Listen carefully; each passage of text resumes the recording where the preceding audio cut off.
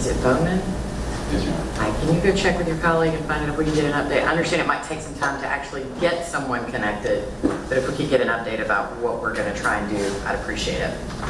Thank you. Ms. Merchant, Ms. Sierra Bergdorf. That's our paralegal judge, and so we were trying to figure out the best way to share our screen and Yeah. exhibits and. Totally fine. That's what I assumed. Just wanted to confirm Yes. that was who that was. And yes, that is the way that we share evidence in the courtroom, is to share your screen on Zoom. And So, she is much better than I am at getting it done. isn't everybody better at sharing evidence than lawyers? It's a certain, and I also think it's a certain age. I will age myself. I think a certain age is better. But that just may be my learning curve.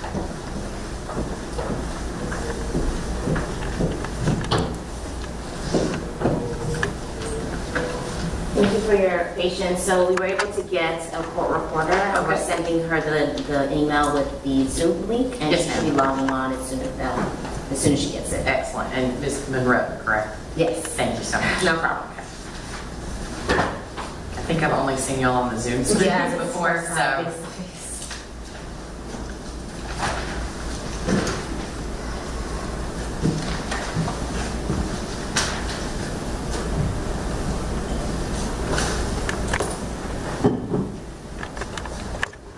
What's up, boss? Are you guys, buddy?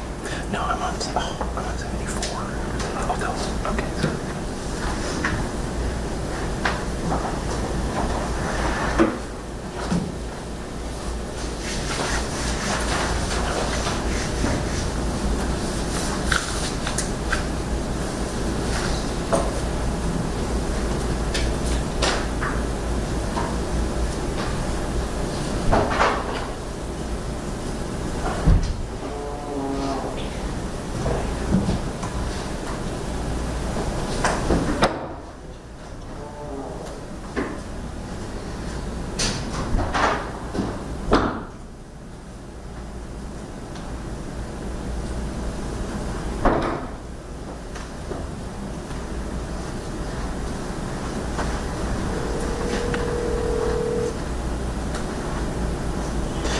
Chrissy, it's Hunter. Can you change me over to remote 74? I'm in the boardroom. All right, thank you, Chrissy. Bye.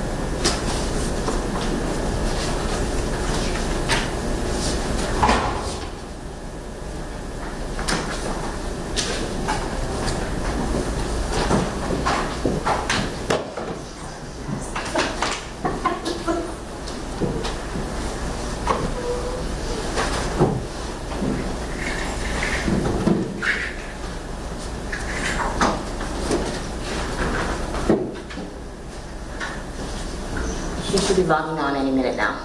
Thank you.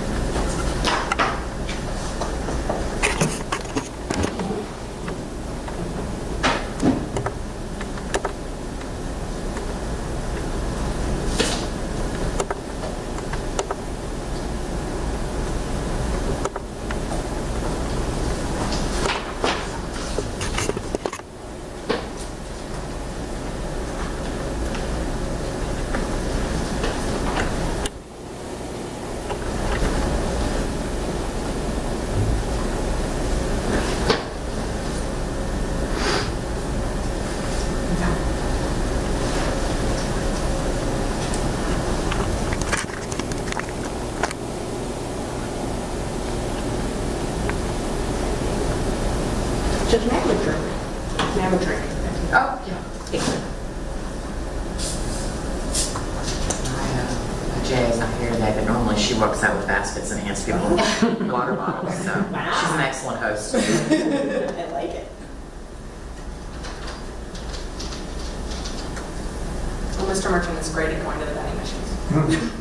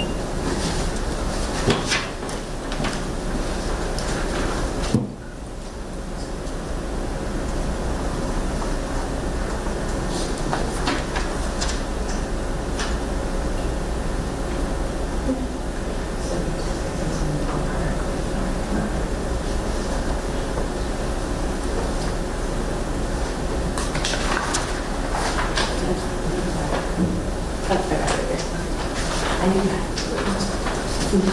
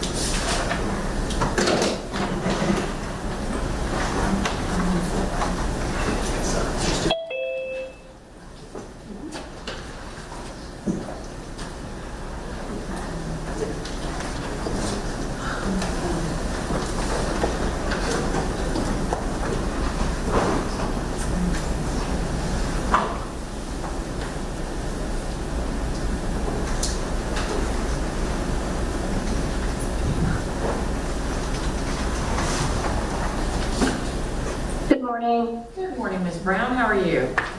Well, Well, thank you for appearing on such short notice. Whenever you're ready to go, what I will typically do is I will just start calling the case and ask the lawyers to make announcements so that you'll know that we're starting. Anything you need from me, or are you ready to get started, Ms. Brown? I am ready to get started, and if there's anything I find I need, I'll ask at the end. Thank you. Okay, thank you. Okay, this is going to be a hearing in the matter of the Merchant Law Firm versus the Fulton County District Attorney's Office, Fulton County, Georgia, Fani Willis individually, and Fani Willis in her individual capacity.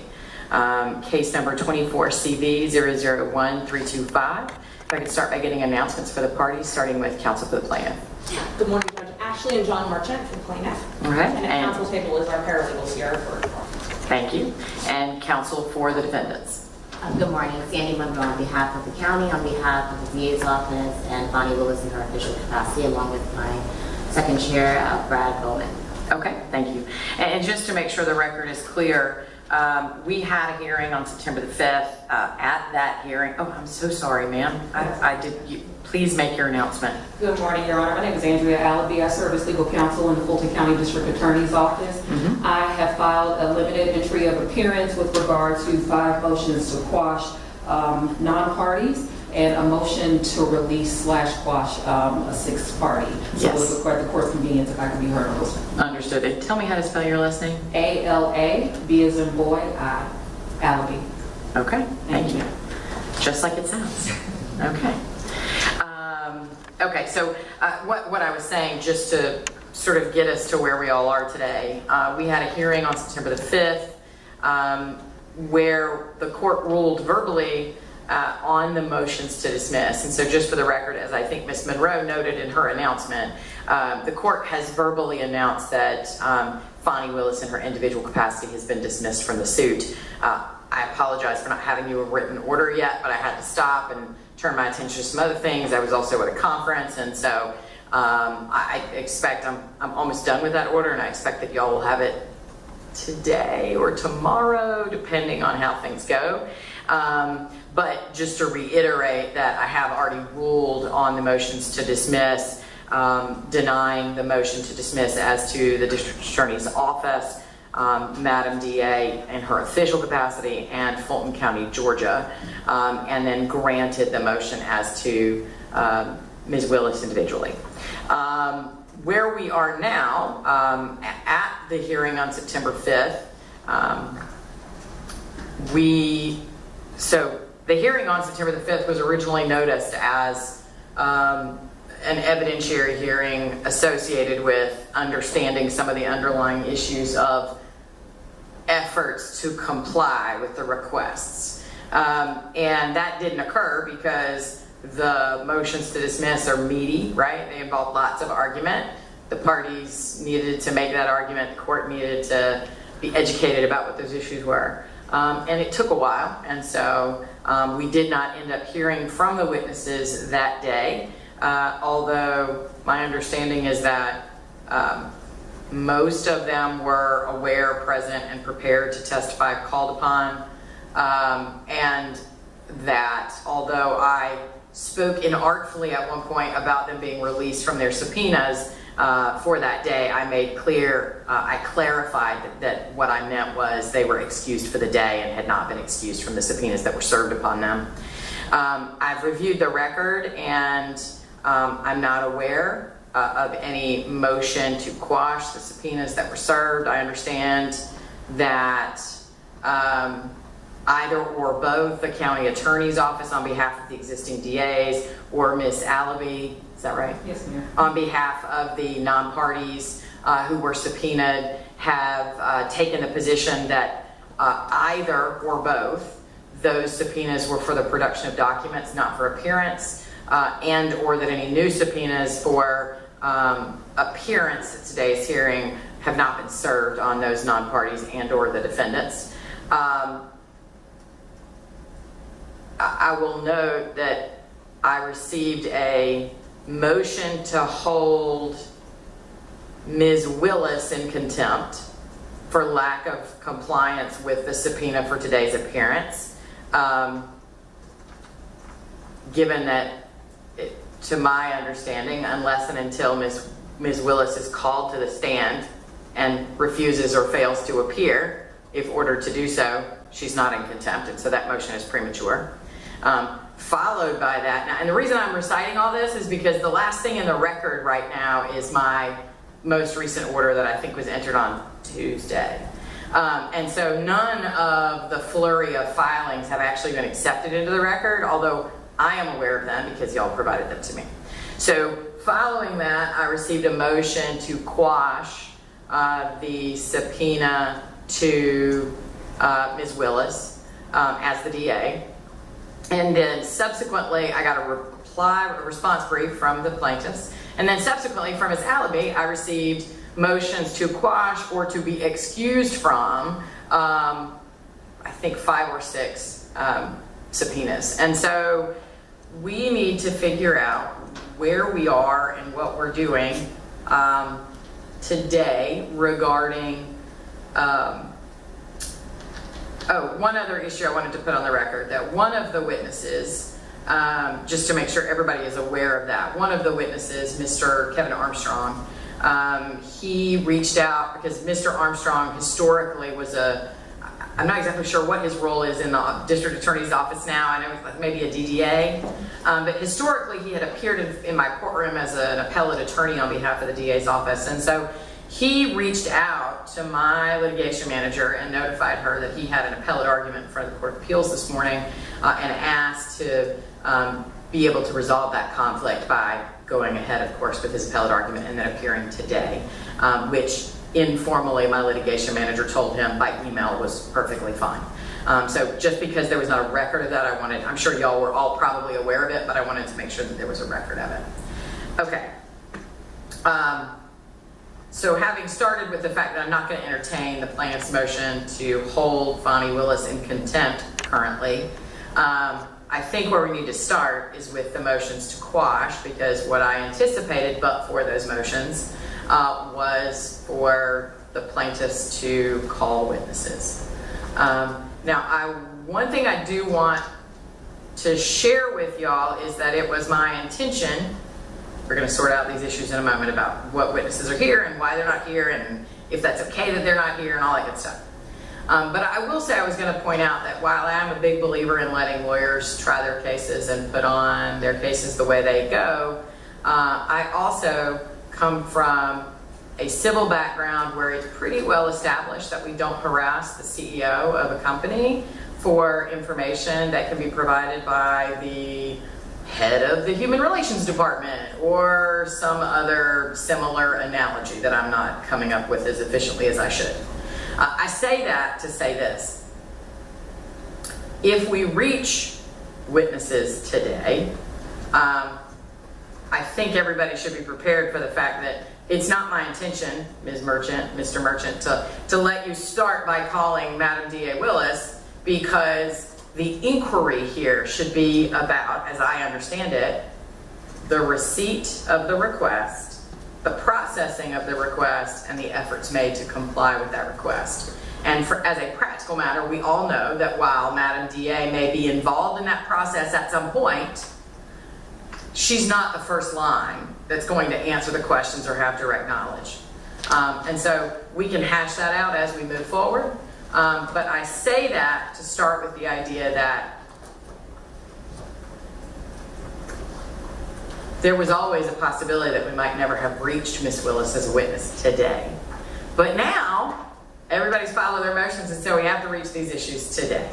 So with that, I think I'm going to stop talking in a moment and give y'all a chance to tell me if there's any procedural issue or preliminary matter we need to take up otherwise. But my intention is to start with the the defendant's attorneys and Ms. Allaby's motions to quash so that we can deal with those issues first, because essentially in terms of at least what we're doing today, they could be outcome determinative. That works for the plaintiff's judge. And just so you know, our intention was to call Dexter Bond, who is the open records. Whose job it is to answer open records act requests for the DA's office, yes. That was going to be our first witness. Our second witness was going to be Jeff DeSantis. His job is media relations, and I can go when I go through and explain why that was relevant. And then Shalonda Miller from the county attorney's office, whose job is also open records. Those three witnesses, and as I told Ms. Monroe, the other witnesses would be potentially, depending on what those people testified to. So it would really depend on what they testified to, but our intention was to call those people first. And you know, we're ready to respond if you'd like us to respond to the states, not the states. No, I guess, so I'm going to call the DA the state, and then the district, then the county attorney the county. I guess that might be easier. Well, I think actually, because this is as good a time as any to remind us all that this is a civil case. Right. It is not a criminal case. And so I too have had to remind myself, but I think maybe to keep the record as clean as possible, the best way to do this is that Ms. Monroe and Mr. Bowman are defendants, possessive plural counsel, and that Ms. Allaby represents the non-party subpoenaed witnesses. Y'all are, of course, the plaintiffs, which makes it easy. Right. Okay. So let's go from there. So I'm ready to respond, and I think the non-party defendants, non-party witnesses in this case, their motions argue that the burden shifts to us, and so we're prepared to proceed with those first. Okay. Any other preliminary thing or matter y'all want to address, Ms. Allaby or Ms. Monroe, on behalf of the defendants and the witnesses? Nothing additional. Okay. Okay, so, go ahead, Ms. Thank you. Mitchell. Thank you, Judge.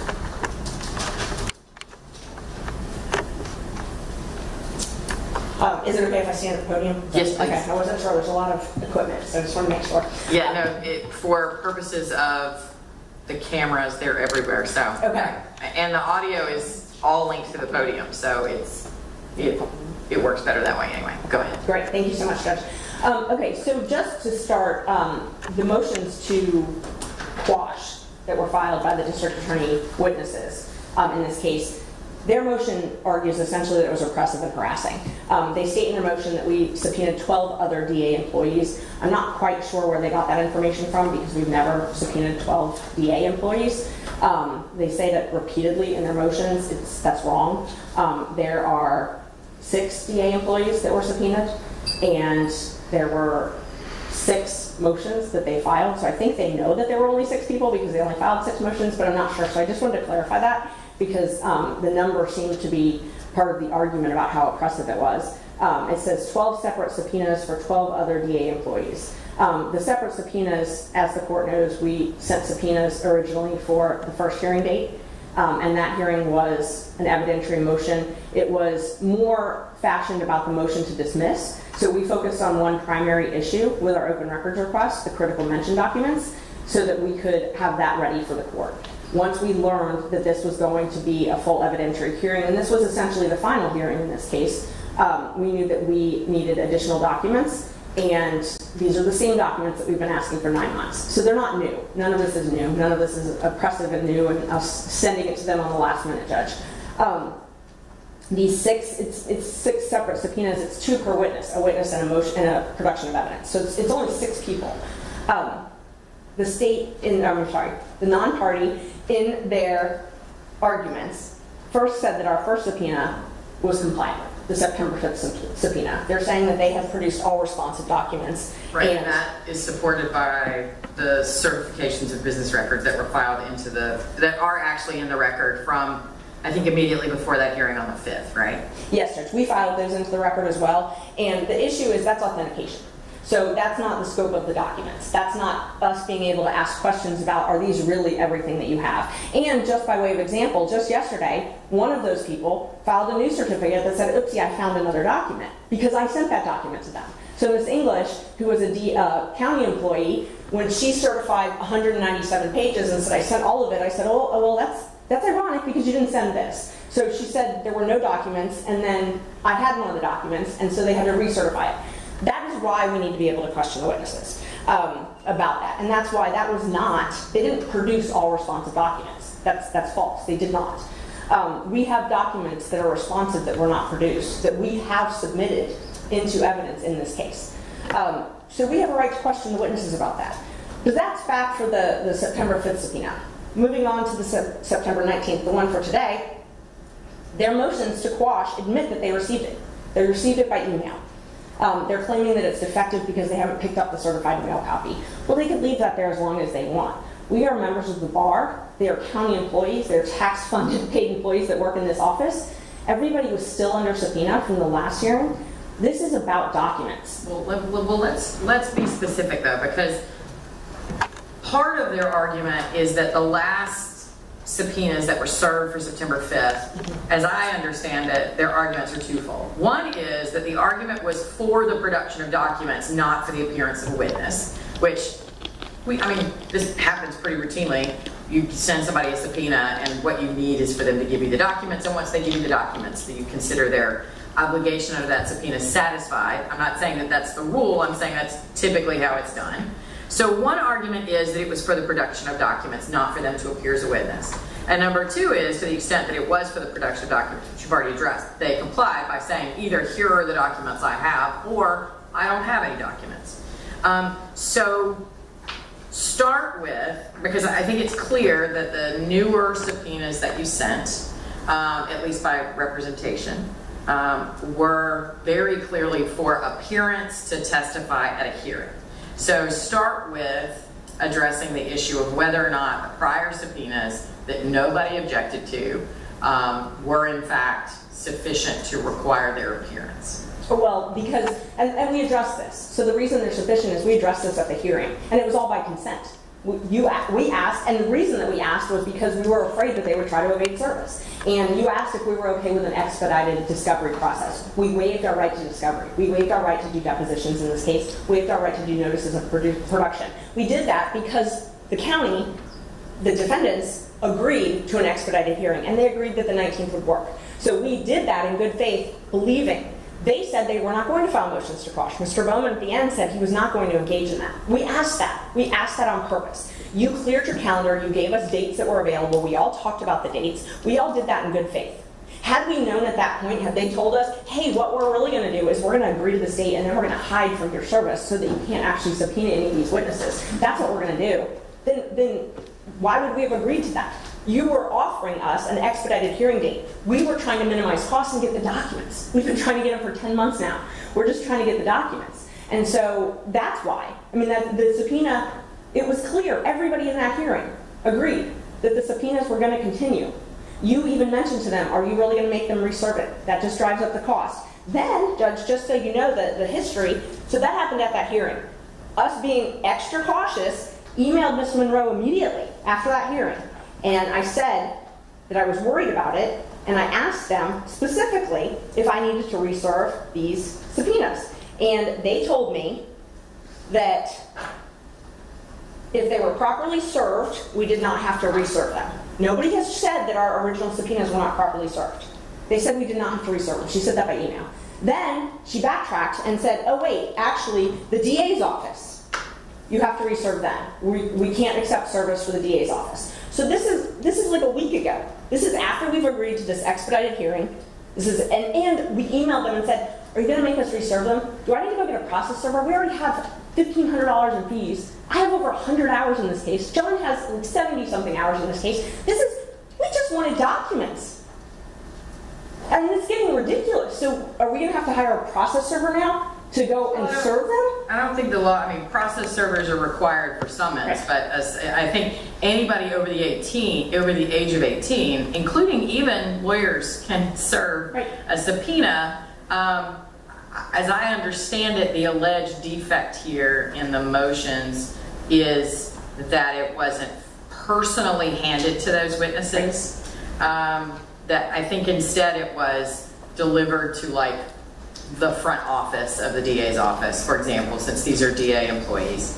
And it was served by, mailed, I guess, by certified mail. Certified mail, which is what the statute requires. Right, was it return receipt requested? Yes, and Okay. that's all that the statute requires. And is it your understanding that no one has signed the return receipts? Correct. Okay. And so it's left at their office. Right, and then also I think I understand you to have served them as a courtesy by mail, even by email, even though we all understand that as yet, email service of a subpoena not acceptable. Exactly. Not sufficient. And we wanted to give them as much notice as possible. So as soon as Ms. Monroe told us that we were going to be forced to reserve the DA witnesses, we resubpoenaed them by email. We sent that all to them by email, offered, just like we did in the original email, if there's any confusion or concerns, reach out to us. You know, the only response I ever got was, don't talk to me. Don't email me again. I mean, you know, there's never been any discussion. We've tried to do this. But the law just says we have to serve them by certified mail. That's what we did. That's what the law says. And in their motions to quash, they cite one case. They cite Edenfield. Edenfield it actually supports our position. It was a law enforcement officer who was not served by certified mail.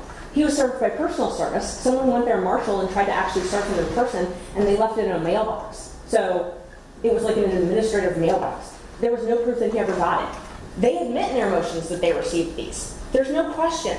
There's no hide the ball. No one has hidden these. And the other thing that they argue is that it's oppressive to ask for all these documents at this point. These are the same documents, and that's one of the things I want to talk about is relevance, because they also argue that. And I think these go hand in hand, whether or not it's oppressive and what's the relevance. So I'm going to walk through these because this is sort of the elephant in the room. What are we asking for? All you've heard is it's oppressive. Why is it relevant? Why are these witnesses relevant? I'm going to tell you why they're relevant. I'm going to walk through all of that, why they're relevant. So we asked for essentially a couple different classifications of documents. You've heard a little bit about the critical mention documents, Judge. Those documents, and we've got some exhibits to show you, but the first one would be Merchant 0029, if you want to go ahead and pull that up. On January 18th, Shalonda Miller, who's the county attorney, and we filed all these. So when I refer to the merchant number, that's a Bates stamp number that we submitted, and so we'll be pulling those up. And I asked the county, and they said they would agree to all of these documents being admitted because they're all documents we received from the county. So, unless there's any objection to them, I'm planning on referring to these documents. Ms. Monroe? As I stated to her in the email, there was no objection. Okay, so, great. Okay, so this document, let's just take a look at it. So this is part of the packet. It's a 44-page packet that the county attorney sent me on January 18th, in response to my first open records request. If you look at 0055, so look at 0055, Judge, and look after Melissa Fritz, where it says Fani Willis, critical mention search. Your Honor, I'm sorry. If I may interject here. Yes. There was a representation made by Ashley Merchant that these documents were provided by Fulton County, and the documents that she's showing on the screen as is was not provided by Fulton County. They were provided by the DA's office. So I wanted to correct the record as pertains to that. In terms of my objections, I did not object to the business certifications that were submitted by the DA's office and Fulton County, all members who were subpoenaed in this action. But this document that she is referring to, the 44-page document, was not provided by the Fulton County. It was provided by the DA's office.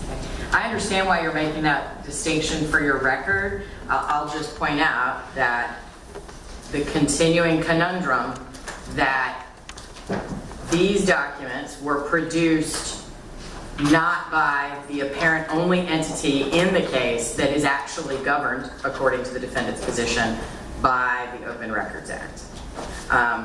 So either they were produced by the Fulton County District Attorney's Office or the district attorney, whatever legal entity that is, who by defendant's argument are not governed by the Open Records Act.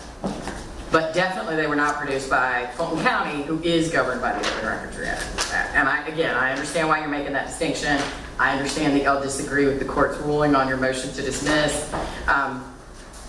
But anyway, I understand these documents were produced by the Fulton County District Attorney's Office. Is that correct? Okay. And, that's part of the reason we need to talk to the witnesses, because, the letters that I get, one of the reasons I put on the Miller under subpoena, the letters from her, and it's unclear to the recipient, the layperson who's requesting these documents, who gives them. Whoever gave them, this is what the county, in general, gave to us. So if you look at 0055, look at Fani Willis critical mention search, and then you look, it's cut and pasted. So this is not an original document. This is actually 4 or 5 different emails that someone cut and pasted and put together. We have now gotten, as of August 30th, the actual emails with the to and from, the dates, the attachments, but we did not get them back then. So we've got a cut and paste documents. I don't know who altered this. That's why I need to ask these witnesses. I have no idea who did this, but they cut and pasted. They didn't redact. They actually cut and pasted these documents to hide things from them. And if you look at... Well, hang on. Let's be cautious about our characterizations. I understand that you are distrustful of what's been produced. Saying that it was redacted or that it was cut and pasted is a factual statement, but characterizing it as an intention to hide evidence from you is a little bit more of an argument that I would prefer that we not go down that road unless and until we need to.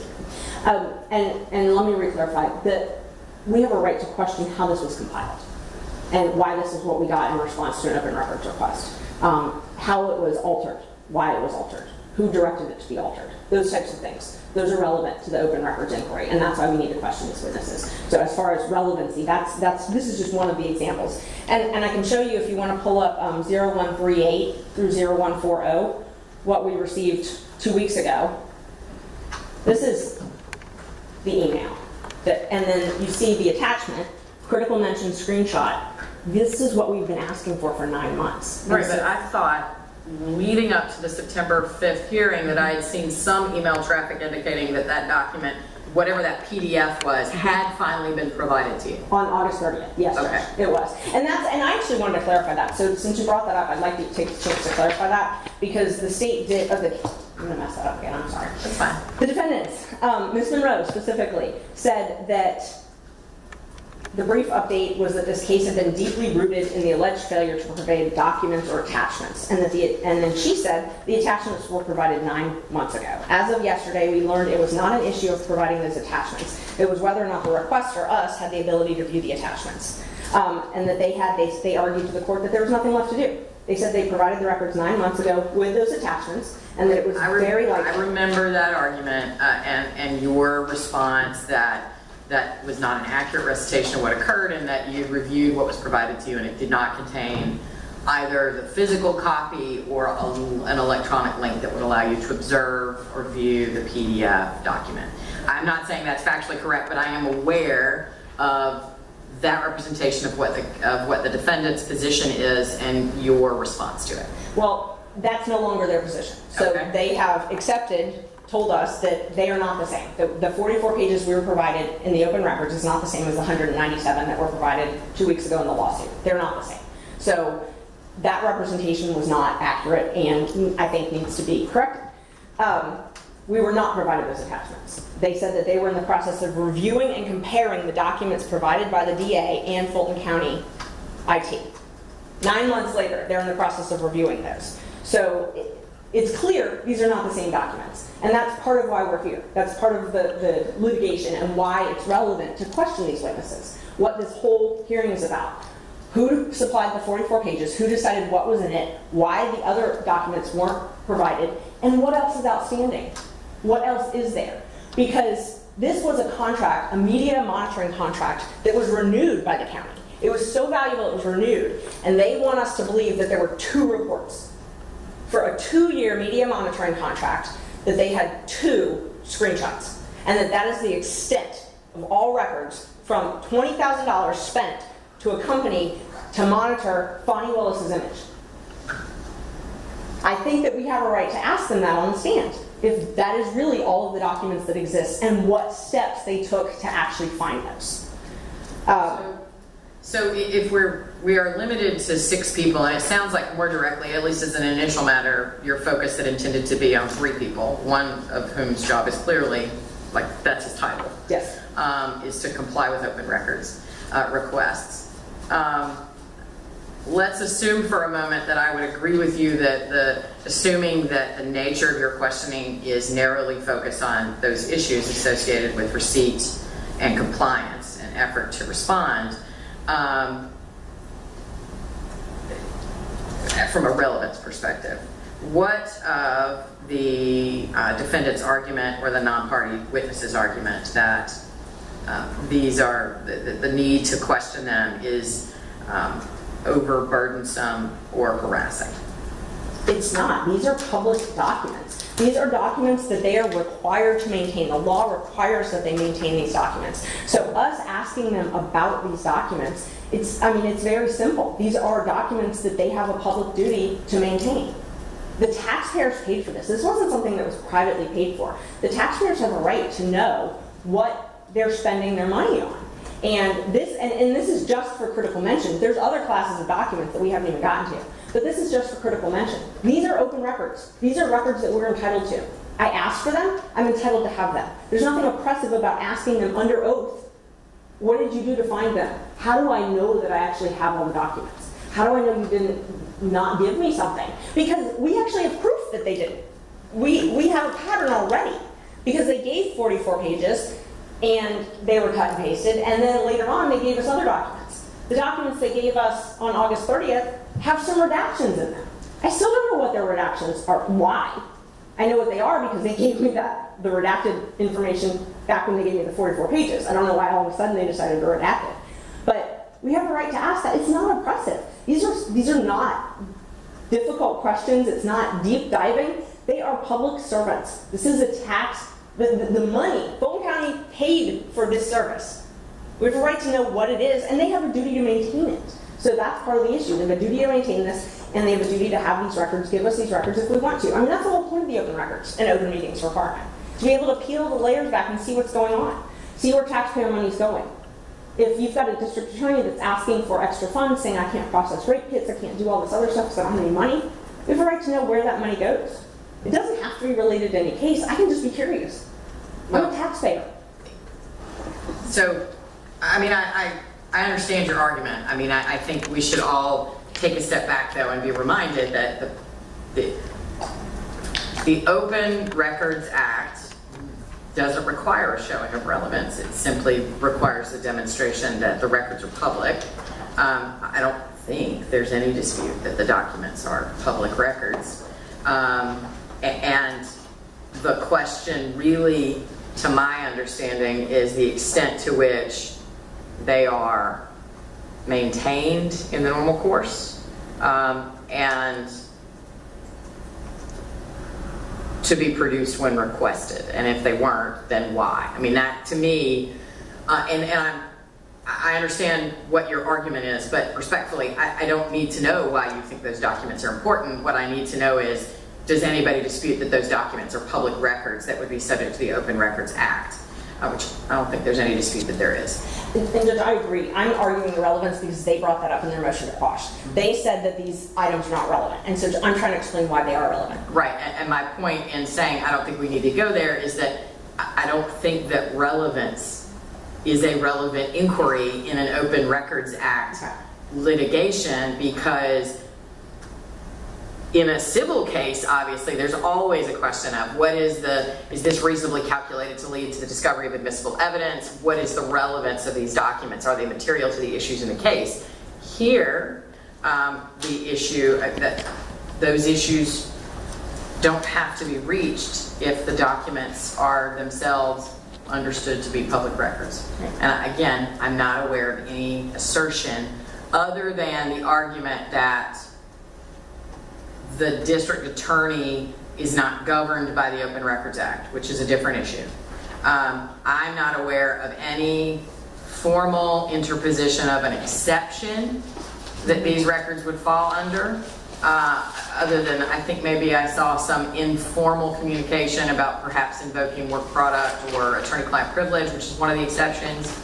But I think all of the formal responses and certainly all of the briefing do not assert that any of these records are subject to an exception or that they are not in and of themselves public records. So I think we can move on from there and simply focus on the extent to which asking these witnesses questions when, because I think that's where the defendants go mostly, is that asking them questions at all when they've already said on a document, we don't have these records, I've looked and they don't exist, or I don't have them, that itself is the overly burdensome or harassing part. Judge, I should be able to ask them if they've looked, because I don't believe they have looked. And I know my belief doesn't matter, but I've submitted documents that exist in response that they have not provided. I've gotten them from other entities. So I have proof that they have not complied. So we have a right to ask them, how did you look? What did you do in response to this? And if I can go through, there's a couple, so let's talk about the confidentiality agreements. I asked for all of the confidentiality agreements that the district attorney's office required employees to sign. I requested that on January 9th in my open records. I followed that up on January 24th and said by letter, please don't make us sue you. I want the confidentiality agreements. I had one. I had Nathan Wade's. I had gotten it in another proceeding, and I had a business record certificate from Dexter Bond that it existed. Guess what his response was? No records exist. Well, so I've got a business record, which I've admitted, it's in the documents, a business record where he's certifying a confidentiality agreement from Nathan Wade, and then I've got the response in the open records that no responsive documents exist. So I should be able to ask him, why did you tell me no responsive documents exist when you were asked in a other case and you certified that they did? And now, just 2 days ago, I was given 22 additional confidentiality agreements. 10 months later, 22. I know more exist, but I was given 22. So pick and choose 22 employees in the DA's office who have signed confidentiality agreements.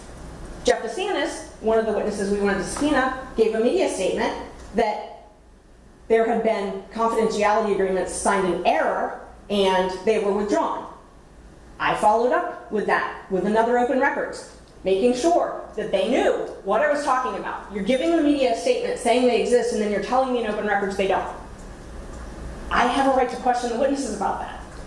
Why do I still not have those documents? I have 22 confidentiality agreements. I don't have them all. And I only got those 2 days ago. The next is, this is one of the most simple requests that the district attorney's office is actually required to do by law, keep a list of attorneys that work at their office. My requests, I think we've gotten lost in the weeds, they're not complex, they're not oppressive. I'm not asking for information I never in a million years thought in January that any of this was going to be a problem. I file open records requests all the time. I pay for the documents, I get the documents, and move on. I asked for a list of attorneys and their dates of hire. Georgia statute and the record retention law requires that they keep those in their office. It is a misdemeanor not to keep that. Keep what? The personnel records. Okay, but in fairness to the defendants, and I know that's one of the things they've asserted, if they don't have a list, right, they might have let's call it, they might have a file cabinet somewhere, probably electronic, of personnel files of the people who work in their office. I know you've mentioned, and I am familiar with the reports that the DA's office puts out that says these are all of our great people who are doing great work. But if they don't have a list, they're not required to create a list in order to respond to your request. Correct, they're not. But what they are required to do is be reasonable in their response. So if they think, when I ask for the names of the people who were hired and the dates that they were hired, and that's something I know that they have, and they're not sure. they ask me, and I do this all the time, and they did this. The county attorney, actually, when they were responding to my requests, they asked me to clarify. We discussed it. They reached out to me, made sure that I was getting the documents I wanted. The goal of the Open Records Act is supposed to be to give the citizen asking for records the records. It's not supposed to be hide behind semantics. So if they're concerned because they're like, oh, are you asking for the names of the people who are hired and the date they were hired, which is what I asked for? If there's some confusion, they reach out to me. The goal is transparency. The goal is not to hide and obscure all of this. So when I asked for the people who worked there and the dates they were hired, I used to work for Fulton County. I know those records exist. I know what my employee file looks like. I also know that there's a statute in Georgia that says they have to maintain those. And so I'm asking for it based on what the law requires they maintain. They have to keep that. And I guarantee when they sent this to whoever produced this, they sent this to someone. There's a list that exists somewhere that has the names of the DAs. I can go to the state bar and type in the Fulton County DA and print out a list of the names. This is, they're forcing us to go through litigation to get a name and a date of hire, which is definitely maintained, and that's ridiculous. The other thing that we've asked for is, and by the way, just on that, the personnel, the Records Retention Act. So there's a statute in Georgia that requires, it's 50-18-102. It's a misdemeanor to not keep records in regards to what the Records Retention Act requires. The Records Retention Act requires that they keep personnel records for 50 years. Now we object to this line because it's the Records Retention Act is not part of this case and we'll come out with it. The retention is always relevant to open records, Judge. So I'm not sure I understand the basis of your objection. I'm going to overrule it for now because whether the county has the documents that have been requested, I think goes immediately to the extent to which they're obligated to have them.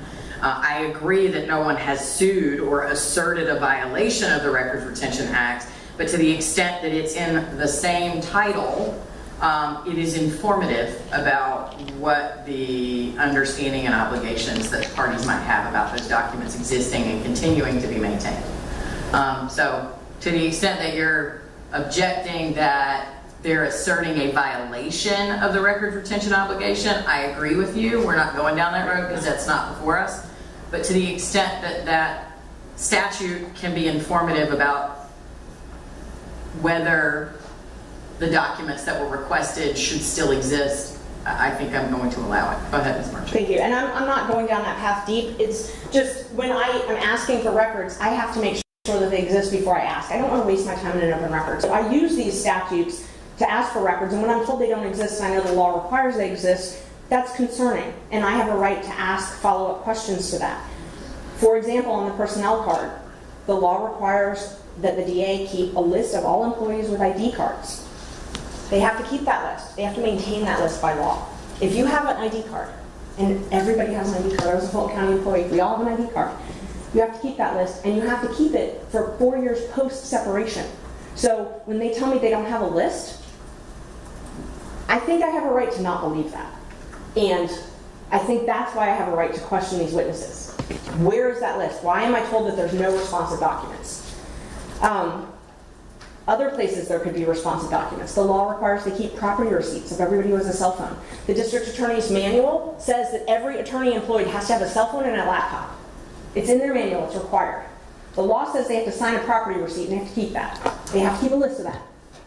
That would have been responsive to the request. And if they wanted to comply, they could have reached out and asked me, and I was willing to pay for any of these records. I pay them all the time for records. It's not a problem. I've never had a problem paying for county records. All they have to do is ask me. So the other area, the last area, actually the second to last area of documents and why these witnesses are relevant, this is all talking about why I should be able to ask these witnesses questions. I asked for forfeiture disclosure reports. The law requires forfeiture disclosure reports to be produced to state, local, federal governments. There are two separate forfeiture funds. There are federal money and state money. Two different acts. They have to comply with the Federal Forfeiture Act and the State Forfeiture Act.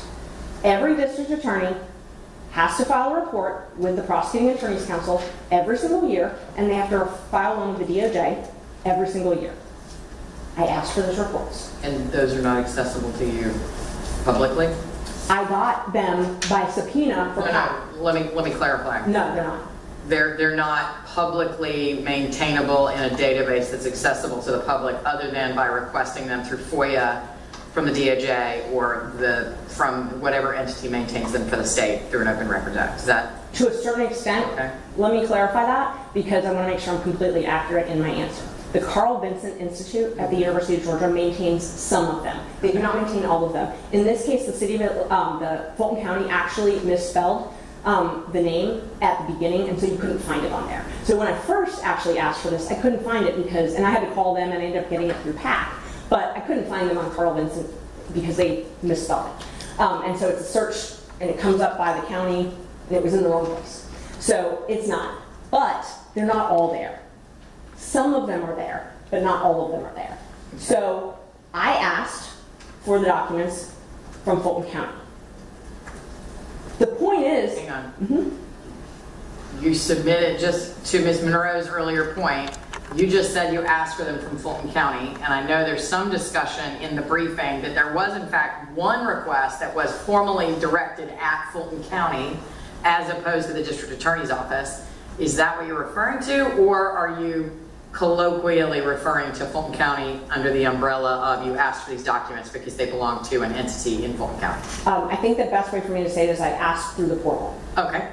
I asked through the open records So you portal. submitted a request through the portal for forfeiture disclosure reports for some period of time related to something? Yes. Okay. And what they do, so it's actually changed. When I first asked for these requests, if you go to the DA's office, the landing page on the DA's office takes you to the portal. So back in January, if you go to the DA's office website, it has an open records link.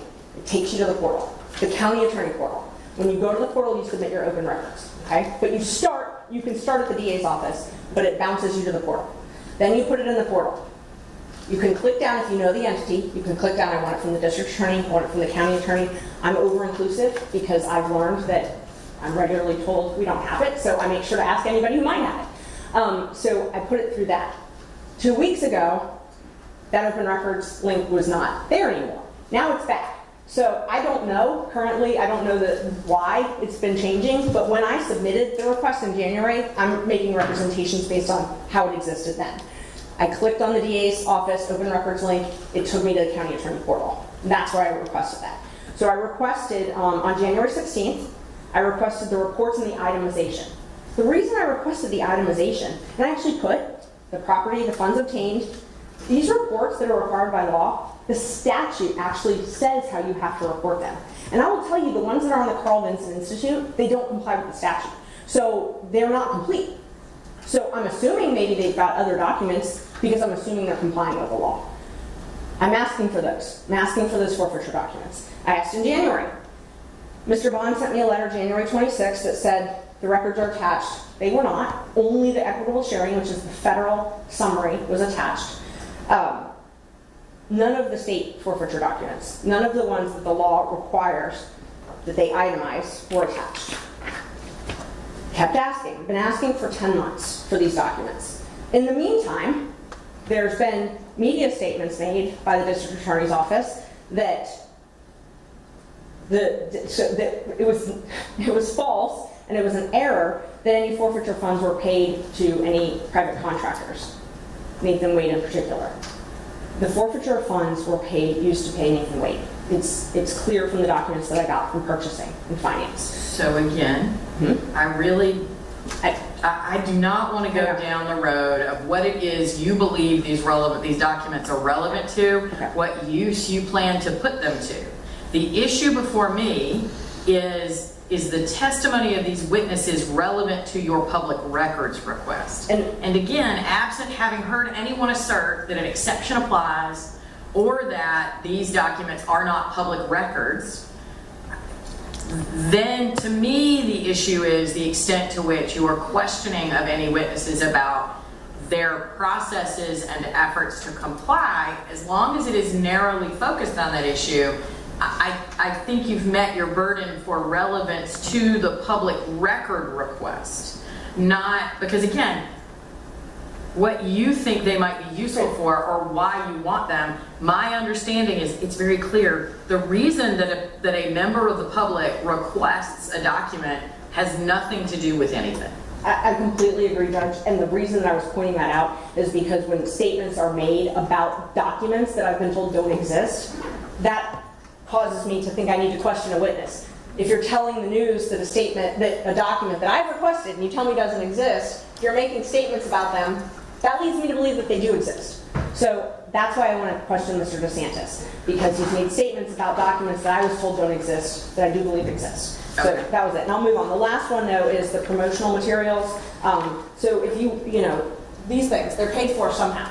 And I was very specific about all of these. If you walk into the DA's office, there's big wall hangings, things like that with, rebranding. There's this whole rebranding campaign. I asked for how that was paid for, like rebranding, payment, requests. I tracked the statute. So the statute, and the reason that that's relevant, tracking the statute, is because I know they're required to maintain these. The law says they're required to maintain these. And so because they're required to maintain this, and it's an open record, and I'm told that they don't exist now, I think I should be able to question the witness as to why they don't exist. If they don't really exist, under oath, the law says that they've got to include all the accounts payable, bank statements, all of this stuff, deposit slips, canceled checks. They have a duty to maintain that for 5 years pursuant to statute. So where are all of those documents? And I was again told they don't exist. They have to exist, or else, they should exist. I guess maybe they couldn't exist. Maybe they didn't pay for it. Maybe these vendors donated this out of the goodness of their heart, whoever printed this. Maybe the taxpayers didn't pay for it. I don't know. But that's why I need to ask the witnesses. And the last thing I'd point out is to relevancy.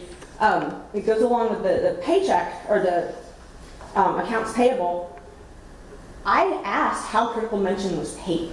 I've been asking for 10 months how it was Did paid. you finally get, I think in some of the documents I saw For a critical check, mention. like a handwritten check. Yes. I still haven't received that. They still not even admitted that exists, that account exists. I got that from critical mention.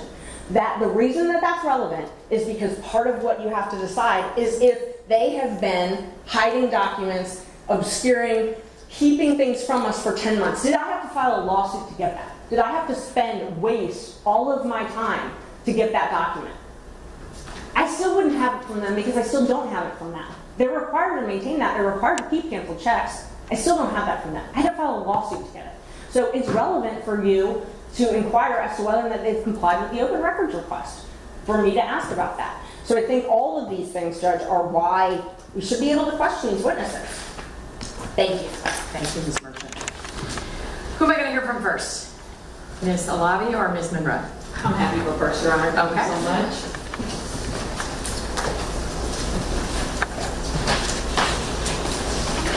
I'm sorry, Your Honor, do you mind if we pause for a small bathroom break? I really have to use the restroom. Sure, no problem.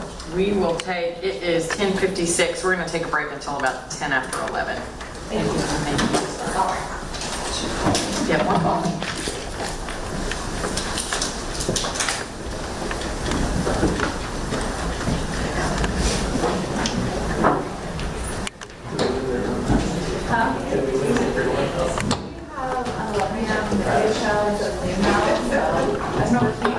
That's where she went.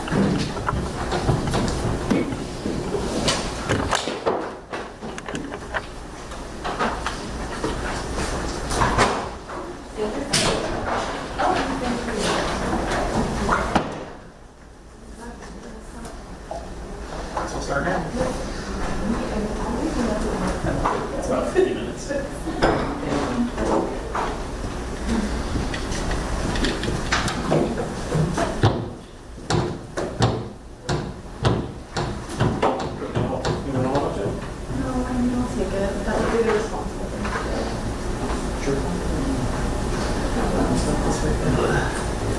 I no longer work for the full finance of shoes.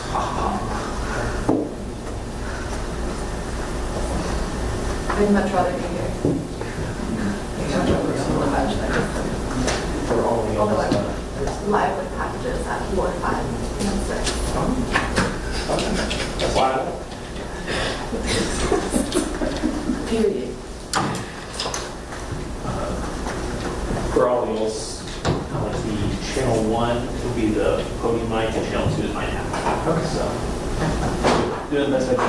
And it'll give us audio out as well.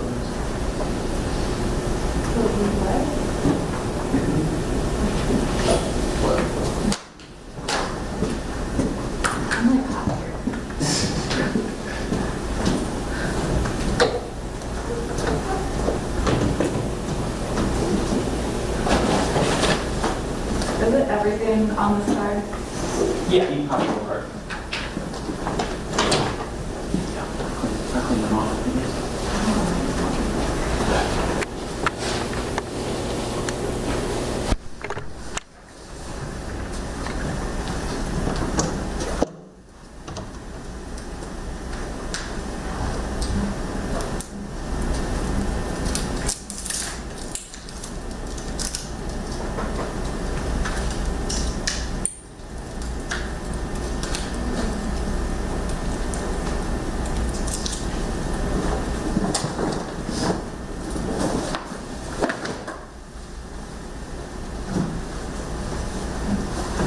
It's okay.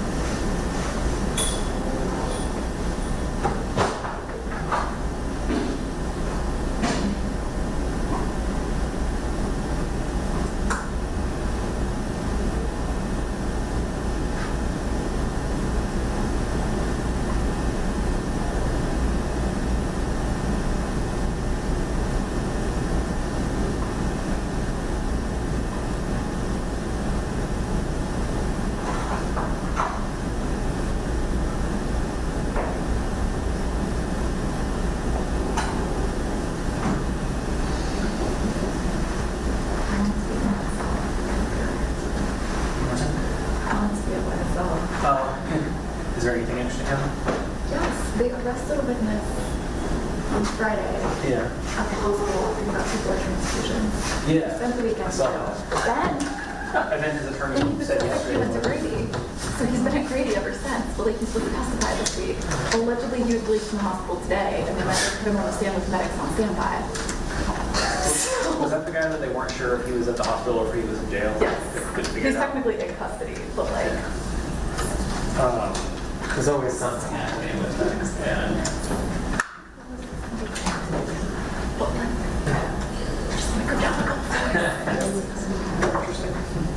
it's funny. The usual stories about dad trying will get flagged to like my bosses or whatever. Like, do you know what's happening with that traffic? Does anybody? Every day there's something. yes. And getting caught back And I up. try to like pick and choose things like that. It's been like 2 weeks. After the 3. It's been 3 weeks since you've been there. Not really. Oh, this is interesting.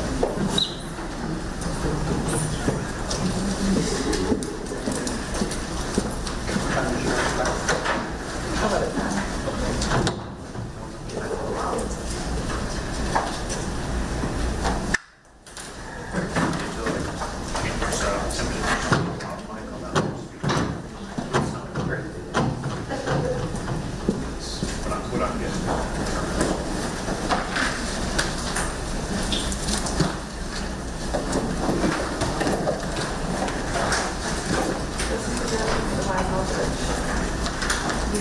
Oh, yeah?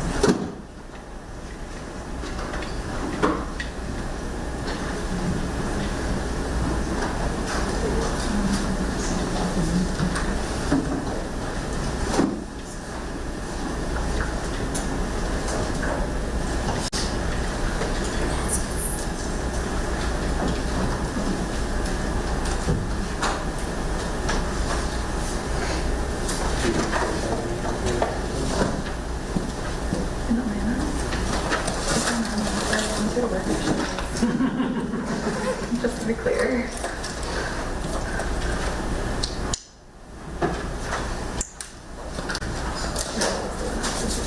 So like if it was Joe Bell, asking for volunteers, I don't know what I'd say.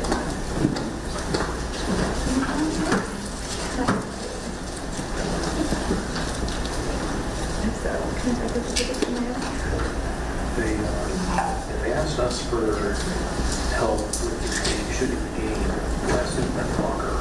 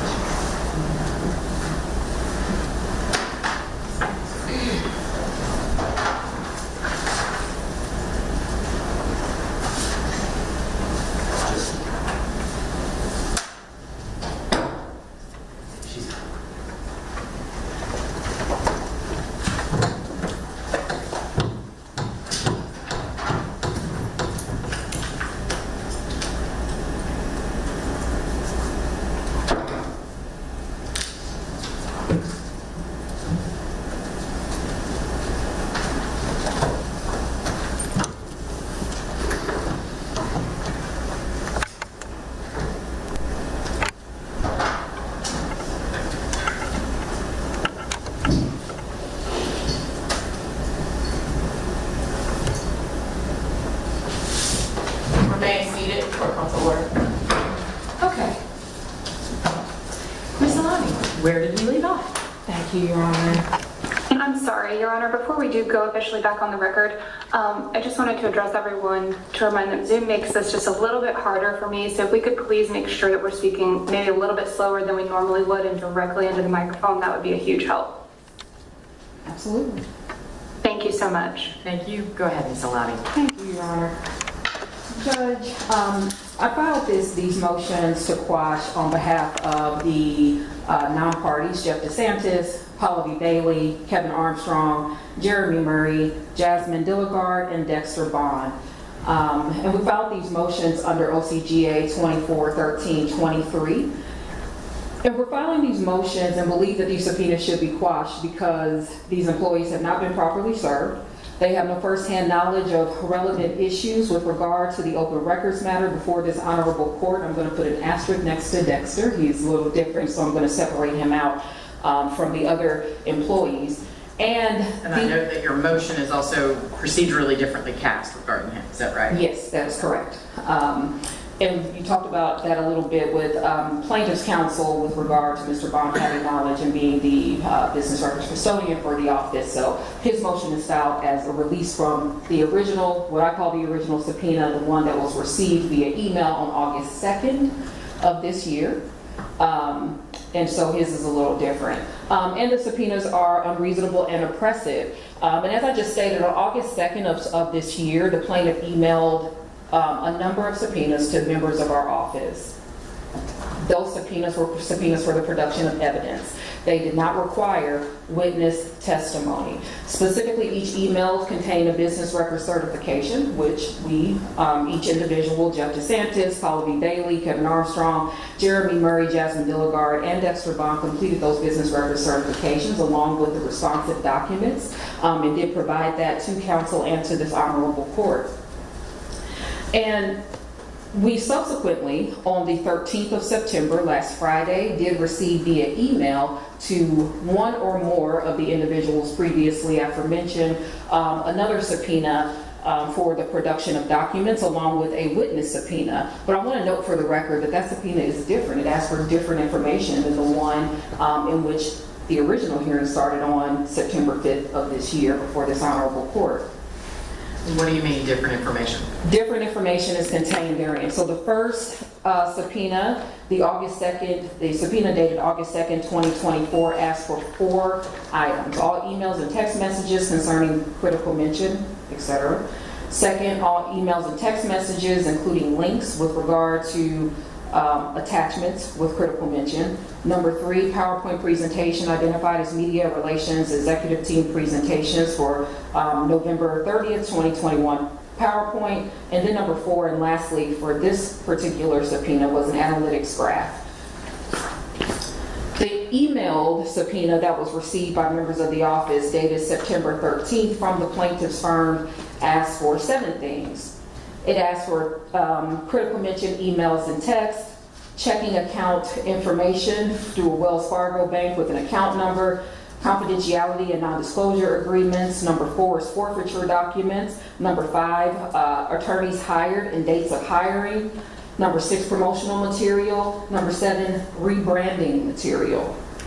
Different. We've already started this proceeding. We've already had some arguments with regard to the issues contained therein, and then we get an email saying that we're going to receive certified mail with yet another subpoena asking for different things. And so I'll talk a little bit more about that when I get to the overburdensome portion of this argument.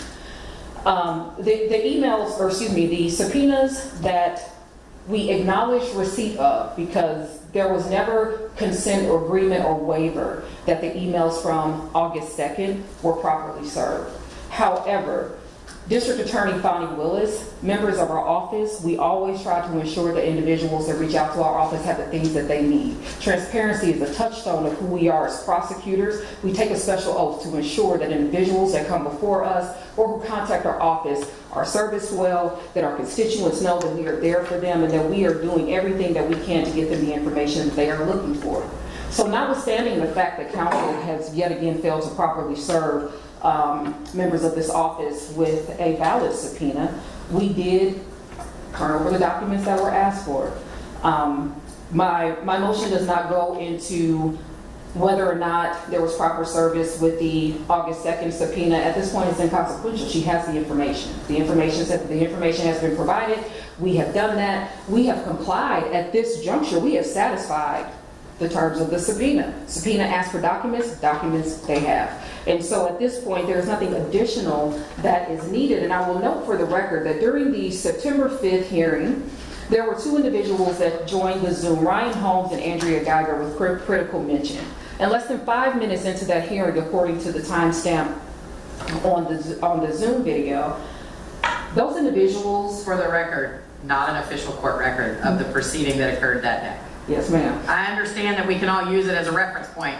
Just to be clear, not an official court record. Absolutely. Those individuals were allowed to be excused as their business record certifications were sufficient. They did the exact same thing that we did. They provided business record certifications with the information that was provided, that was requested from the plaintiffs. They provided that, and they were excused. Right, and in fairness, and I don't mean to imply that I agree with plaintiff, but I think plaintiff's position is they had no reason to question the complete compliance with the request that was made to critical mention. And again, I'm not saying it's fair or justified, but the plaintiffs have made a great deal of hay of the fact that they question the completeness of the representations from various witnesses, that in fact documents have been, all responsive documents have been produced in response to the Open Records Act. And I recognize that, and I say this in the least flippant way possible, but plaintiff's assertion that there is a belief that she is not receiving all of the information does not make that a fact. It does not make it true. It does I not make agree it... with you, but the plaintiff has to some extent been able to point to independent documents received from other entities, like for example critical mention, that would seem to indicate that additional documents should exist. Maybe they don't anymore, maybe they're not in possession of somebody. There might be lots of reasons that they weren't produced in response to the Open Records Act that aren't willful or in bad faith. But I think in fairness, the plaintiff has pointed to third-party documents that would seem to indicate that those documents did exist at some point. And I think in fairness that there has to be a look at the totality of the circumstances. The district attorney's office is not the IT custodian. We only have access to records to a certain date. We do not contain, or have a database that is big enough to keep every single email, every single correspondence, every single document that may have been received within the office. That is literally why we have an IT department. And so if we do not physically have it within our office, we literally, not even 6 months ago, had a cyber attack with this county. And so this assertion that there is a disbelief that there's some nefarious intention, or that we are hiding something, that we are intentionally trying not to give documents or information to the plaintiff or anyone else, is quite frankly just not accurate. So here, look, I'm going to back us all up again, and I continue to do this, and I'm going to do it again, because both sides are doing it. We are here because a member of the public requested from a government agency documents about that government's operations, right? And so the intention behind that request, the purpose that might be intended to use those documents, none of that, to my way of understanding how the Open Records Act is supposed to work, none of that is relevant. What is relevant is the extent to which the government agency should have those documents and should respond to those documents. And one of the things that's presented an issue, and that's one of the reasons I stopped and went back to this, is that I have no doubt that you are highly knowledgeable about the operations of the district attorney's office, but technically you are here on behalf of non-party witnesses. And I think it would help if, when you are talking about the motions to quash, if you talked about the specific witnesses that have been subpoenaed and why they should not be subject to the subpoena. I understand some of those issues that go across all of them, and let Ms. Monroe and Ms. Bowman argue about why Fulton County and the Fulton County District's Attorney's Office writ large and or Madam D.A. Willis do or don't have those documents. And do you understand the distinction that I'm trying to make for a moment? I do, but Okay. with one caveat, Your Honor. The law for service of subpoenas literally states that subpoenas are not supposed to be used to harass individuals or to, to use those subpoenas maliciously. And I do think that that is a point that needs to be made, especially during this proceeding, considering that the usage of subpoenas and the way in which they are used has been done with an intention to harass, to oppress, to malign the name, the character of not just the individuals that are contained, these non-parties, but also the district attorney herself. And so I would be remiss not to note that, and that the law does give guidance with regard to how subpoenas are supposed to be used. The individuals Fair enough, Ms. Alabi, but here's the thing. I completely understand why the defendants in this case, given the arguments that Ms. Merchant has made, that I've, again, tried to get us away from, and let's focus on, these are public records, that's all that matters for now. I understand why the DA's office might feel that these proceedings and these efforts at public records requests are designed to harass the DA or the DA's operations. What I don't understand, though, is how is a subpoena to an individual whose job it is to comply with Open Records Act requests on behalf of the DA to come and testify about what efforts he took to comply with an open records request. How is that harassing? Judge, the individuals, the non-parties, Jeff DeSantis, Calabi Bailey, Kevin Armstrong, Jeremy Murray, Jasmine Dilligard, are not those individuals that are tasked with responding to open records. Their job duties, what they are assigned to do within the office and what they have been doing has never been that. They are not the business records custodians. They cannot talk about in the court, put it very succinctly, the receipt, the processing, the efforts made to process those requests. Those are not the individuals that can provide that information to the court. I agree with you, except that, again, I think what I think I understand is that the reason that the plaintiff chose to subpoena those individuals is because after being told there were no documents by the official people, they received some documents that, for example, emails that included Mr. DeSantis, that included Mr. Armstrong. And so then the plaintiff said, well, if Fulton County, writ large, the DA, whatever, all these entities, right, to whomever that request was directed, says they don't have them, well, now I want to ask Mr. Armstrong or Mr. DeSantis, were you asked if you had these documents?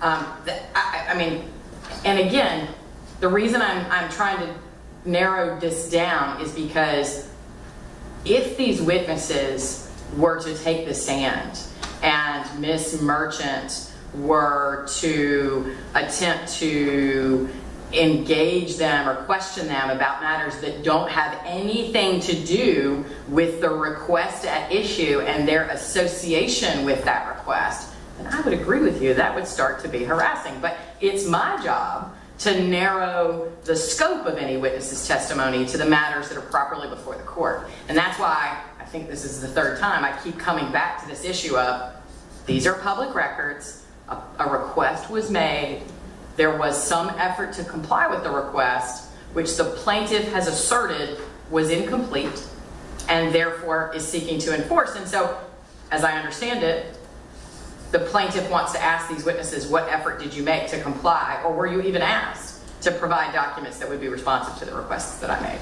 And I understand the court's position with regard to that, but we are feeling around in the dark here. We have assertions that have been made that are not facts, that are not evidence. There has been no witness testimony that has been given. There has been no indication that what plaintiff has asserted is true, correct, that it's anything other than some assumption that there is some nefarious intention. Well, she has... Ms. Amati, okay. There are two reasons we haven't heard from any witnesses. Number one is there were motions to dismiss filed by all four of the entities who were sued, right? Which automatically created a stay of discovery. And number two, no witnesses have testified because the witnesses have all asserted that they're not subject to subpoena or that they don't have any information. So there might be, at the motion to dismiss stage, the court was required to, and did, rely only on the allegations of the pleadings. And I will say, many of them weren't disputed, right? It wasn't disputed that these were records that would be public. It wasn't disputed that there's a portal operated by Fulton County. I mean, there's lots of things that weren't in dispute, but the court was limited to the pleadings, the allegations in the pleadings. The purpose of today's hearing is to have some actual evidence, to hear from witnesses with knowledge about the nature of this request and what efforts were made to comply with it. And those individuals, as discussed in the last hearing, have been designated. We know who those folks are. Dexter Bond Jr. is one of those folks. Shalonda Miller, Deputy Counsel, is one of those folks. But those folks still are not Jeff DeSantis, Palaji Bailey, Kevin Armstrong, Jeremy Murray, or Jasmine Dillard. They have never been considered to be those folks in the discussions and the hearings that were had on the 5th. Their names never came up as individuals that would have information that would better inform or edify this court as to the receipt, processing, or efforts made to process any open records requests or responses to the subpoenas. And so because of that, there has been no dispute in that in the argument that has been presented to the court. And because of that, and the other individuals have fulfilled and satisfied the request for the production of documents, because that's what it was, a request for the production of documents and not a witness subpoena, what we're asking this court to do, at the bare minimum, when counsel comes before this honorable court, we are required to do certain things. And properly serving an individual is one of those things. That has not. I understand, I agree with you that email isn't sufficient yet. One day I guess it will be. Why though, in this particular context, was certified mail combined with an effort to deliver the subpoena into the hands of a responsible person who would then provide it to? And the reason I ask that is, certainly we don't want to live in a universe where the requirement is that individuals personally go and find individual ADAs or individual employees of the DA's office to put a subpoena in their hand when what they're being asked about is their work. And instead, accommodate the delivery of a subpoena to a responsible person who will then place it in the hands of the individual who works at the DA's office, given particularly that the DA's office is a limited access location. No one has ever reached out to me in order to serve these subpoenas. I serve as legal counsel for the district attorney. What efforts have been made to do that? Certified mail, we have no certified mail. We've not received anything. I literally accepted service on behalf of Curry Swift just the other day, the week before last. There's not an issue with service in our office. We get served you'd be surprised to know, we get served all the time. So there's not an issue with service within our office. I don't understand why plaintiff wishes to be treated differently in executing the basic and fundamental duties of any attorney. I shudder to think with this court, how this court would view, rule, or decide in a case in which the state brought forth a case and did not properly serve our witnesses. That is our duty, it's our obligation. Counsel mentioned that we are members of the bar. We sure are. We need to act like it. Serve your witnesses. We do not have service. We do not have anyone who, to my knowledge, who has come to the office. I've not been contacted by the merchants at all in order to receive service. Our chief investigator has not. That has not happened. What about what about though Ms.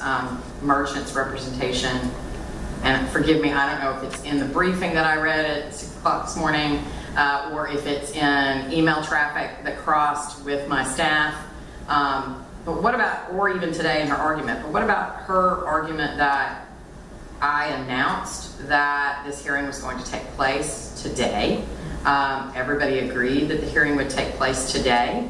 I clarified that any subpoenas, any witnesses that were under subpoena continued to be under subpoena with the expectation that they would appear here today. And at no time until about 6 o'clock this morning did those witnesses say, oh, I was never served, oh, I'm not subject to that subpoena, other than the prior representation that had occurred overall, where most of these witnesses said, I've already complied with the subpoena because I've said I don't have any documents. Judge, I think, one, service I was not involved in the previous hearing. I thought that was discussed, but it sounds like it was not, that improper service, because I saw an email stream with the plaintiff and Ms. Monroe talking about whether or not the individuals from our office needed to be reserved. And so... Right, I'm aware of that, but I also know that during that hearing, I said, I understand that I'm not releasing these witnesses from the subpoenas that brought them here today, and that I strongly encourage the parties to engage in good faith efforts to agree, and instead, the defendant's counsel took the position that no, you have to serve these individuals, but then does not acknowledge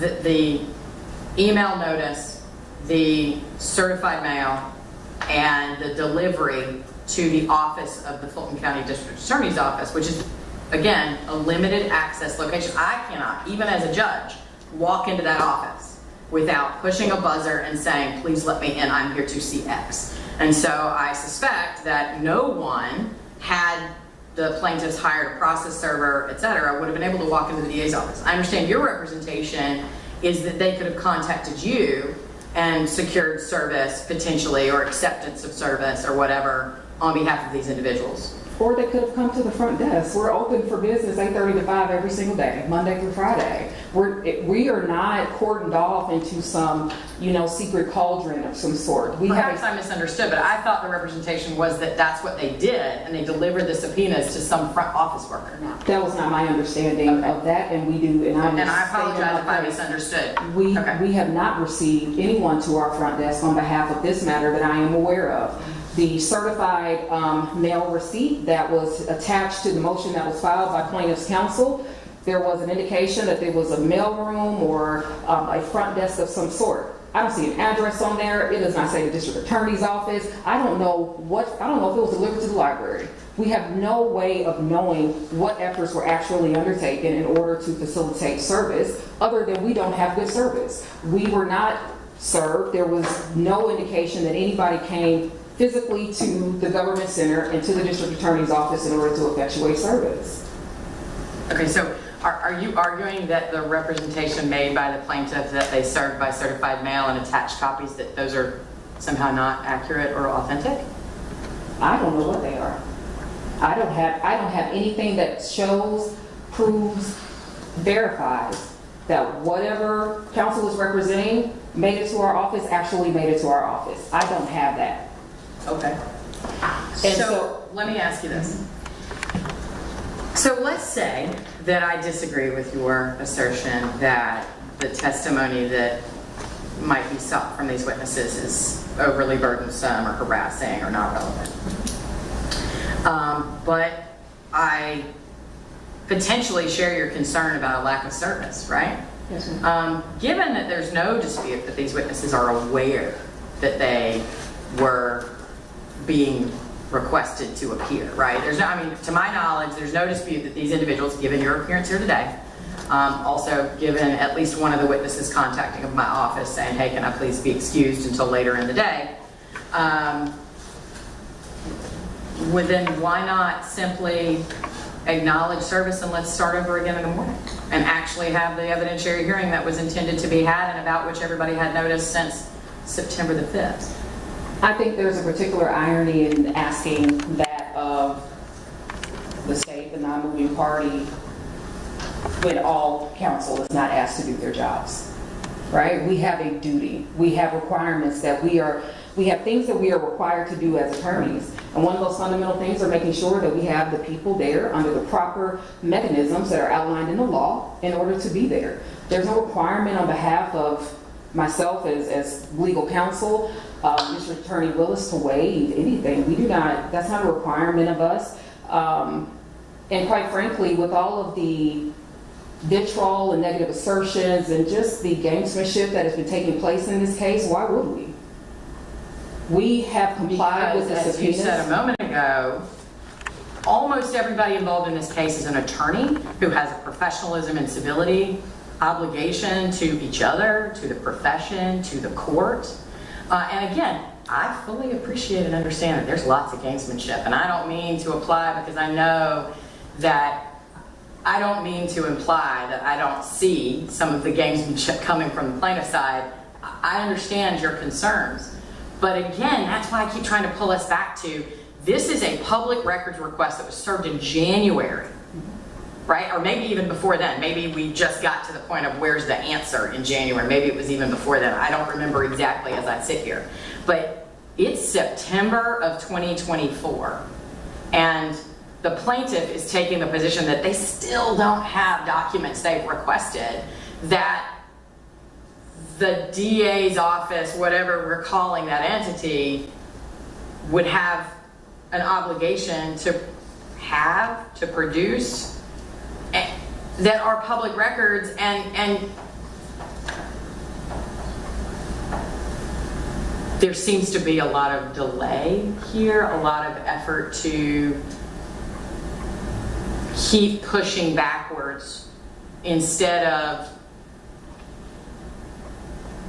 making an effort to simply get to the substantive issue, which is, do these documents exist? And if so, why were they not produced? Or do these documents not exist, which is why they were not produced, and therefore why the plaintiff has no claim, no further issue to pursue. And that's what is frustrating the court, and that's what I think y'all both sides should hear at this point, is that this is supposed to be fairly straightforward, and the gamesmanship about which you complain, I'm concerned, is being engaged in by both sides.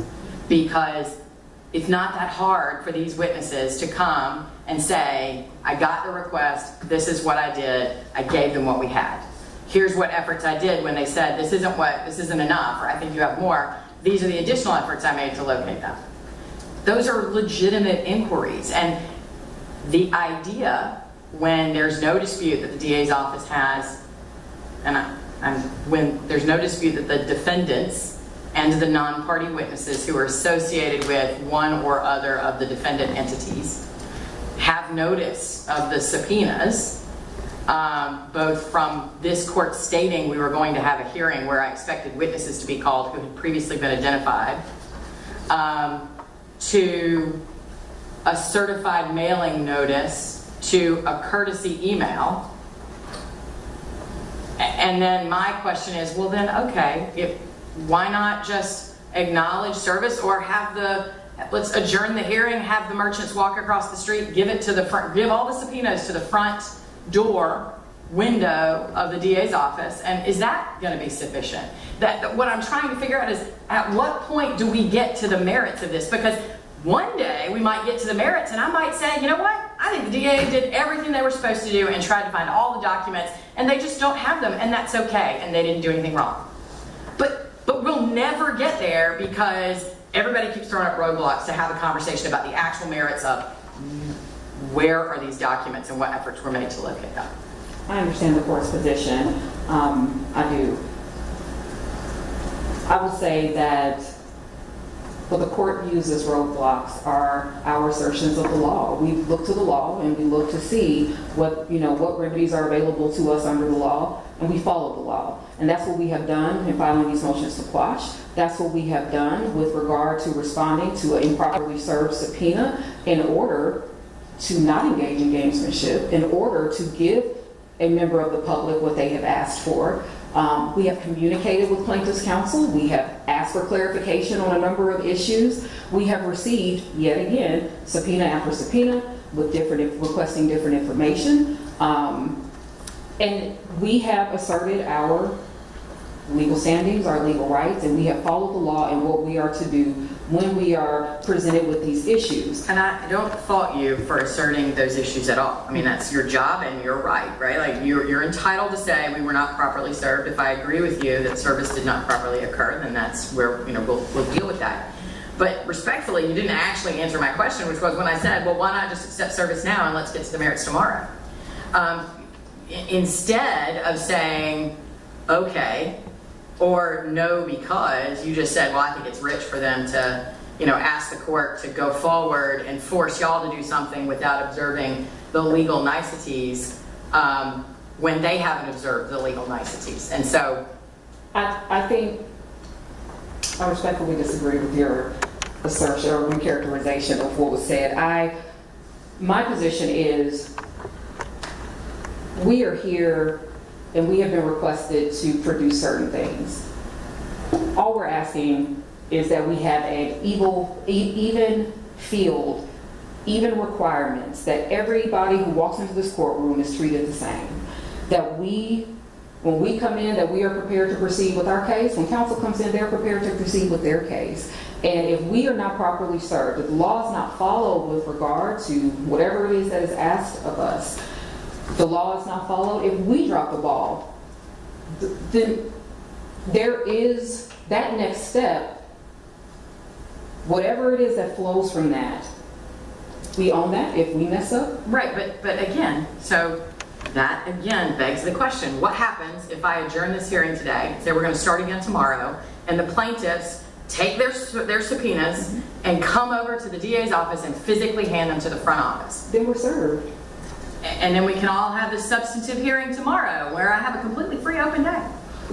Your Honor, like I told you earlier, we get served all the time. This is not something that is unique to our office, unique to my role and my position within the office. We literally get served all the time. And so for that not to happen, not just once, but twice, in the same proceeding, at what point do we say, hey, we all have a job, a duty, responsibilities? Well, forgive me for interrupting, I'm sorry. Technically, even if those subpoenas from August 2nd and previously were not served properly, that objection was waived by the fact that the individuals responded to them, right? I mean, they filed some sort of answer saying they acknowledged service, whether they formally acknowledged service or not. Most of those witnesses did respond to the subpoena by saying, here's a custodian of documents saying I don't have any documents.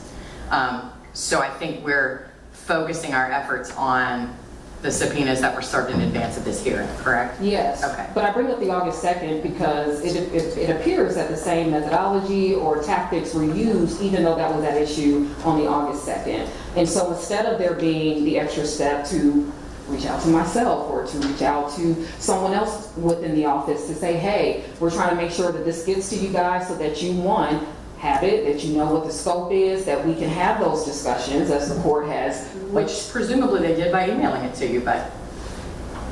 And let's talk about this email that we received on Friday, at the end of the day on Friday, to produce voluminous, I imagine, because we haven't even had a chance to take a look at these things, produce voluminous documents mid-hearing. We're literally on a pause from a hearing that started on September 5th, and the game changes on us. We get served with, we get emails because it's not even proper service, new subpoena, new information is requested, it is voluminous, and then there's that added, an additional request that we have multiple members of this office come in to testify to something that we have already certified, to something that we have already provided, and we're not even given a sufficient opportunity to respond really to anything other than what we have provided by way of the business record certification. I'm not sure what do you mean you weren't given an opportunity to respond to anything? That's what I'm not, I mean, aren't you doing that now? No, I'm talking about with regard to what's been requested in the September 13th email subpoena. So Ms. Merchant during her presentation did not go into detail about the nature of the documents being requested in the subpoenas, or the areas that the witnesses were being requested to testify about. What she did, the way she framed it, is that the still open public records requests that they made related to critical mention documents, a list of attorneys, forfeiture disclosure reports, and promotional materials or rebranding materials, that those are all open, and to her mind, I understand this, the defendants disagree with that, open records requests that have not been responded to or fully responded to. And so I think to the extent that the subpoenas contain be prepared to testify about X or produce documents regarding X, the idea is that it would be in service of those 4 items, not that it is a new public record request, I think, and maybe I'll hear from the plaintiff differently. Okay. Because what I hear you what I hear you saying, and that's what I'm trying to understand is, are you arguing that this is a new public record request? Because I'm not sure, I mean, formal Open Records Act public request. I'm arguing that this is a new subpoena. It is. This is a new subpoena, has a new date, it has new information. It's requesting new and different information from the individuals that are named here. And so that was. People serve subpoenas in advance of hearings all the time with relatively short notice and say, be prepared to, testify about these things. Because these issues aren't new, right? The subpoena is, but the issues aren't new. But the request to produce these documents with 72 hours notice for all payments, requests, vendor applications, invoices, receipts, promotional material, brochures, flyers, mailers, that's just one enumeration, right? To compile, to research, to compile this information takes longer than that. There's a research period if this had been served properly, though it is not. But this is the overburdensome type of subpoenas that we continue to receive. And then to ask that these individuals take time out of their day away from serving the constituents of Fulton County, our victims, our individuals who have been affected by crime, in order to come in here and testify with regard to this.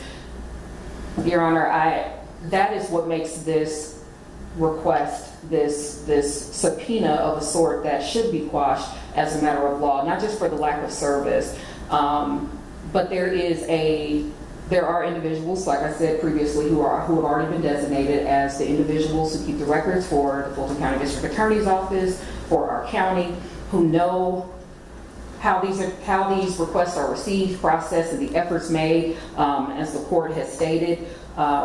Even plaintiff's counsel herself indicated that Dexter Bond, Shalonda Miller, those individuals, she also included Jeff DeSantis, we disagree with that, but those are the individuals that will have the information that is relevant to the issue before this court.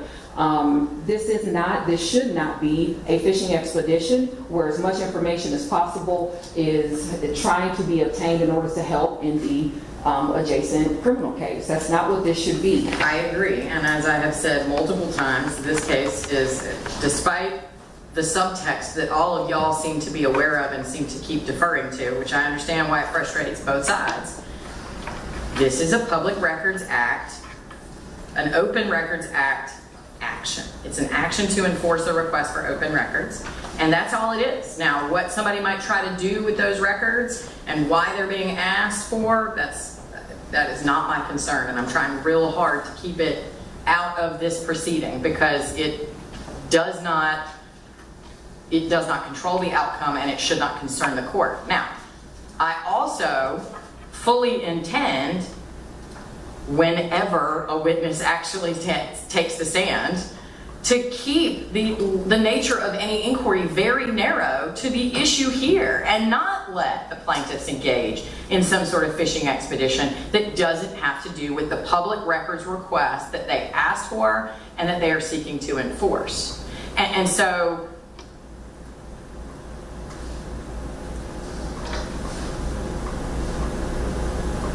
what I'm trying to, let's see, this hearing started at 9, well, I guess we started late because we had to get a court report.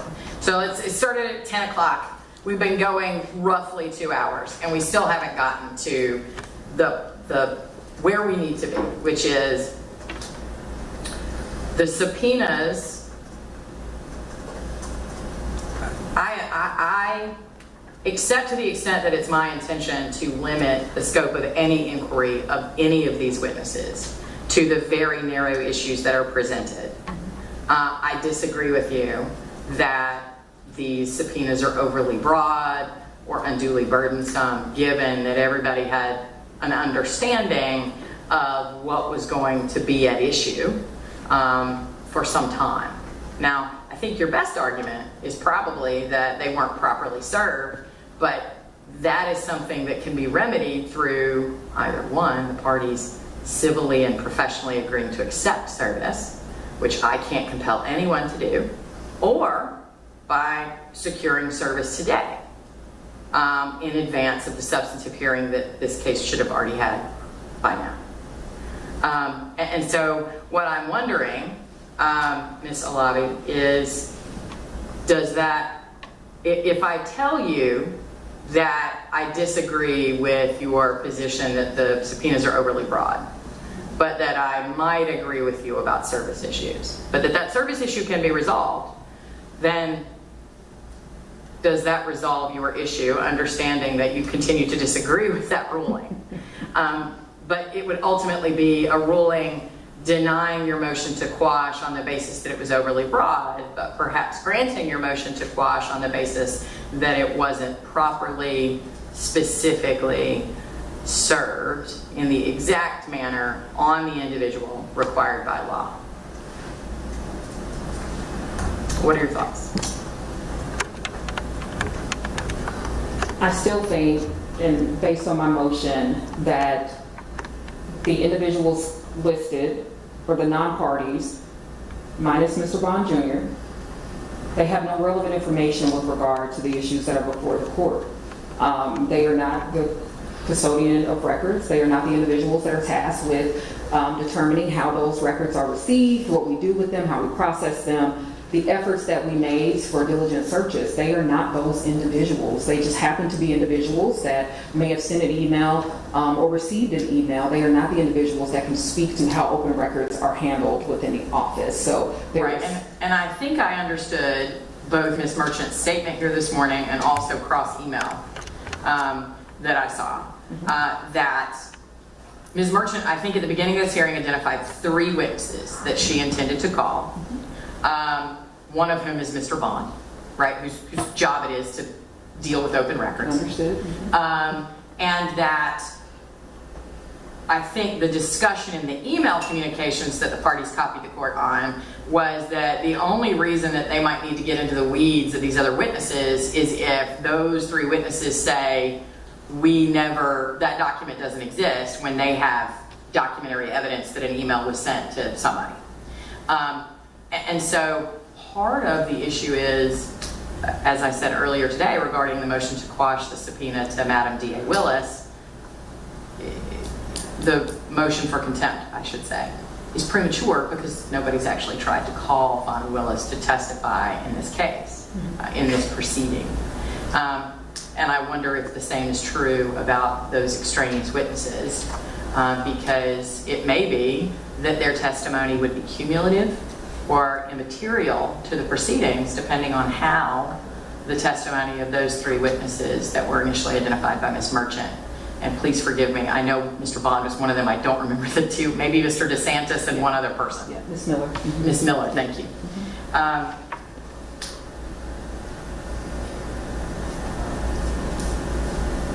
So if we were to proceed with, at some point, with Mr. Bond, Mr. DeSantis, and Ms. Miller, does that also address part of your concerns, Ms. Alabi, on behalf of your clients, other than what I know you're going to perfect for your record, right, that those individuals have already signed documents saying we don't have anything else responsive, but does that satisfy at least part of your concerns about the nature of what's sought from them for this proceeding? The nature of what's sought from them. The nature and scope of the testimony and documents they've been asked to provide. I would still object to Mr. DeSantis being called as a witness for the same argument that I've made a couple of times now. He is just, he does not have any relevant information concerning anything that has been before Your Honor.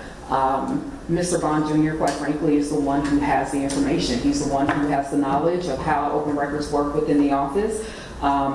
He is the best witness. He is, quite frankly, the only witness that can really testify to the mechanisms that we have in place within the office in order to ensure that individuals that reach out to us and wish to receive open records receive them. And so I would still ask this court and move this court to quash the subpoena with regard to Mr. DeSantis.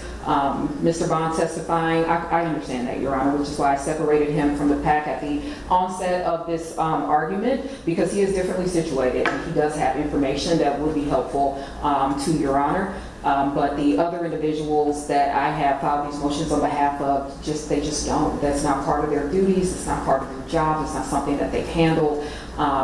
They don't have that information. And so Because of that, and based on that and all of the arguments before now, we would ask this honorable court to quash these subpoenas on Mr. Bond, if council wishes to do that, and get that testimony, but the other individuals are not the proper parties. Okay, but to be clear, only after he's properly served with a subpoena, correct? He would testify. Okay. Yeah. Thank you, Ms. Levy. Thank you, ma'am. Appreciate it. Ms. Milrow?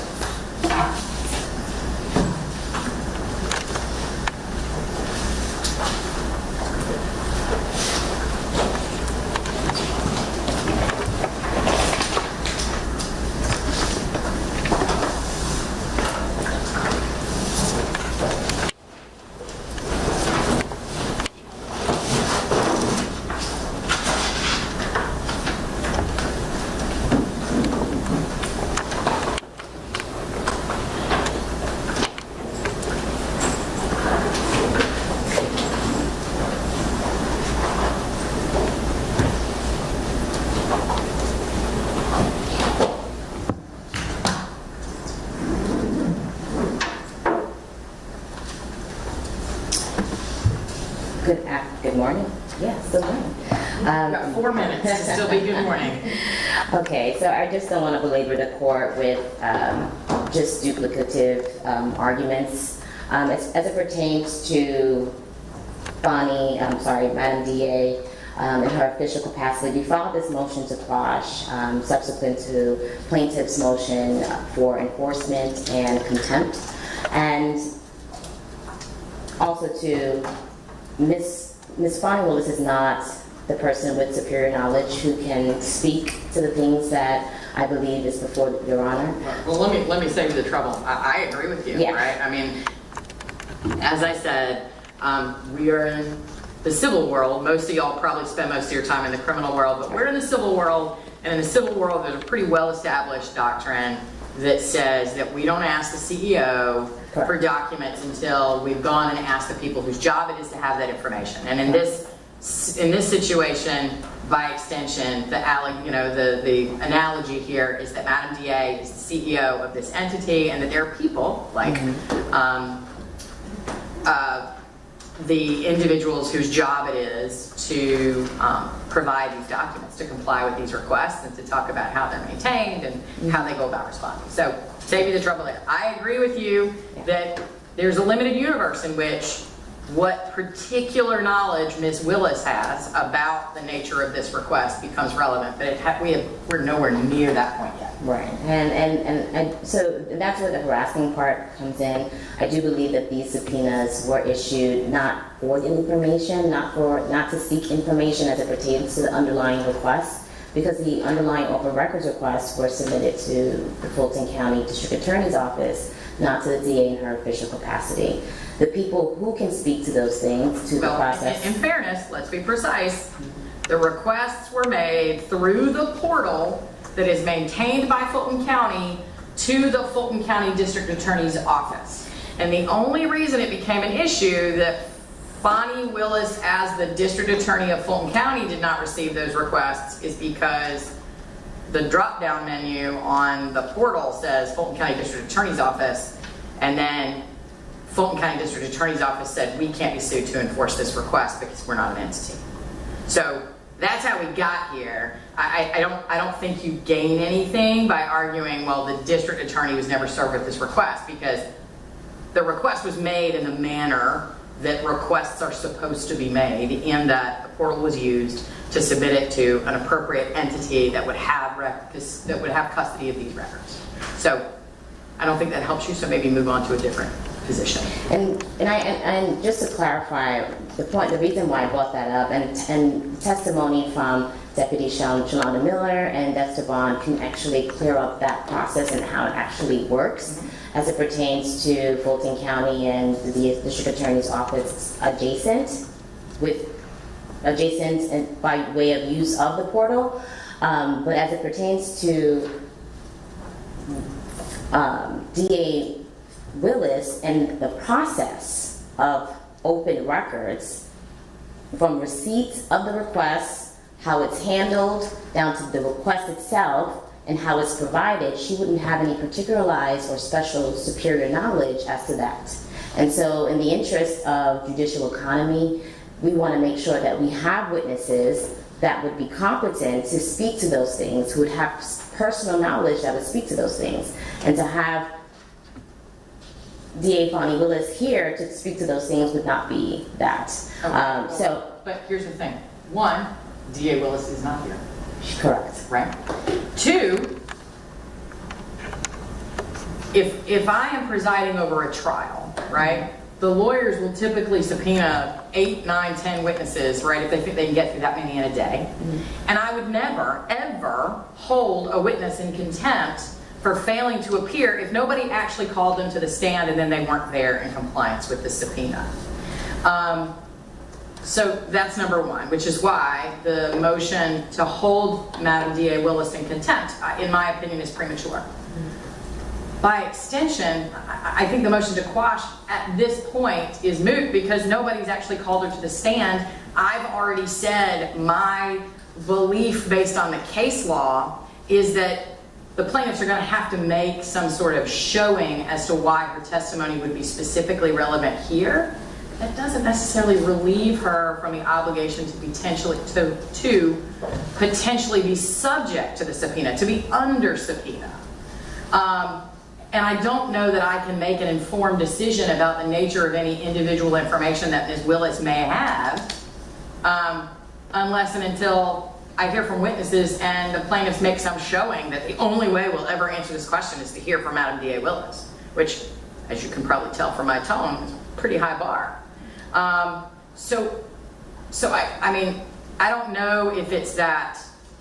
I mean, to my way of thinking, the motion to quash is not something that I'm going to entertain right now. I'm not going to relieve Madam DA Willis of the possibility of having to testify in terms of being under subpoena for this proceeding. But from an evidentiary and court management perspective, the court certainly reserves the right to say, no, I'm not letting you call that witness. That testimony would be cumulative. It would be immaterial. There's any number of reasons that I might never need to hear from Madam DA Willis on this particular issue. And so to me, all of those matters, as I started with this morning, I think are premature at this point. And so I'm happy to let you continue to make your legal argument for your record about why Madam DA should not be subject to the subpoena and that the subpoena should be quashed. But ultimately, I don't expect I'm going to give you a ruling on that unless and until the rubber hits the road and somebody actually tries to call her to testify here. Okay. So we reached out to opposing counsel to inform them that she was not going to be present at this hearing. They've alluded to the fact of who would be testifying, but in terms of making DA Fani Willis subject to a subpoena that she hasn't been served with, that is the second part. That's a different issue, right? That's the second part of our motion. So But one question. Yes. So help me understand factually. Is the subpoena that was delivered, we're going to try and use a different word than served because I understand that's a disputed issue right now. Is the subpoena that was delivered for Madam DA, right? Does it fall into the same category that it was sent by certified mail and an email was sent, but it was not delivered to the front office or in any personal way? So same exact process, is that right? Yeah, so we have ongoingly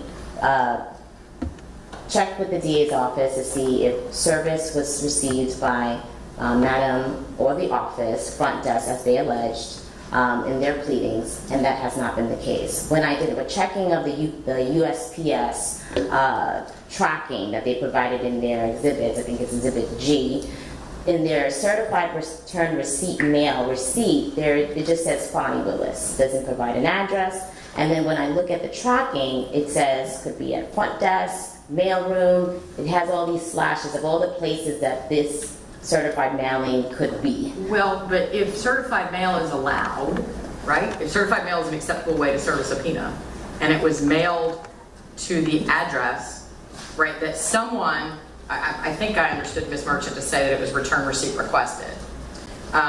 So someone signed the return receipt? That is not my representation, Okay. that if someone signed the receipt. All I know is that in tracking the certified return receipt that the plaintiff alleged was sent, that it was confirmed that it could be delivered at the front desk, mail, which is all different places within Fulton County government. The front desk and the mail room. Being someone who's subject to getting my mail through the Okay, Fulton it's all County different processes. places. But I guess my question is there really a dispute that the subpoena was mailed to an address at which one could expect eventually the Yes, DA it's to still receive? something that she has to receive, and she was not in the jurisdiction to receive it. Well, okay. If it was properly mailed to an address that's associated with the DA, where the DA expects to receive mail, if certified mail is sufficient, isn't that sufficient? It's my understanding that it's not just a certified mailing. Once you've done the certified mailing, the person that it's certified mailed to would have to accept that certified mailing. You can't just leave it at a front desk of someone's home, leave it at the front desk of someone's office. That person would have to have received personally that certified mailing. I would not be able to accept certified mailing on anybody from my office. That's just not how it works. I think we need to talk about that a little more. I'm not sure that that is accurate. I think that if personal service is required, then personal service is required. If service by mail is allowed, then delivering it to the address where that person or entity is known to receive mail potentially would be complete service. Because otherwise, then really you're just engaging in an extended effort at personal service if the argument is once it gets certified mail delivered to, again, to my analogy of the CEO, the mailroom of the Ford Corporation, right? And the Ford Motor Company, and then it's got to go through 17 hands before it actually gets placed in the hands of the secretary of the CEO. That would defeat the purpose of allowing certified mail of a subpoena, would it not? Well, the thing about a subpoena that it subjects the actual person to do something. The actual person. So absent some sort of express consent from that person who is named in that subpoena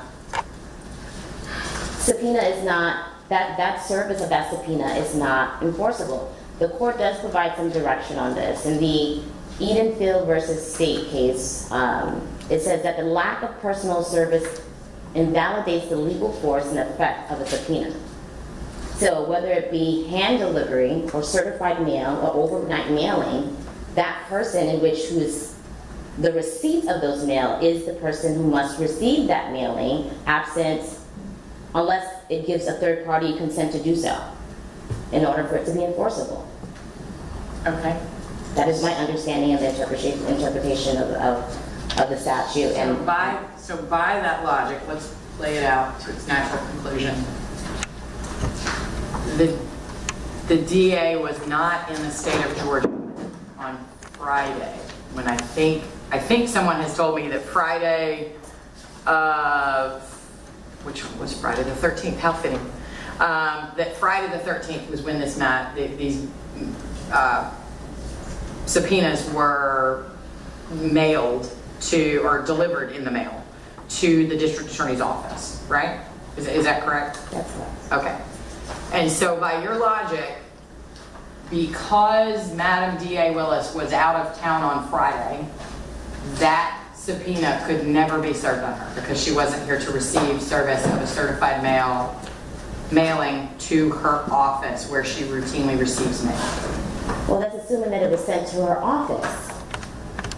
And that's correct. If she was not there to receive it in person, and she did not provide express consent for it to be received on her behalf, that is not proper service. Okay. And also too, I failed to mention in the first part of my argument, in terms of the substance of the subpoena. If the court can recall, there were 2 subpoenas served, well, actually three subpoenas that were issued by the plaintiffs, in that the first one was for the production, a slew of production of electronic communication regarding critical mention. Then we have an alleged witness subpoena, which never took place. There was no witness subpoena. There was only a subpoena for the production of documents, and that was something that I raised at our last hearing. Right. And we had some discussions about whether or not we were going to incur additional costs as to effectuate service on those subpoenas. And I did raise the challenge that what plaintiff was alleging to be a witness subpoena was not in fact a witness subpoena. It was a subpoena for the production of documents. Now, with a witness subpoena, you're supposed to provide a scope of testimony. In either cases where, in any of the subpoenas... Not necessarily. So a 30B6 deposition notice or subpoena, you have to require, you have to provide a sort of a list of areas of inquiry so that the entity can make sure that it's got one or more people sufficiently prepared to testify on behalf of the entity.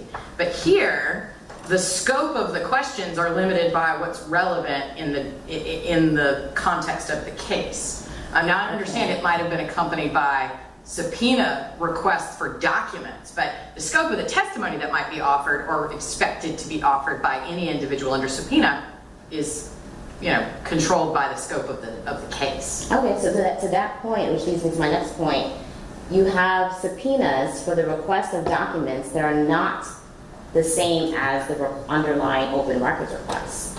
They do not mirror each other at all. Yes, there are key terms such as critical mention, forfeiture reports, analytical reports, but they're not the same exact requests or searchable items. So essentially what plaintiff has done here is opened up a whole new compartment of information that originally she wasn't entitled to. And so now we have a slew of subpoenas to what started out as from 16 individuals to now 11. That's harassing. That is harassing within itself. When you know that there are designated individuals, Can you officials. clarify that for me? Because Yes. Ms. Merchant represented when she first started arguing that there really still are only 6 people, and yet I've heard the number 12, I've heard the number 11. I don't know, but I would love to know the answer of are there 6 or are there 11? Okay, so from what I can recall, and I believe this is all part of the court's record, but there was a notice of filing of subpoenas. Yes. And I do believe that there were a list of somewhere around 16. Don't Yes, quote me, and I would have to just double check That is part of the record. It is, for my benefit, I'm going to say this.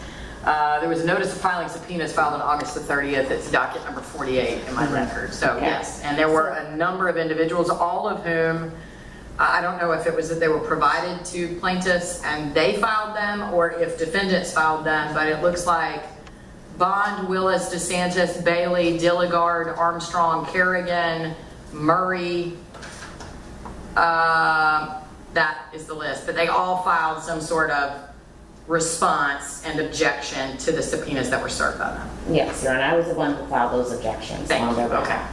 And also those responses, hoping that it would resolve it. However, it became a moving target where, oh no, we're not talking about critical mention documents anymore, we're talking about all these other things, rebranding, promotional materials, list of attorneys in their hiring dates. If you compare, and this, once we get to the hearing, Your Honor, we'll be able to view the open record request individually, precisely as to what was requested and how they were responded to. And also, we can also compare them to the actual subpoenas for production of documents to see what was requested of these individuals, why these individuals were even selected to request these things. I mean, I have a subpoena from Miss English, and she's someone I didn't even file a motion to quash for, because at this point it was just completely out of hand. But I said, you know what, her testimony or getting her here, I do believe is irrelevant as it pertains to the subpoena, all because she missed one email. To have her be subject to a subpoena I've never heard of that type of practice before. But this is how the plaintiffs have decided to practice in this matter, by subjecting all these people to subpoenas who they know that do not have access to that information. Miss English, who is a member of External Affairs, she does not work for the DA's office. She wouldn't have any information regarding the DA's bank accounts. I have a subpoena in front of me here where she's asking for checking accounts from critical mention, contracts, NDAs from the DA's office. Why would Miss English have that information? A member from External Affairs. This is why I say it's harassing. She's asking members. I don't know the answer, but I think my review of the initial requests were that these individuals are people who would have handled or been involved in branding and media relations such that they might have knowledge of documents that existed that have not been produced by the DA's office. Even though, again, I agree with you, probably not their job to be in charge of those documents, but if they know that they exist because they had them at some point because they were sent to them, or maybe if it's External Affairs, if it's your job to send that out into the world, right? But now, But what the about DA's office has said, I'm sorry. But what about forfeiting documents? What about attorneys hiring dates for hiring? Like, why would someone from External Affairs have that information? So, I don't disagree with you, but that's not a reason to say that they're not subject to subpoena. No, That's I'm saying that but because they're not. I'm sorry. That's a reason to say the scope of what they're asking this witness is excessive. I want you to say they can only ask them X, Y, and Z. And what I've said, I think a couple of times relative to various witnesses, and certainly Madam D.A. Willis, is that you kind of have to trust me that I know what's relevant in this case and that I'm not going to let people go on a fishing expedition. That I'm just going to say, ask them about the open records. And if that witness, if they get asked a question about bank records and you stand up and object and say, this witness works for External Affairs, she would have no knowledge, and I'm going to sustain your objection. I mean, so much of this is subjective about how this evidence is going to come in and about what is relevant to the scope of this hearing, this proceeding, which is, are the records public records? Were they maintained? Were they requested? What efforts were made to provide that? I completely understand the court's position. I guess because we're so closely tied to this case, we know the ins and outs of it, and we know that if your sole purpose is to obtain information, there's a comportment, there's a posture in which you do so. And the plaintiff has not taken that posture. In fact, they're using this as a platform to create a show. This is not about gaining information. This is purely about harassment. And I'm not shy to express that to the court. And I understand how the court may differ on this point. It's not that I differ. It's that all of you are talking about the fishing expeditions and the harassment that I can, and the gamesmanship that I can see on both sides. But what I am telling you is the law does not support that as a basis, right? The questions that a court is to consider on an open records enforcement action is, are the records public? Were they requested? Were they produced? And if they were not produced, why were they not produced? Why the person wants them is not a relevant consideration, even if I think that the only reason the person wants them is for harassing reasons. That's not a relevant consideration. And so I understand your frustration, but again, I think we are wasting each other's time by continuing to talk about the gamesmanship and the harassing nature of this exercise, because I kind of agree with all of you that this is both frustrating and gamesmanship on all sides, and probably going to be used for some harassment or whatever on the back end. But my concern, legally, within the structure of an Open Records Act request, is, are the records public? Which doesn't seem to be in dispute. These are public records that would be subject to the Open Records Act. Were they requested? Also doesn't seem to be in dispute. And were they produced? That is in dispute. And if they were not produced, why were they not produced? Also in dispute. And now, if we narrow ourselves to those issues, then it just feels like we can move this case forward to actually consider the substance rather than this. which seems to be, they're trying to harass me, so I'm not going to agree with anything they ask me, and vice versa. They're not agreeing, they're putting up roadblocks, so I'm not going to agree to anything, right? And that is not the way that we all want to conduct ourselves. I understand, Your Honor. Just to close, in terms of, Your Honor, we're not trying to belabor this point any further. We do understand that we have a hearing to get to, and we have individuals here who can testify to the merits of this case in a way that is efficient, in a way that is substantive, and in a way that can bring this case to a speedy close without all the extras. And those two individuals are Dexter Bond and Shavonna Miller. We stipulate to the point that that documents weren't provided initially, and as what the hearing will display, it will get into the request, it will get into who received the request, it will get into how the request was processed and how the request was responded to. But I would just ask the court, in the interest of judicial economy, and to make sure that we are actually getting the information that will be helpful to the court to consider, so the court can have an easier job in hearing the case on its actual merits versus the narrative that the plaintiff wants to project to the court. Okay, so thank you, Ms. Monroe. A couple of questions I have for you before you have a seat, and then we will move on. Essentially, same question to, and it may be to Ms. Alabi, I'm not sure, but I think I understood that for the limited purpose of moving this forward, that Mr. Bond would be willing to waive that insistence on formal service and be available to testify today. Did I understand that correctly? Yes, Your Honor, and I would ask this court to reserve ruling on my motions until such time that Mr. Bond does testify, and see if that settles your mind with regard to the other individuals, non-party. And that was my intention. My next question is, what about Ms. Miller? Yes, Your Honor. She's willing to... Absolutely. We didn't file a motion to quash on her behalf. Okay, just want to make sure.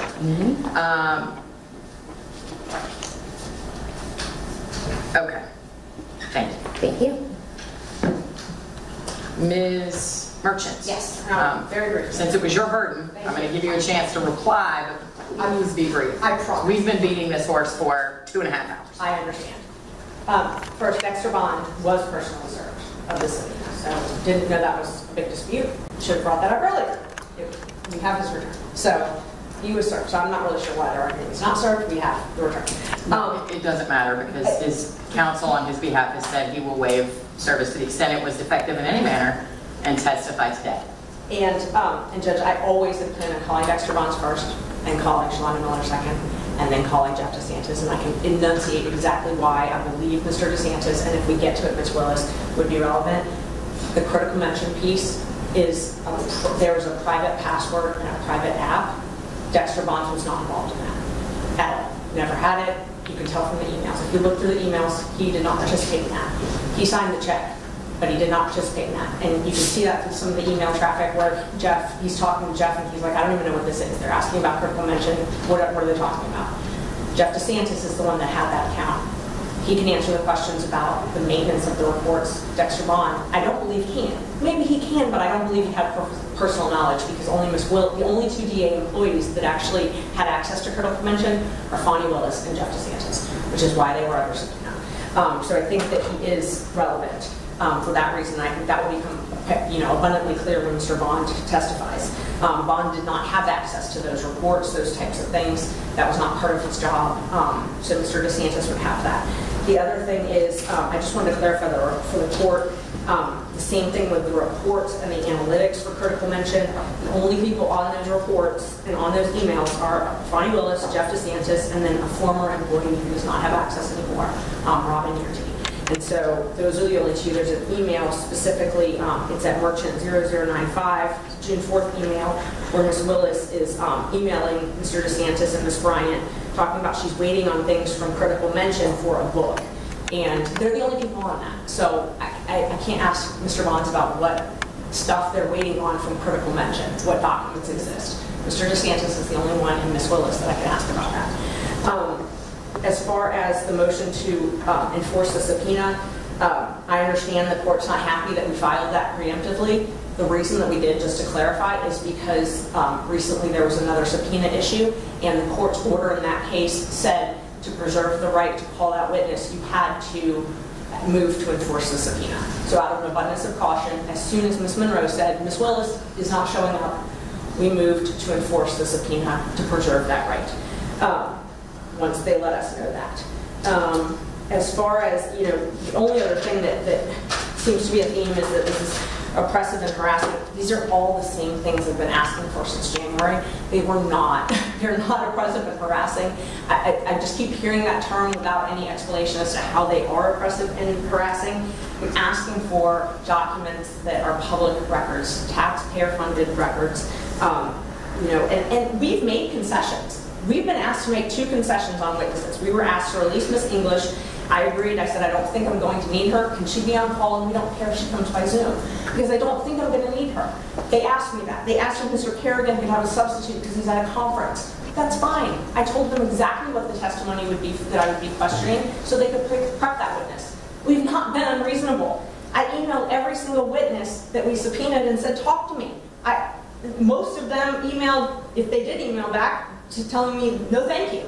But if there were any questions, we've tried to be accommodating. So the only request we had, we even were willing to accommodate Ms. Willis to testify by Zoom once we found out she was out of town, and we were told no thank you to that as well. So we're not trying to harass people. We're just trying to find out where these documents are and why we're not being given them, still to this day. So I just hope we can move forward, Judge. Okay. Oh, and Judge, we've got all the subpoenas if we need to reserve them. Ms. Alabi said, I have copies of them. She's emailed. She can have my originals. I can hand them to her right now. She said she'd take notice of all of them, so we can hand her all of those. Previously, Ms. Monroe had said she, and I would just state also for the record, when I did reach out to witnesses, I was told in no uncertain terms that Ms. Monroe represented them. So we didn't serve as a boss of Bali because we didn't know. This is the first we heard when she filed this. So I had no idea. Like, Ms. Monroe was the one that was representing them. We served Ms. Monroe with all of them. We copied her and everything. We haven't talked to any of these witnesses without Ms. Monroe being copied. But I'm happy to hand those back over. Additional copies of these witness subpoenas. Happy to. Okay. Okay. I think I've made it pretty clear what my thoughts were in reviewing the filings by the parties and trying to get to what are the merits of a very narrow issue, which is, are these public records resolved? Were they requested? It appears they were, but maybe if there was some confusion about the nature, I can hear about that. And if they were requested, were they produced? If not, why? It sounds as if we have agreed that we can try to move forward with Ms. Miller and Mr. Bond regarding the merits of, did they receive requests, how did they get processed, what did they do to comply with the requests, and what did they do to produce. And then as Ms. Alabi requested, I will reserve ruling on the motions to quash the subpoenas of the other witnesses unless and until, and that includes the subpoena to Madam D.A. Willis and the motion for contempt for her to not appear, because I think those motions are premature unless and until those witnesses are called to testify and I say, yes, I would like to hear from them, because it's possible that Ms. Merchant might say, I want to call insert name of other witness. And I say, why do you want to call them? And I then am allowed to say, I don't really think I need to hear from them because I think it would be immaterial or cumulative of testimony I've already heard.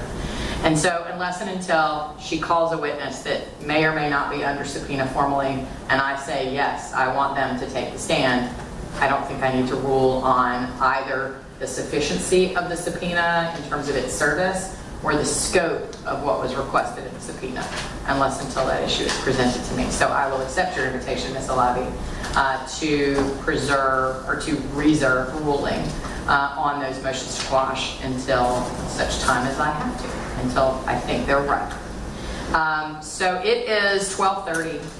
We've been going since this morning. What I'd like to do is take about a 45-minute break so we can all refresh ourselves and clear our minds and maybe get some food so we don't fall over from hunger, and then get started at 1:15 with actual substantive testimony and hearing, okay?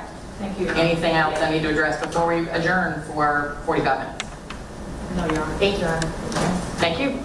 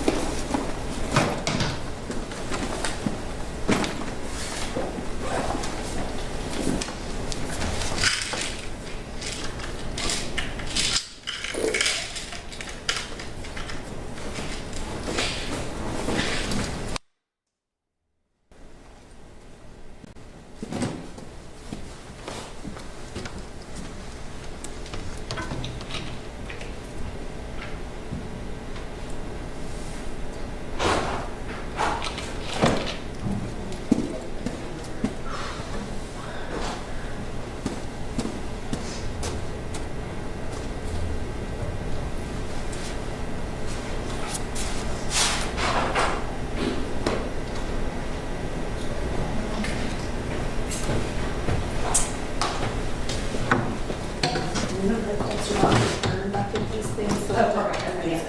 Yeah.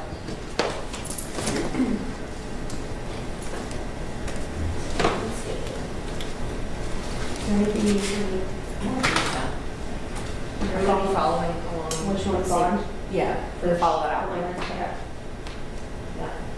Exactly. Hang on. And then the ones that I told you, that one. Yeah, extras. I put all the extras.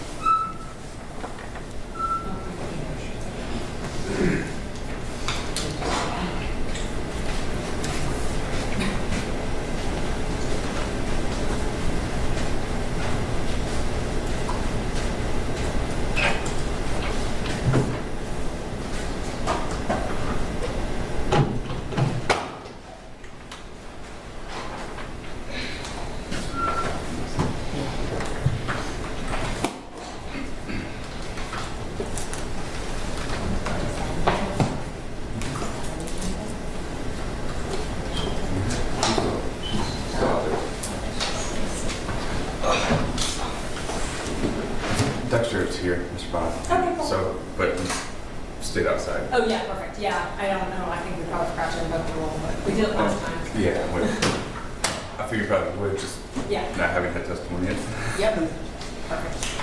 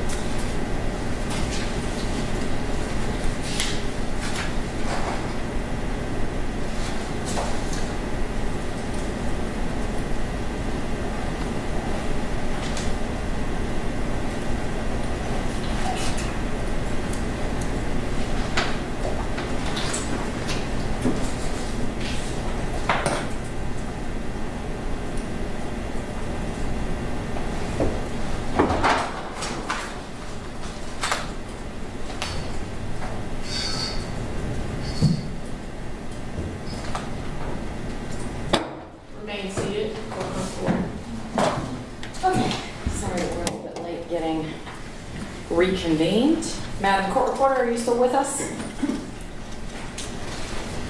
Yes, ma'am. Thank you. And are you ready to reconvene? Yes, ma'am. Okay. So we can get started whenever everybody's ready, right? It looks like we're missing somebody. No, we're not missing anybody, but I did want to make a note that the court reporter would have to leave by 4 p.m. Is that going to be an issue? I think we'll probably have to decide at 4 p.m. But if we're going to lose our court reporter and we for some reason still need to go on, then as I've mentioned, we will Okay. just continue the hearing into the morning and we'll reconvene in the morning. Okay.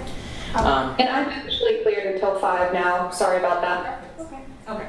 Hopefully, I'm really hoping that we're going to limit the nature of the examination of all of these witnesses to very narrow issues associated with the Open Records Act so that it wouldn't take 3.5 hours, but one never knows.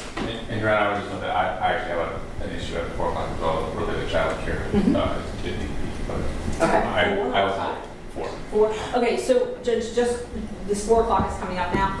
We were asked before the break to take witnesses out of order because Ms. Miller needs to leave by 4, and we agreed to take them out of order to accommodate that. But if everybody has to leave by 4, then we would prefer not to take them out of order. We were doing that to accommodate her because she needed to leave by 4. But if we have to end at 4 anyway, then we can take them in the order that we wanted to. Okay. If that makes sense. I feel like that makes good sense if we're going to need to end by 4 anyway, to let the plaintiff call whatever witness they want to, since if we haven't reached Ms. Miller yet, everybody will be leaving at 4, and then we can reconvene tomorrow, and hopefully we're not going to have a conversation about when and how that will be until and unless we need to. Okay. And Judge, just, we will be here tomorrow. I have an appointment a doctor's appointment, a medical issue at 2 that I will be gone for, so Mr. Merchant will continue. If we're in the middle of a witness, I just wanted to let the court know that we will try to not break a witness up or anything like that, but we did not plan on tomorrow. We will definitely accommodate, but I completely understand, and I hope that all of that is an only what if and doesn't actually come to fruition anyway. So let's go ahead and get started. Great. Okay, so we would call Dexter Bond into the stand, and we would invoke the rule of sequestration. Okay. So the rule of sequestration has been invoked. That means that anyone who is expected to be called on as a witness, I see that Ms. Miller is stepping outside. And Judge, I think this could make things faster. The county or the defendants indicated that in some of our conversations about that they may be willing to stipulate that our open records were received and that they were not responded to within 3 days, according to statute. If that's the case, I can remove a lot of my questions. But if the court wants that testimony, then I think the question is when they were complied with, but I don't think anybody's arguing they were complied with within 3 days. So if that's the case, I can remove a lot of my questions. Ms. Monroe or Mr. Bowman, who am I going to hear from relative to this You'll be hearing witness? from me. So what I did say that I was going to stipulate to is that the information wasn't provided initially, but as far as the 3-day window, I would have to double check because there are several requests before Your Honor, so I'd have to double check which ones in fact were not responded to within 3 days. So I can't make that confirmation. If I just have like 2 minutes to check my notes to see which ones were actually. I think that is time well spent because that 2 minutes might save us 30 minutes. So if you will take a moment to do that, that would be much appreciated, Ms. Monroe. Thank you. And regarding as a moment ago, I was talking about the rule of sequestration. Just right now, it looks like we're only going to be having Mr. Bond and Ms. Miller as an initial matter, but I just always ask, y'all know who your witnesses are and what they look like way better than I do. So if somebody wanders in, please keep an eye out. Also, that applies, I'm sure I don't need to say this, but it bears repeating to anybody that might be watching on the Zoom or on the live stream. If you anticipate that you might be called as a witness in this matter, you should not be observing these proceedings. Thank you.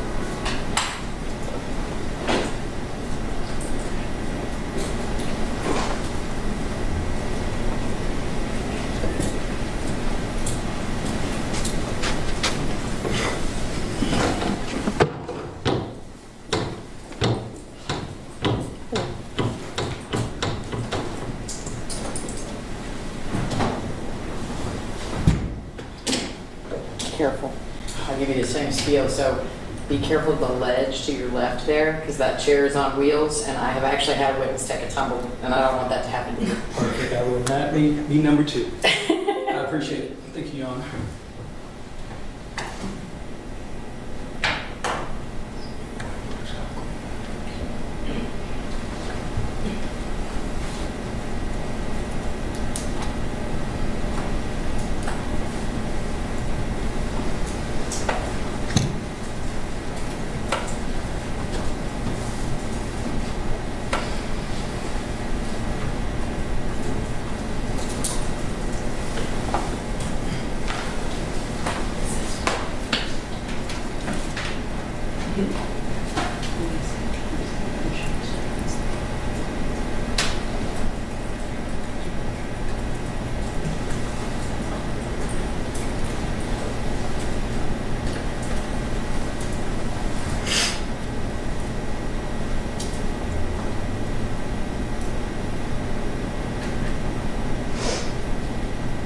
Tell you what, since Ms. Monroe, since Mr. Bond is here, if you'll continue to keep looking, but also let Ms. Monroe see if she can at least start with some of the preliminaries. And it may be that even he, I'm sorry, Ms. Merchant, it may be even that Mr. Bond can confirm what you're trying to confirm. I appreciate the effort, but just in the interest of time.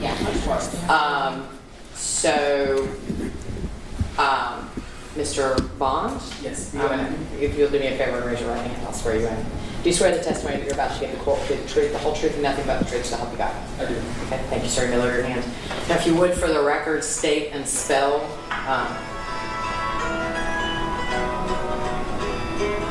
There's musical accompaniment. It is me. I did fall though. I don't know. I'm surprised I know this one. I thought it was the document too. I'm like, That's never happened before. okay. Fancy. Okay.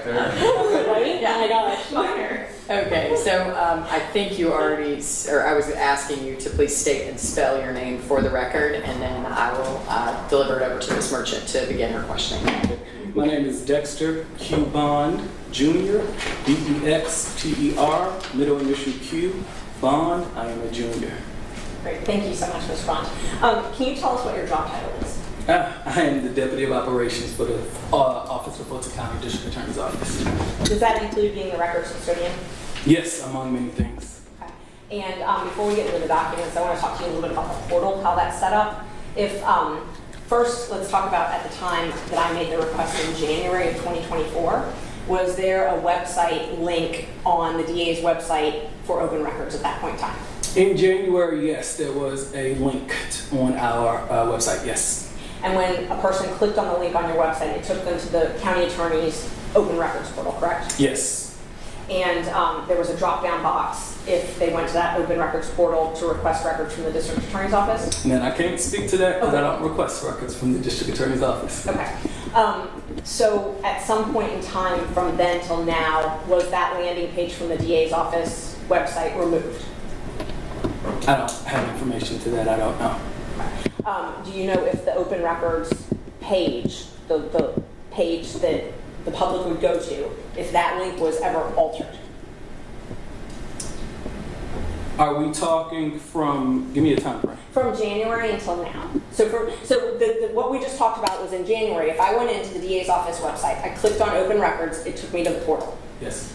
A month ago, if I went on the DA's website, clicked, and there was no open records link at that point. I cannot speak to that. I do not monitor that site on a daily basis. I do a lot of things for the office, but that is not one.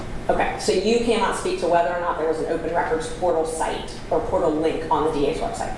No, I answered that question. There is an open records link on the DA's website. You will click the link, you can go into the portal, you can request open records requests as you do often.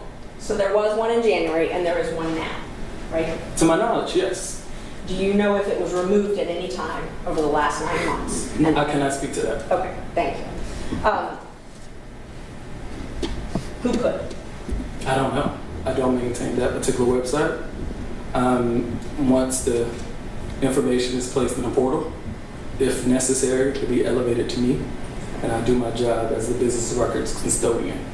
But as it relates to it sounds like, forgive me if I'm wrong, but I'm interpreting your question to be a little bit more, I don't know what you're asking me, but I I'm can't. trying to ask how the public asks you for open records.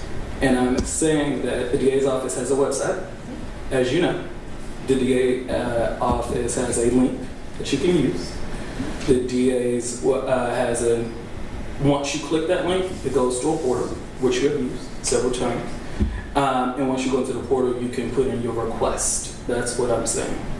Are you able to testify if over the last 10 months that process has been in place? I don't object just based on the fact that the availability of the link in the portal is not an issue in this case, and it's not an issue pertinent to whether the records were provided by them. Ms. Merchant, is there a reason, is what you're really trying to get to that for the entirety of the last 10 months, Mr. Bond or someone else would be tasked with and subject to complying with open records? Or are you really trying to ask if there's an actual portal button on that website for the whole last 10 months? I'm trying to figure out if they've had, so once I made my request in January, I had to make follow-up requests and it went away.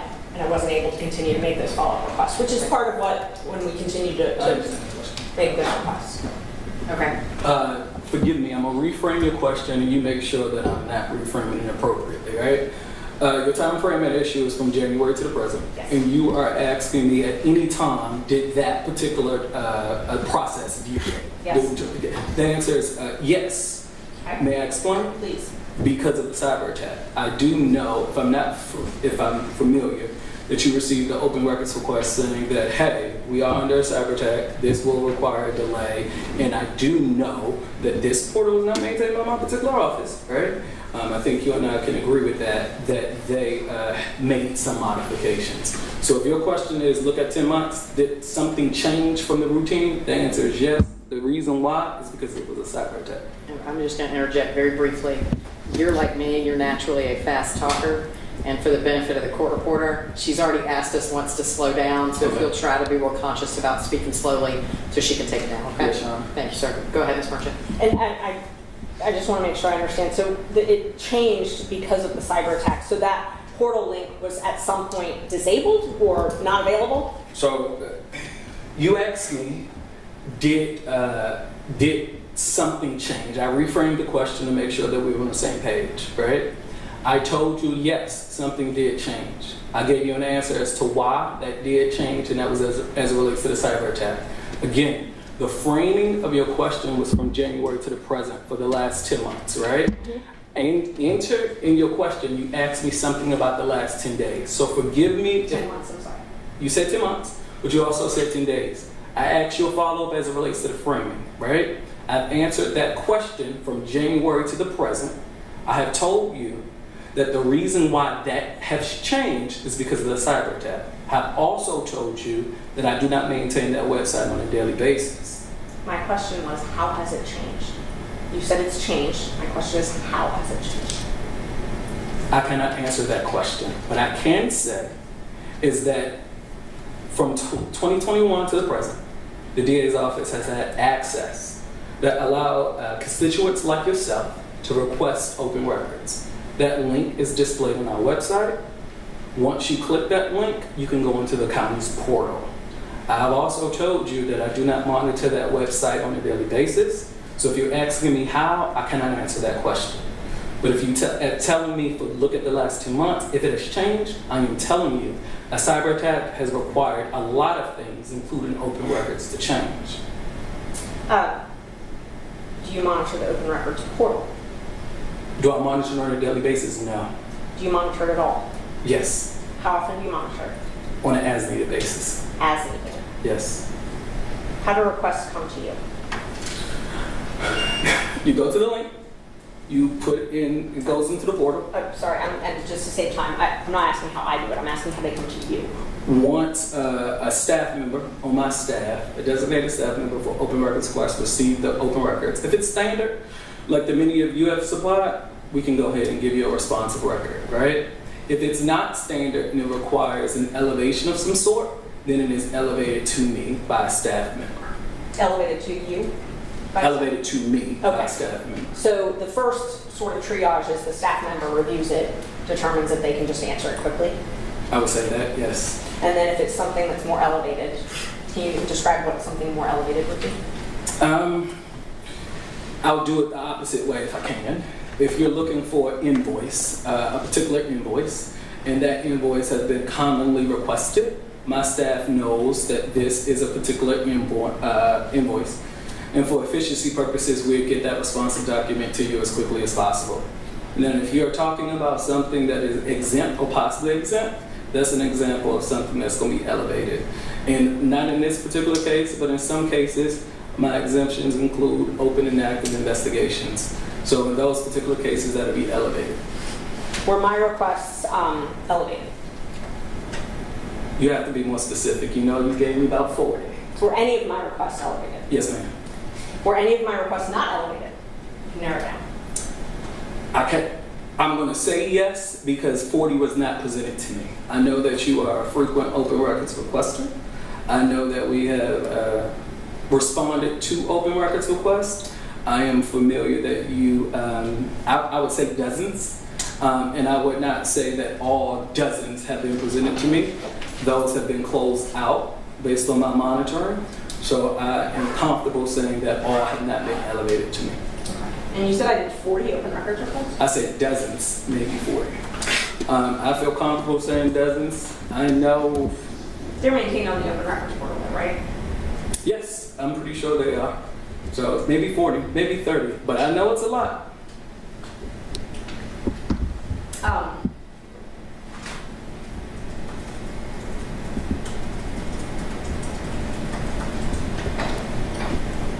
Would it surprise you that it was less than 12? Oh yeah, I think I'll be surprised with that. Okay, and let's go through them in a minute. We'll go through the specifics. But May I ask a follow-up? 12 an issue or 12 a total? in total, Since when? January to the department? since Ms. Willis was DA. That would surprise me. That would surprise me.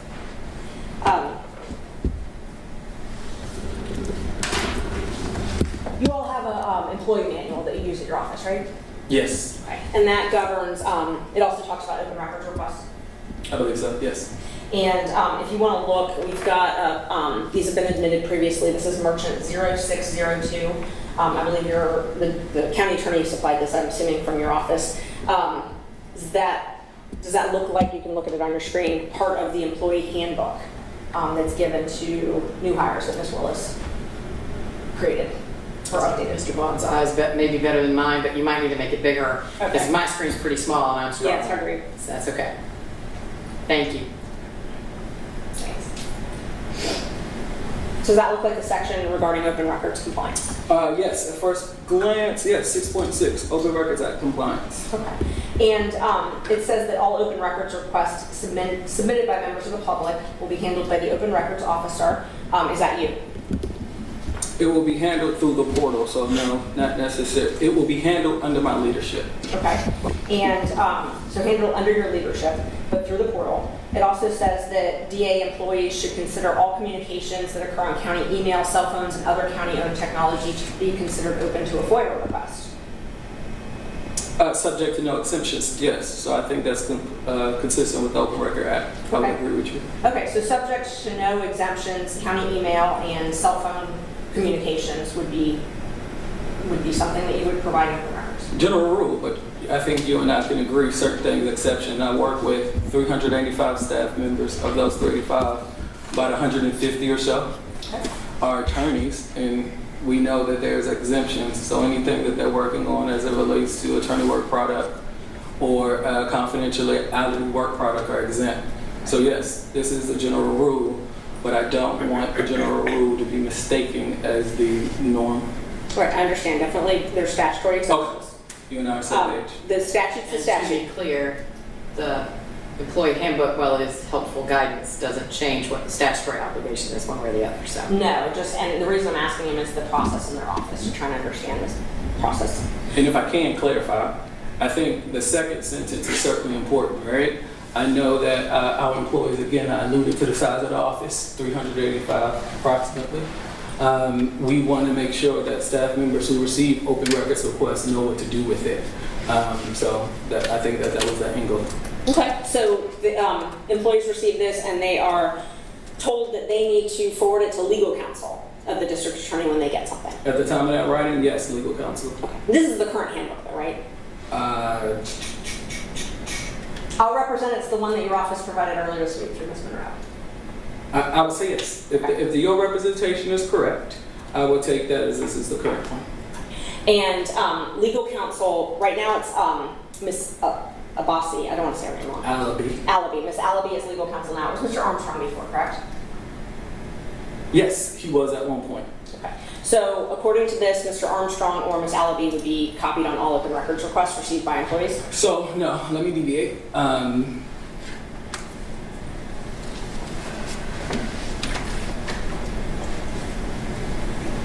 The answer to that is no. The reason why is we had several different legal counsels since 2021, and based on their strengths, weaknesses, or expertise would determine whether or not legal counsel will handle that. I had legal counsel before. That was his expertise. He felt comfortable handling it. I cannot say if Kevin Armstrong handled open records, so I want to be clear. As it relates to Andrea Alabi, a dynamic attorney, however, open records is not something that she handles. So if a member of the public was reading this and at the time they made their request, Kevin Armstrong was legal counsel, it would be reasonable for them to think that Kevin Armstrong would be apprised of their open records requests. Assuming this is followed. No. No. No, I don't think so. Okay. This also, let's see, if we go down a little bit more, it talks about emails. Let's see, email communications. This advises employees that emails are monitored, and essentially that means that you're telling them you have access to emails, or the office has access to emails, correct? You have to tell me the line. The way that I read that is my district attorney, Fani Willis, requires us to look at emails. So 3 times a day is our standard. If you look under section 6.9, the third line, it says to ensure compliance with this policy, computer and email usage may be monitored. Does that mean that the district attorney's office can monitor computers and emails? Not necessarily. Well, can we? Yes. Can. That was the question. Yes. Okay, so you have access to emails? Yes. I do have some. Let's be clear. Some emails, yes. access to county files? On county computers or county phones? Yes. So on a county computer file email system, you've got access to emails. When you say you, Your office, I'm sorry. Okay. I mean, when I say you, it's been represented, and we can pick a term if you want, but as that you're the man for open records. You're in charge of all of this. So the answer to your question is, as in you, as in Dexter, right? Yes, I will have access to that. Okay. Or I will request access. Is that better? yes. Okay. And so this also, if you look at, let's see, after where it says only those who are directly supervised by the district attorney can send emails directly to her. So is that the policy that someone who's not supervised by her is not permitted to send emails directly to her? We have a strict chain of command, so I think that is true. Okay, so it's reasonable then for a member of the public who is trying to see emails to assume that emails would go through a supervisor before they went to the district attorney.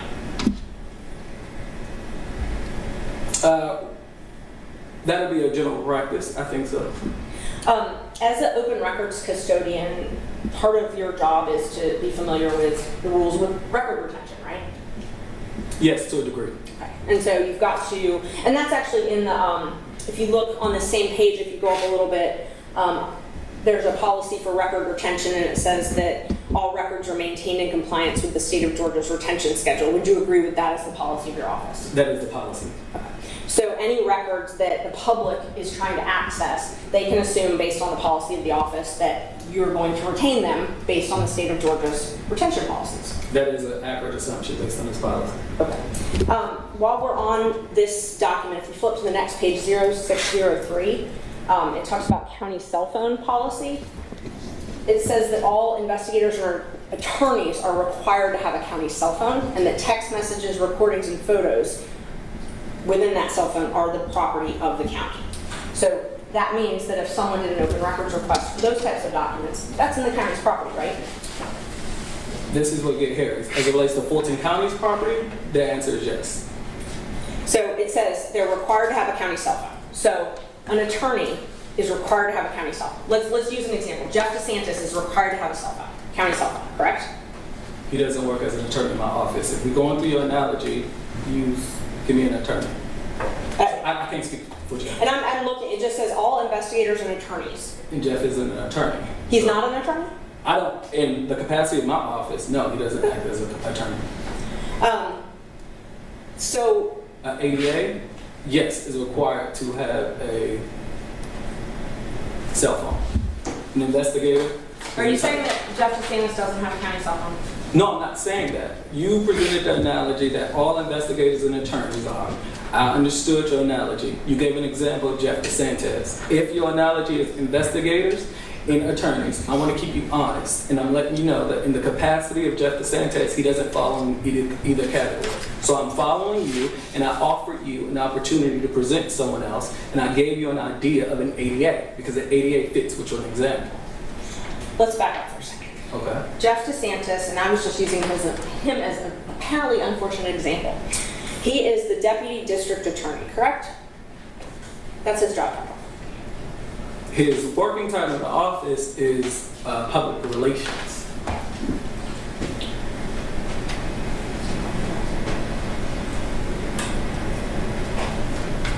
May I personally district? Sure. Thanks. Showing you a printout of the district attorney's website. Can you take a look at that and see if that refreshes your memory as to what Jeff DeSantis' official title is within your office? Deputy district attorney, Thank you. overseeing the media relations unit. Thank you. So the policy that we're looking at, county cell phone, says all investigators and attorneys are required to have a county cell phone. You're saying that not all attorneys and investigators are required to have a county cell phone. Is that accurate? That's not what I'm saying. You gave me an example of Jeff DeSantis.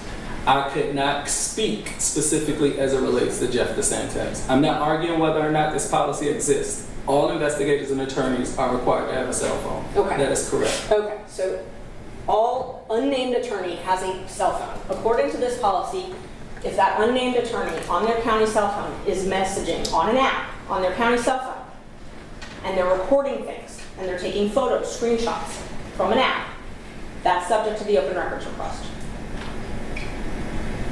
If there's no exceptions, yes. If there's no exceptions, thank you. Okay, let's move on to one of the requests that I want to talk about, and I have a couple different identifiers if you need them, but it's the critical mention media monitoring. Oh, do you know if Jeff DeSantis has a county cell phone? No, I do not know that. You do not know that, okay. Who would know that? I'm assuming him. Anyone else? I don't know. Okay. All right, so let's move on to critical mention media monitoring. If you need me to tell you the requests, the open records number requests, or our exhibits or anything, I'm happy to do that. Just let me know, okay? But I'm going to globally refer to them as critical mention media monitoring. Okay, I'm gonna stop you here.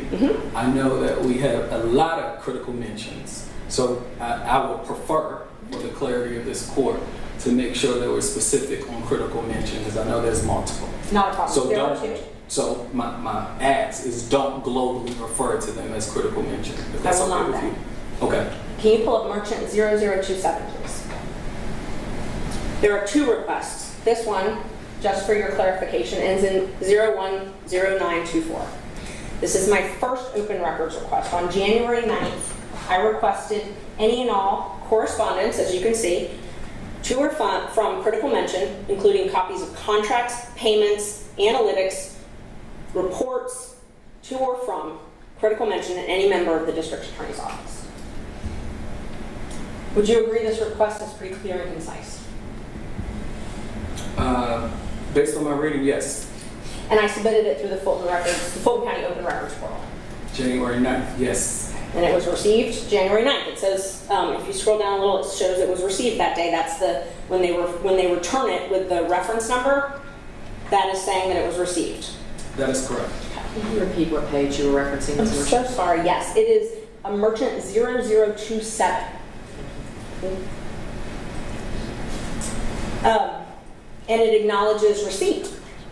of the open records request, correct? On January 9th, I received that via the portal. We acknowledge receipt because you have a reference number. The answer is yes. Okay. It doesn't say anything about whether responsive records exist. Not on January 9th. That's the day I received it. Doesn't say anything about proposed costs or when the records will be made available. On January 9th, when I accepted it, no. I think that you have requested several open records requests. You have given them, you've been given all the records, right, that we closed out free of charge. So there is not anything that from my office that would have a cost because I did not charge you on any open records request that you provided. I didn't ask that. I asked if it provided any proposed costs. Does this provide any proposed costs? On January 9th response, This document. this document that you put before me, January 9th, I acknowledge that it is a receipt number for tracking purposes. It is an acknowledgement of receipt and is a description of the records you requested. If you would scroll up, so on January 12th, someone wrote back, or I wrote, thank you, and I followed up, saying I was asking for the analytics, the contract, and the analytical reports, and I was asking, following up, when I could receive them. 3 days later, yes, it appears, I don't know, Ashley Merchant wrote, thank you, in follow-up. I also asked for, yes. Okay. And then on January 11th, someone, either from your office or the county, said, please log into the portal and see attached emails, correct? January 18th. January 18th, I'm sorry, if I said it differently. So January 18th, based on this email, Okay. we gave you attached emails, and included in those emails, there were several different documents. So yes, I responded to this open record request on January 18th. Did you type this or did someone else? Please log into the portal. I did not type that. The attached emails, did you provide those attached emails? No, I did not. Who provided those attached emails? A member of my staff. Who? A member of my staff. I do not know who provided that on January 18th, but I do know that this particular request, as you said, was pretty straightforward. So we responded and it was closed out. This wasn't elevated to me. So you never saw this request? You were not involved in this request at all? On this particular request based on the portal, I don't recall this being elevated to me on January 18th, no. So you can't tell us what searches you performed looking for these documents? I can tell you that. You can. Yes, this was a general request. It wasn't elevated to me. Critical mention is something that was always asked. I have several requests that are very similar to this. So I'm pretty sure, not this particular one, but one of critical mention was elevated to me, and we responded the same way we did with most critical mention. Who did you ask? I'm sorry? Who did you ask in response? You said you did ask somebody about these records. Who did you ask? So with critical mention, you ask, based on this search, you will look and you will reach out to Jeff DeSantis. Hey, do you have any emails related to critical mention? After that, you will go to the IT department to confirm. Okay. See if there are any responsive records. Fulton County IT department. Yes. Okay. So Jeff DeSantis and Fulton County IT are the two. Okay. Especially when you ask it for emails, the answer is yes. But you don't know if you did that in this case. I know that I did that in critical mention. I have 1,000 cases. So as it relates to this specific request, I cannot tell you that this particular case was elevated and this was on the top of my list. And once someone makes a request like this, what steps do you take to ensure that the documents they're requesting are preserved?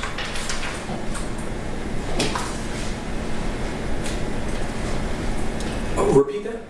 When someone makes a records request like this, as an example, what steps do you take as the records custodian to ensure that the documents they're requesting are preserved? They are placed in a portal. Once the portal is sent to you, I think that you have access to that, and I think that that is something that the portal does and make sure that it is reserved. And I can have a copy if I needed to go back to those specific documents. So as it relates to you, this is when you and I are going to make sure we're not splitting the baby. But as it relates to the portal, they are reserved. Okay. And we'll use this as an example and sort of walk through the request. So once you get a request like this, whether it's elevated or not, what are the steps your office takes to make sure that the documents I'm requesting aren't destroyed?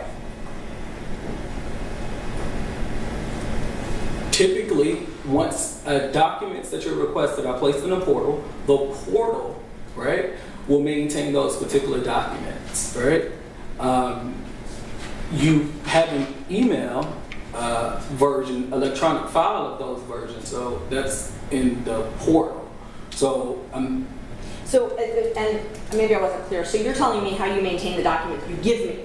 What I'm asking you is, when I ask for critical mention documents here, okay, and you get this request and you give me some of them, how do you make sure that they're all maintained? So- Where do you all maintain them? I'm going to answer your question. I'm going to make an assumption, if I may, okay? I made a comment and I said that there was 40 open records requests. You looked and it appeared, assumption, emphasis on assumption, that you was going to go see how many open records requests you had. Right, it's all there. Yeah. So the answer to your question is, it's in the portal, it's all there. No, that's why I didn't know if you understood my question. My question is not, I how just do you repeated preserve you. your Hang on, response? don't talk over each other because the court reporter can't take it down. My apologies. That's okay. Ask your question and then you are free to respond in any way you wish. I'm not asking how you preserve what you tell me you have. What I'm asking is how you preserve the documents inside of your office that I request. Not the ones you give me, but the ones I've asked for. If you ask for 5 invoices, right? I'll take those 5 invoices. Those 5 invoices is given to a staff member to provide to you. So the original copy of those invoices maintain wherever they are, right? You have a copy that's filed electronically, right? It is given into the portal. So if I understand your question correctly, 5 invoices. The 5 of those invoices are sent to someone on my staff. A copy of those invoices are uploaded to the portal. Those 5 invoices, the original copies, wherever you came from, continue to stay there. Did I answer your question? Yes, so Okay. the originals continue to remain wherever they originally were. It depends on the particular document. If you, in my example, I gave you invoices. Right. We do know that invoices are electronic, right? Well, I like to think that most invoices are electronic. So in those particular invoices, wherever they are on my particular file, they stay. A copy is employed to my staff member and then uploaded to the portal. And let's go through some specific things that you gave me, and then we can sort of go back to that question because it might help. Okay. If you look, let's see, if you can pull up Merchant 0029, on January 18th, there was, I received this packet that we talked about of emails uploaded to the portal. What you're looking at is the beginning of that packet, and it was 44 pages. That was in response to my original request discussing critical mention. You said you did not produce this document, correct? No, I don't believe so. Did you assist in retrieving these documents? For these particular documents, no. These documents appear to be responsive to your open records request. It appears to be delivered to you on January 18th, and it appears to be responsive to your request. You can look at 0055. If you go down a little on this one, see where it's after Melissa Fritz, it says PR, Fani Willis critical mention search. It's a different font, and then PR value for the week, and then there's a couple other things. This, and we now know, because we have the actual emails, we now know this is 4 or 5 different emails that were pieced together. Did you participate in the cutting and pasting of these documents? Objection, Your I Honor. don't. Objection, Your Honor. It presumes that he cut and paste documents, and that was never established by his testimony. So we're objecting to that. Okay, well, for now, I'm going to sustain your objection to the characterization of the cutting and pasting, but you can certainly ask him if he participated in the creation or generation of this document that was produced to you, however it came to exist. So your objection is sustained to that extent, Ms. Monroe. And Judge, I thought that it was Mr. Bowman's witness. I might be mistaken, but I prefer not to tag team. But Well, I do agree. I apologize. Who is going to be examining this witness? I will. oh, okay. Well, then fair enough.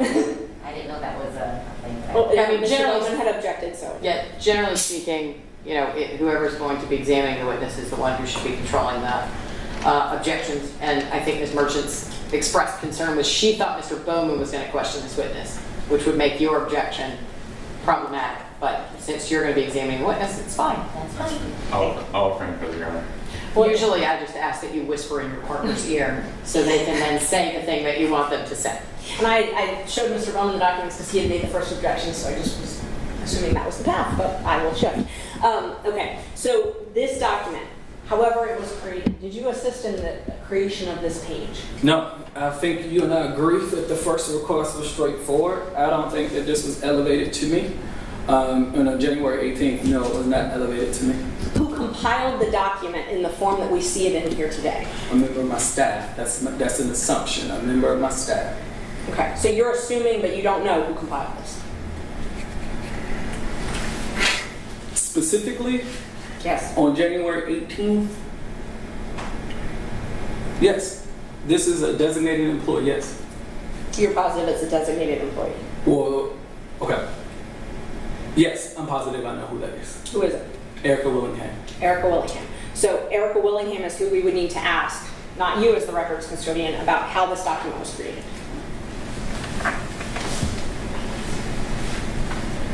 I cannot answer that question. Let me explain why, right? Typically, emails are compiled in a certain kind of way, right? And those emails are compiled by IT, by staff. It may be compiled by going to reach out to various different persons. I cannot speak to that, so I cannot tell you if she personally, if the question was, did she compile? I do not know. I do know that she handled it as a member of my staff. I do know that she responded as a member of my staff. I can tell you that. So you can't say as the records custodian that this is an accurate copy of an original document. Let's put it that way. You really don't know anything about this document. I do know something. I know it was responsive to your request. So yes, I know something. I think you and I can agree on that. Okay. Let's take a look at, I'm going to jump out of order, I apologize. If you, let's see. I also know, if I may, that it was provided to you on January 18th. I also know that you received this particular document on January 18th. I also know, as you mentioned, that there was a second critical mention document. In that second critical mention, I know you referenced this before, right? I also know that once you referenced this before, you renewed a second critical mention document saying, hey, you gave me this on January 18th, I'm looking for A, Yes, right? and we're in there. That's why you and I on the same page, didn't want it to be global, so I do know information as it relates to this particular request. And we can actually go there right now. So I filed a second request because my initial request was closed when you all provided this 44-page document, right? Yes, on January 18th it was closed. And so on January 18th, I refiled my request and I specifically referenced the original one and said, why are you closing this? You didn't give me everything. If I can, Yes. I like the fact that you presented the first one and allowed me to read it. Can I read the second one? Of course, it is, let's see. I don't have the number off. The second one is,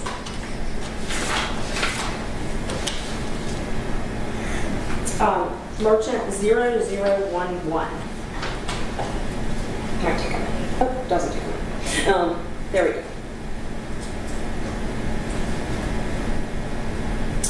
So this one I said in regards to my prior request, and I referenced that number we just talked about, and I said I requested the critical mention documents, and I say the number. I said I got a set of emails, but I asked for the analytics and the documents that are clearly referenced and attached to those emails.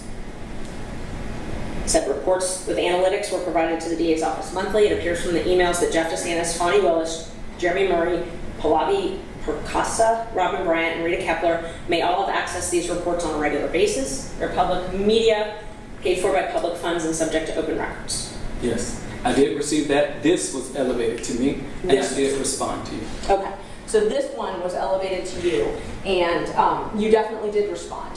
Before we get there, let's talk about what we were just talking about a minute ago about I don't want to use the word cut and paste, the document, and I'm going to call it Merchant 55, that appears to have a compilation of several other emails contained within it. Okay, that document we were looking at a minute before, and you said you don't know who prepared that document, right? I do not know who compiled that. I know who handled the file. I know who sent you the responsive document. And you don't know where that person got the responsive documents. But you assume it was Jeff DeSantis, is what you said earlier. I did not say that, ma'am. You said you would reach out to Jeff DeSantis in Fulton County IT. But he certainly wouldn't compile any documents for me. Oh, okay. Okay? So who would compile them? Who would, and let's just look then. So you've seen, and can you show him again, Merchant 0055, just take a look at this document. So I'm gonna ask you to compare it to a different one. Okay.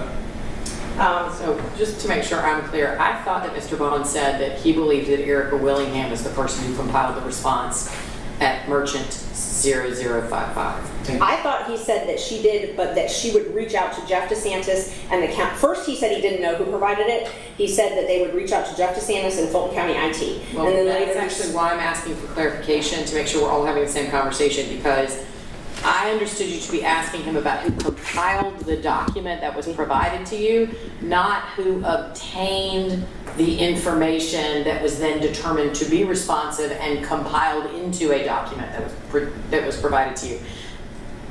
What I understood Mr. Bond to be saying was, this type of request, I would have reached out to DeSantis and maybe County IT, and then it was compiled by this particular employee and provided to you. okay.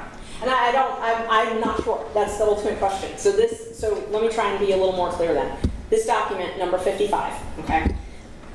It looks as though it's a compilation of other emails, okay? If you look after Melissa Frick's name, it says Fani Willis critical mention search, and then PR value for last week, and then there's that middle section that we're talking about, that middle section right here. There's no header to from or dates here, there's no header to from dates here, there's no header to from dates there. That, they all look like different emails, right? I would agree with you. Okay, so not using the word cut and paste, someone took these parts and put them all in one page. Objection, Your Honor. Is that a question, is a statement? I mean, if it's a question to the... Well, he's an adverse witness, so she can cross-examine if she wants to, number one. Number two, I mean, the reason I said we were not going to call it cut and paste is that assumes facts that are not yet in evidence. Now, you can ask questions about assumptions that you're drawing from the appearance of the document, but that's why I've said we're not going to call it cut and paste. Now, I think the witness has called it a compilation, so why don't we call it that for a while until we decide that it's something else. So this appears to be a compilation of several different emails into one. I agree. Compilation. Yes. Okay. And if, go ahead. No, that's okay. Continue. We're here to learn from you. Tell us. What were you going to say? No, I'm agreeing with you. That does appear to be a compilation of emails. Okay. And can you pull up Merchant 0167?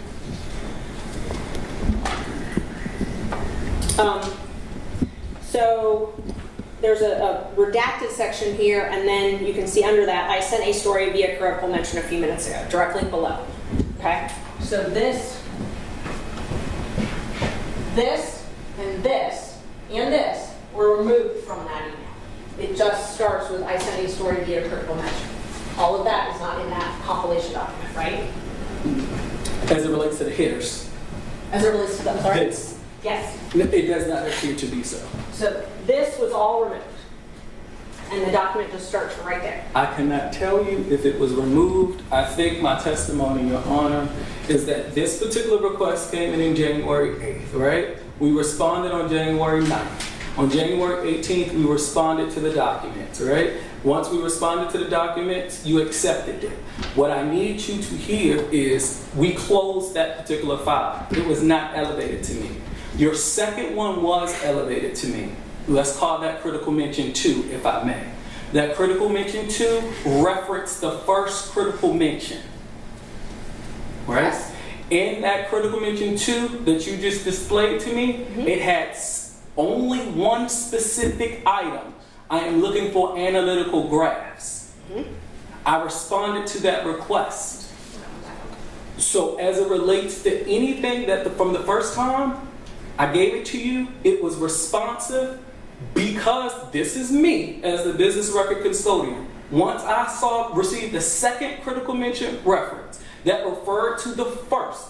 You and I can agree that the first had, let's just say, 5 things. You only made mention of one thing in the second one. I assumed 1, 2, 3, 4 was resolved, that is closed, and I responded on January 26th to the remaining issue. So as it relates to compilation, I want to be very clear. It was sent to you. It was responsive to your request. I moved on. You referenced it. Once you referenced it, it was elevated to me. The elevation was one specific item.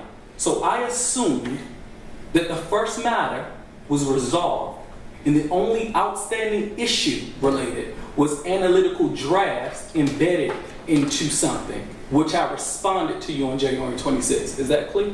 No. Okay. And so let me break it up because there was a lot. So I tried to take notes. First, you said I accepted it. So on January, whatever the date was, 18th, I accepted it. When you said I accepted it, you sent me a document and I accessed it and it was immediately closed. So you're saying that's an acceptance of the open records response? I am saying that we sent you the open records response that's responsive to your request. Yes. All right. I am also saying that you opened up another open records request. In your second open records request, that's why it's very important we do not refer to this as globally, you make reference to the first. Yes. You said here in court that the first one was very detailed, in which I agreed. Okay?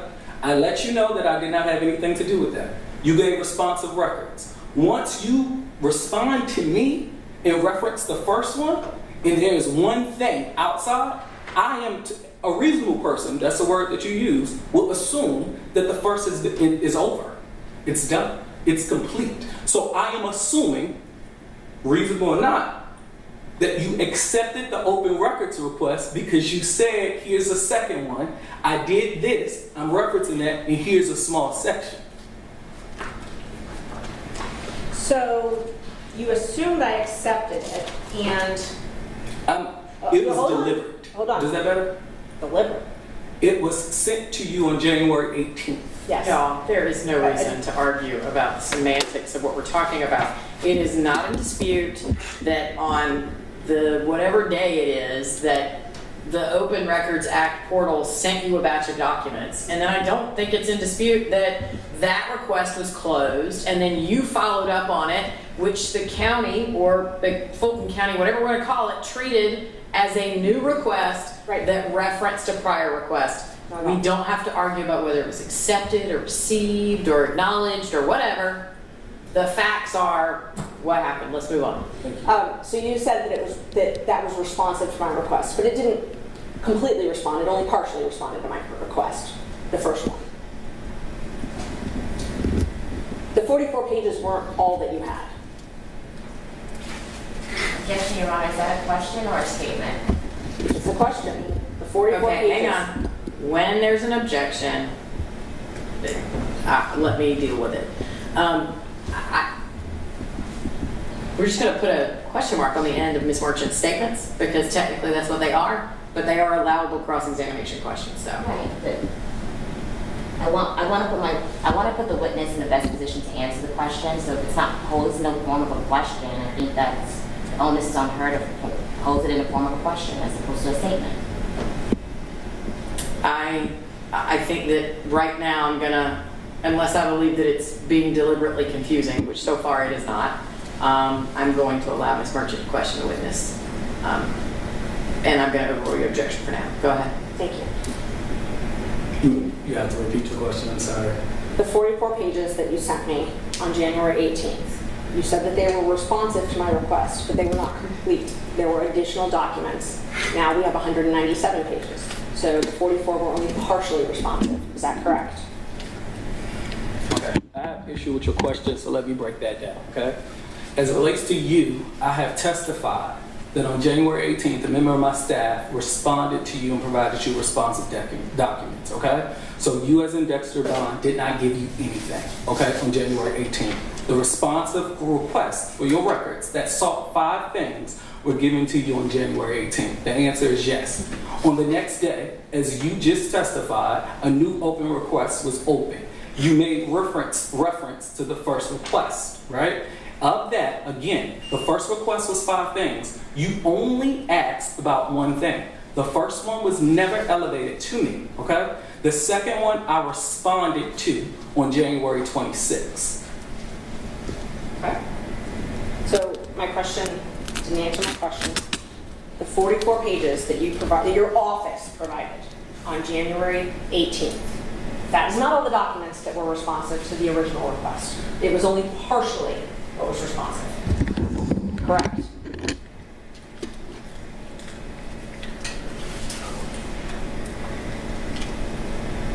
At the time on January 19th, I couldn't answer that question. I don't know.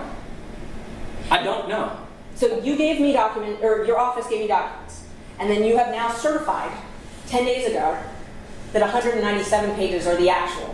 2 different things. Yes. So I'm glad that we was able And to hold talk. on. So now we've got 197 documents. Okay. Back then we had 44. Let me Okay, hold on. Those 197 page documents, those existed in January when I made my request, correct? I cannot say that. You don't know if they existed? May I respond? If you answer my question first, I'm happy to allow you however much time you want to respond. Okay. Did those documents exist in January? The 197 pages? Your business record certificate? I cannot answer that question. May I explain? Why you can't answer it? No, let me explain why I cannot answer it. That's correct. Let me explain. Your open records request as you presented asks for certain things, right? I'm assuming that you are talking about the production of documents that you gave on August 30th, right? Yes. All right. And you, in that production of document, I'm assuming you're saying that that was 197. What I am saying that I cannot correspond because it's my assertion that the open records request that you received on January 18th is different in scope from the subpoena you requested. And because there is a difference in scope, because your subpoena was more specific, I cannot tell you if the two are correlated. So I cannot answer your question. So you can't tell me if the 197 pages that you provided on August 30th, that those existed in January? Yes, they would have existed. The 197 pages should have existed. However, I cannot tell you, let me be very clear, that the 197 pages that you received on August 30th as a response to your subpoena was responsive and should have been included in the 44. I'm afraid that you are looking at an open records request that you received on January 18th, accepted with no reservation. You're convoluting a subpoena. There's 2 different scopes. There's 2 different, your search terms were different. So yes, the 197 did exist in January 18 because the scope in which you asked for was from January 2021 to the present, whenever the subpoena came in, right? We did that through IT. Those documents you could certify. I cannot tell you if those 197 were responsive to the 44 because your open records requests and your subpoena are different. Your subpoena is more specific. Okay, so my open records, my first one said that I was seeking a copy of any and all correspondence to or from critical mention, copies of contracts, payments, analytics, and reports, okay? So correspondence, that's emails. More. Correspondence is emails. And I gave you emails. The 44 pages versus the 197 pages. Would you agree with me that there are a lot of emails in the 197 pages that were not contained in the 44 pages? A lot of emails. We can go through them page by page if you'd like. If that's what you prefer. It is not. It is Okay. definitely not. What I am telling you, and I need to be very clear, that your subpoena that produced 197 pages, right? It required, look at this particular email to and from, right? As it relates to these particular search terms. So your subpoena was filled out and given to the Fulton County IT department, and those 197 pages were given, researched, and provided. Let's look back at your open records request. There were no search terms. If I am not mistaken, and you may have to bring it up to reflect my memory, you just wanted something about to and from the vendor or something like that. They are 2 different things, 2 different scope. So if you're making an inference of 44 versus 197, I cannot buy into that inference because I see logically why 197 and 44 could be different. And I'm trying to break it down simply so that we can just get through one item at a time. My original open records request, we're only talking about correspondence. You and I agree correspondence includes emails, correct? I agree. Okay. And would you agree that the 44 pages did not contain a lot of emails that the 197 contained? I can concede that. Okay. The next classification is contracts. Okay, so I asked for contracts between the DA and critical mention. Okay, would you concede that the contracts I got in the 44 pages with my open records request did not contain all of the contracts I got in the 197 pages? Would you concede that? No, I cannot concede that. You have to show me that. Okay, that's not a problem. You Which have to one? show me that. So we'll break it down even further. In the 44 pages, the original request, you only gave me a contract for the first year of critical mention, correct? Show me. Okay, let's see. Okay, the 44 pages start at, just so everyone knows, they start at merchant 0027. And that one may take a few more minutes to get up because we didn't have that one queued. Oh yeah, 0027.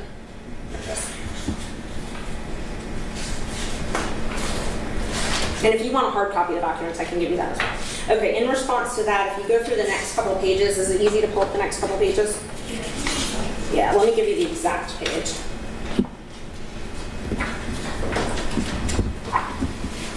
It's actually the next page, 0028.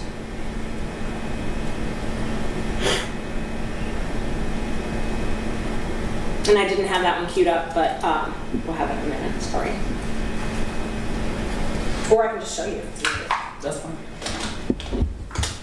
It's 0028. Okay. That's the February 2021 contract for critical mention. Oh, there we go. They're up. I'm glad you said that. I'm glad you showed me this isn't a contract. No, this is not. This is part of it, and if you go through it, You and I just had a conversation about emails. I conceded. Now you're talking about contracts. I told you to show me. Now you show me an invoice. Which is it? Do you have a contract? Judge, I mean, I don't care if he asks me questions, but I don't really think it's appropriate if he asks me questions. Well, I'm not, you're not obligated to answer the questions he asks you. I would just encourage everybody to try and maintain a tone of civility and let's move on. Yes, Sean. So, we'll back up. The 44 pages. I'm going to give you the 44 pages. Okay?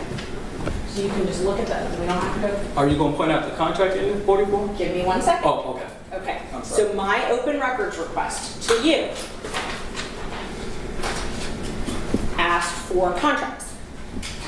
Okay? That was one of the classifications we just talked about, right? Yes. Okay. Show me where in there you gave me contracts. I didn't. I don't believe it's in here. You could not show me? So do you want me to go page by page? Because you said that you was going to show me. You gave me an invoice, right? Okay. And then I said, all right, the 44. So now I can go through here to determine a contract. So you put, I'll do it. So But you said that you was going to show me. I'm going to show you the one you gave me, Okay, no. but that's in the second You were request. talking in the context of these 44 pages. You told this court that I gave you a contract. I said, show me. You approached me with the invoice. You gave me that told invoice. you- Okay, stop. Both of you. The question I think is pending that will actually help us move forward is that Ms. Merchant asked if any contracts were produced in the original 44-page production. Yes. And while none of us will necessarily enjoy that endeavor, it is perfectly fair for a witness to say, let me review the 44 pages and then I'll answer your question. And so if you would like to do that, you feel free to do that. But the question is, was a contract produced in the initial production of 44 pages? Because I think we had agreed that contracts were requested. Yes. Okay, go ahead. Mr. Bond, if you want to go through the documents, or if you want Ms. Merchant to direct your attention to something, we can do that, but the 44 pages is entirely fair for you to say, let me look at these documents before I answer your question. Yes. I would like for you to direct my attention as you said you could. I'm asking you to answer the question the judge just asked you that I originally asked you. That I asked you if you gave me a contract in January. We agreed that I asked for a contract, okay? So we agreed I asked for a contract. I want you to show me where you gave me a contract. Or if you didn't, tell me you didn't. Okay. Allow me to review. Great. The invoice.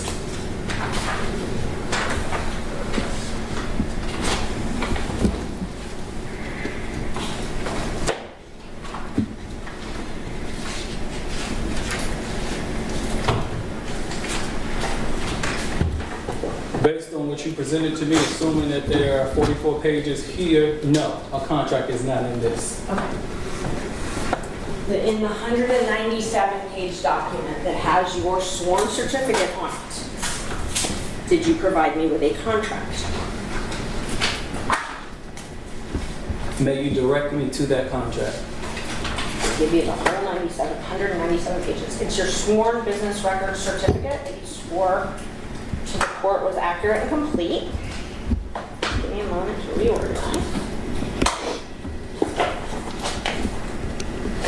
Let's see.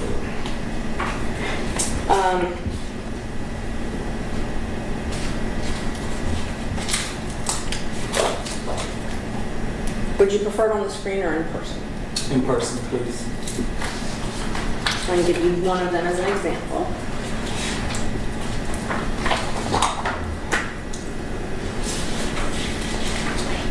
May I approach, Judge?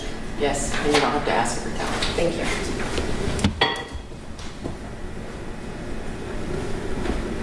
Called a renewal of work. Does that? Ms. Merchant, I'm sorry, I can't hear you when you step away from the podium very well. Sorry, thank you for reminding me of that.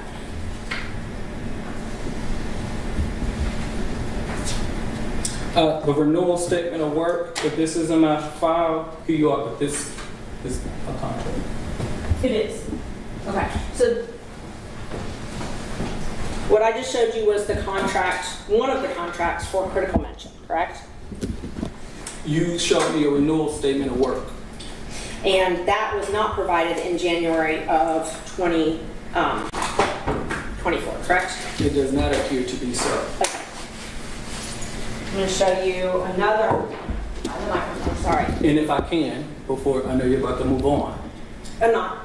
we agree, right, that there were some emails, right? We also, as it relates to the contract, you said that you that there were some documents in that particular file that you have in the 197, okay? You also can agree, I hope, that on the second open records request, you brought forth, that was elevated to me, hey, Dexter Bond, I'm only missing with the analytical. So you and I can agree that any contract or anything was not in your any open records request. We can agree to that? No, we cannot. Can you pull up Merchant 0055, please?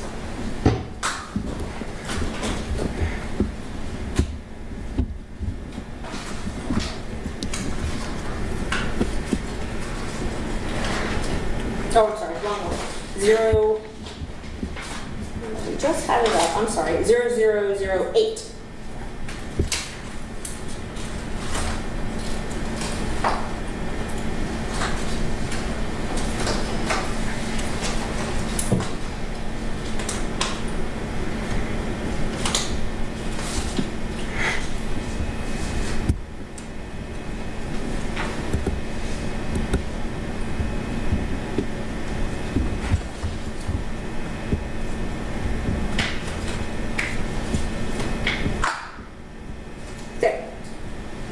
I am seeking a copy of any and all, including copies of all contracts. That is my original request. Yes, but you and I, you received this on January 18th. On January 19th, you said, you referenced this same open records request, right? And you said, I am only looking for, I received your request, you acknowledged receipt. I am looking for the analytics inside that. I'm not talking about that yet, and we're going to be here all day if we go and talk off track. The first open records request, this one, first one, I asked for contracts, okay? I just showed you a contract that you gave me on August 30th. That contract was not provided in response to this open records request. Not a follow-up in response to this open records request, correct? The answer is yes. That contract was not provided in January 18th. And here's a contract for critical mention for 2021 to 2022. Can you take a look at that? Yes. That contract was provided August 30th, but was not provided in response to my open records request, correct? This statement of work appears to be provided in August 30th. I mean, you certified the documents that you provided August 30th. Do you have any question about them? No, I certified the documents on August 30th, but what I need to be clear is once the matter on January 18th was not elevated to me. I think that we're clear on that. When it came to January 26th, you requested 5 things. There was one thing in your second open records request that you brought to my attention. That was elevated to me. I assumed that on the 44 pages, everything else was responsive because you do a good job when you don't get something, bringing it to our attention. We do a good job of responding to you. So yes, you asked for 5 things on January 18th. My staff gave you 44 pages. When you brought forth the second critical mention open records request, of those 5 things, you brought forth 1. That one thing was elevated to me.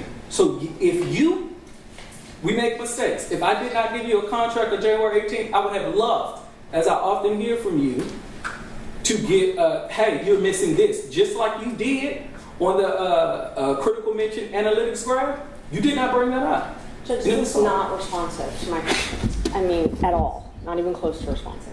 I generally try to let the witness answer the way that the witness wants to answer. I will, however, say that I think we are getting bogged down in what previously did or didn't happen based on people's characterizations and understandings rather than, and I think one thing that would help, Ms. Merchant, is if you would ask short, clear, direct, factually based, and not argumentative questions. And then Mr. Bond will do his best to give short, concise, factually based responses that are not argumentative. Because I understand that both of you have a position that you wish to vindicate about what you did or what you think did or did not happen here. But we need to set that aside. Go ahead, Ms. Merchant. Just asking you about my first request. We're on to the third category, payments. I asked for payments. How critical mention was paid, correct? You asked for contracts in or payments. Contracts in or payments on January 18th. In this open records response, did you give me payments for critical mention? I gave you 44 documents that I believe was completely responsive to your request. Mr. Bond, you did not give me a copy of the payments for critical mention. And when I reviewed the 44, I did not see a payment. And you also did not give me any analytics, correct? In response to this one, just this one. On January 18th, no, I do not believe. When you say analytics, I don't even know what you're talking about. Are you talking about the graphs that's embedded in the critical mention? I don't know what you mean by analytics. Let me make sure I'm clear. The critical mention analytics reports. The same analytics reports that you asked for in the second critical mention request? Only asking you about the first one. So no. The No. answer is no. Okay. Not in Did you January give me any of the critical mention reports in response to this request? The answer is no. Okay. So the 5 categories, correspondence emails, contracts, payments, analytics, and reports, you did not give me any of those 5. I gave you 44 pages. So now we'll move to the second request. So when I got those 44 pages and was not happy with the response, I filed a follow-up open records request. Would you agree with that? Hang on, Ms. Merchant, to my point about argumentative, right? This is further complicated by the fact that you're also your own witness, and so your questions are not only tending to be argumentative, but filled with facts that haven't been established yet, so Okay, and that was work on that. And I was drawing from what he said about me. Then reference the document. I think that'll be a cleaner way to keep the record clear. That way we know it's a fact that's in the record. That same day, January 18th, now I'm talking about that second open records request. I followed up and asked for more documents, correct? I'm just asking if I followed up and asked for more documents. May I answer this question this way? You pointed out the 5 categories. Thank you for doing that, okay? In your second open records request, you asked for not more, the same documents in one. To me, that was interpreted as you have satisfied my open records request, so I cannot say if you was unhappy. However, of those 5 things, there is one thing in here that you're missing. Can you respond to that one thing? So let's talk about that second open records request. So I submitted another open records request and asked for more items, correct? You asked on that second open records request for the analytics graphs. That was also asked for in the first open records request. And was not provided in the first open records request. It was not provided, well, based on my review today, no, it was not provided. And it was also not provided in response to the second open records request. So on the second one, a response was provided via the Open Records Act. That response on January 26th, footnote 1 reads, no, on January 26th, I don't know what subsection said, I don't, essentially, forgive me legal terms, I don't know what you're talking about. Your response, your ask is not reasonably calculated to put me, the business record custodian, in a position to know what you're talking about. At that time, I did not know what analytics graphs were. I didn't know what you were talking about. So you can reference my letter, which I addressed this second open records request personally because it was elevated to me. I will in a minute, but let me re-ask my question. Okay. Did you provide me any analytics in response to my second open records request? I provided you a response. Did you In my provide me- response, Hang on. there was... Hang on. She's asked you a yes or no question. I think you can answer it and then explain. Yes, ma'am. Thank you. No, I did not give you any documents. I did give you a response. That response said, pursuant to OCGA, Open Records Act, that it is not, your request, as stated, is not reasonably calculated to put me in a position to know what you are talking about. On January 24th, I sent your office a letter talking about this open records request again, the critical mention media monitoring data. And that's at Merchant 0083. If you want to take a look at it, we'll have it up in a minute. Do you recall receiving that letter? I recall receiving a letter from you, but I do know that that letter was not exclusively for critical mention. That's correct. Okay. That's Just not my making sure. question. My question is, do you recall receiving that letter? Yes. Great. So let's look at what section of it talks about critical mention. I was following up, and this was asking to please not have to go into a lawsuit, right? That's what this letter was. I don't know what this letter was, but I do recall seeing it. I don't know if it was a please not going into this lawsuit. So it was entitled Numerous Outstanding Open Records Requests and Notice of Potential Official Complaint and Potential Civil Action. Do you recall that? I don't recall the title, but I do recall receiving the letter. Okay. And you recall generally the contents of the letter? Yes. And specifically, let's talk about the critical mention. I asked, and this is on Merchant 0083, I outlined again what I had been asking for and provided even more context in regards to these emails, analytics, things like that. Do you remember receiving this? I do. Okay. And you responded, and this would be Merchant 0087 if you want to pull it up. This is the letter you referenced earlier. So this is the letter you're saying is from you, correct? Yes. It's not signed and it doesn't have your name on it, but you're saying that this is your letter. Yes. You drafted this letter? Yes. And What was the page number of that? I'm sorry. sorry, it's Merchant 0087 Thank you. through 88. The only name on this letter is Fani Willis, correct? You have to show me that. You can scroll.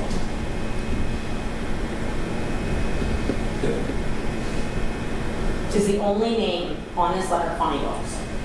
Are you referring to the letterhead? I'm referring to someone who received this letter would think it came from. Okay, well, I'm going to stop you there because that calls for speculation. But if you could go to the bottom of the document, maybe we could see who signed it. Thank you. And we just talked about nobody signed it. On the next page, 88, you know that you did not sign it, correct? I will have to see the second page. You can pull up the next page, it's 8A, here, give you. I believe it was the Open Records Unit or Division or Open Records, sincerely Open Records. Okay. So did I sign it? No. But did I draft it? Yes. Is it from my team? Yes. Looking at these 2 pages, the only name from your office, someone reading this would see is Fani Willis, correct? You would see the only name in her letterhead. Yes. It's any correspondence, I believe, that comes from the portal, any letter is going to have her letterhead on it. My question is just, that's the only name that's on that document. I feel like the document is what the document is. Let's move on. Okay, thank you. This is your response that you were talking about, and just in regards to critical mention,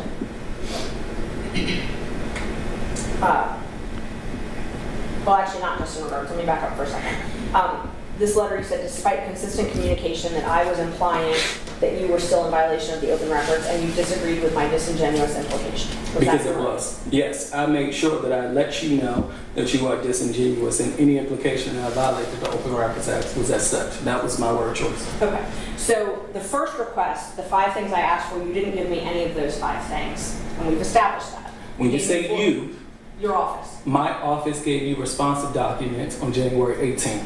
Right. Some responsive documents with the 5 categories, and we agreed to that. The 5 categories, you said, no, you didn't give me the contracts. No, you didn't give me When you say you, my staff gave you responsive documents, okay? We have already said that certain things get elevated to me. You received the records. When you did a second open records request for critical mention of those 5 things, as we have said, you have addressed one. That one thing was brought to my attention, and I handled that one thing. So my assumption, okay, to be clear for the record, was that the first open records request, you received everything. I did not know what was in the 44. You did not, when you brought it up the second time, you did not make mention, right, of anything outside of those 5 things. You only made mention of one. So I dealt with that one thing. Okay, so let's go down, look at, if you can make it a little bit bigger, where he's referencing the actual numbers. So the open, yes, there we go. If you look at number 4, those 2 request number, the ones that end in 101924 and 011824, those are the 2 critical mention open records. You cite both of those, correct? All I'm asking is if you're citing those. 10924 or 44, yes, I'm citing 2. Okay. 2 open records requests. And we can agree those are the 2, we've already gone through the numbers for the record, those are the 2 open records in regards to critical mention, correct? Yes. Okay. And you said in regards to those records, you cannot produce the records we seek, correct? I also said as it relates to your request, those 5 things to view electronic communication, let me see, as written on January 24th, is not reasonably calculated to locate the records you seek. Can I explain why? Okay, go ahead. Ms. Ron, I'm going to ask you about the second question, but I was going to ask you about the first one first, and I was trying to finish that. And if we can stay on track, I will let you answer whatever you want. Perfect. The first line says, as such, we cannot produce the records because you do not maintain responsive records. I'm only talking about that line, okay? Yes. That's what that line says, right? That's what that line says. You wrote that line. I wrote that line. Okay. So when you wrote this, you were telling me that you did not maintain responsive payment records. That's not what I'm saying. No. You did not maintain responsive contracts. That's not what I'm saying. No. You did not maintain responsive analytics. That's not what I'm saying. No. Okay. You did not maintain responsive emails. That's not what I'm saying. No. Now let's go to the next line. May I tell you what I am saying? I assume you're saying you do not maintain responsive records. Well, instead of assuming, why don't we let the witness do what he wants to do and tell us why? Great. So, we said that you gave me my first critical mention open records request, right? I'm sorry? You gave me my first critical mention open records request that I responded to on January 18th. No. On this, that you got on January 18th, the first open records request, the 5 things. That's the second one. The first one was January 9th. The second one was January 8th. The 5 things, critical mention. Yes. You accepted, you received those documents, that file was closed out. The second one, we're on the same page? You said, hey, I need an analytics graph.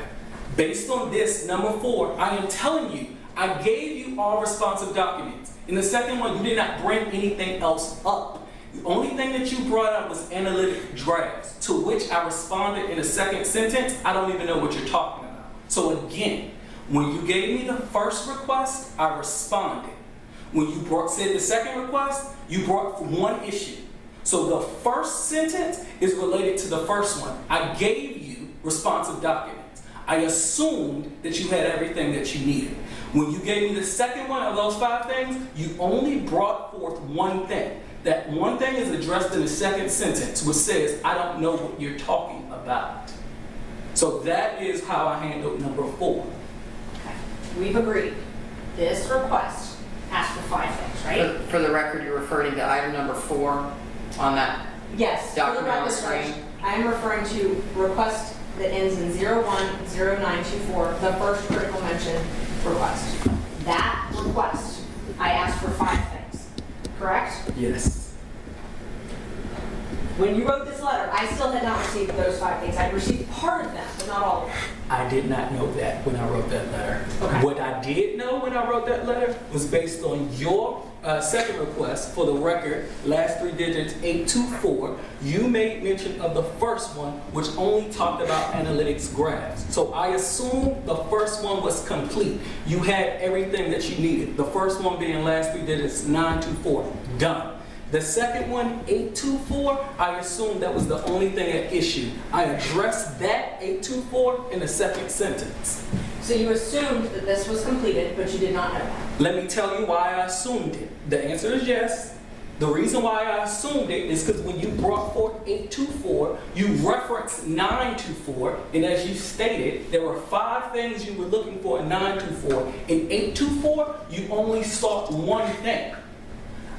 I would assume, I hope I'm not giving you more credit than you deserve, that if you was unhappy with 924, just like you said as it relates to 824, I'm missing analytics, you would have brought forth those things in 824. You didn't. I assumed 924 was done.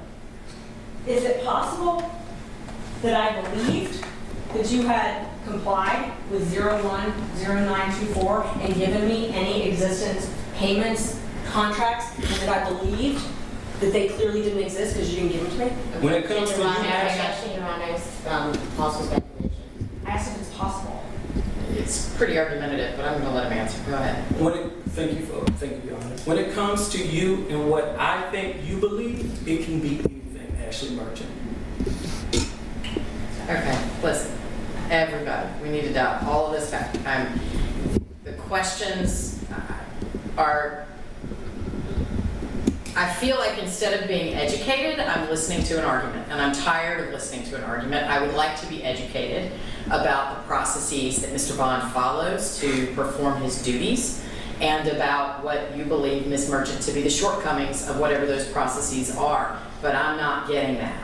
I would also remind everybody that I can read quite well, and that most of what we're arguing about is reflected in written documents that are part of the record that I can review. Now, to the extent that the parties wish to understand what was meant by those words, those are fair questions. But half of our time has been spent getting people to agree that the document says this, or that the document says that. And I feel like if we would try to take off our, let's just, everybody take a deep breath, and please try not to continue to argue with one another. And that applies to both Ms. Merchant and Mr. Bond in terms of trying to answer the questions so that the court can understand what processes are followed and whether or not they were followed and should have been in this case. That's what I'm trying to figure out. Ms. Go ahead, Bond, Ms. Merchant. when did you first learn that I had not received things in my first request? The first critical mention request Yes. on your January 24th letter. That's when I realized, no, let me be very clear.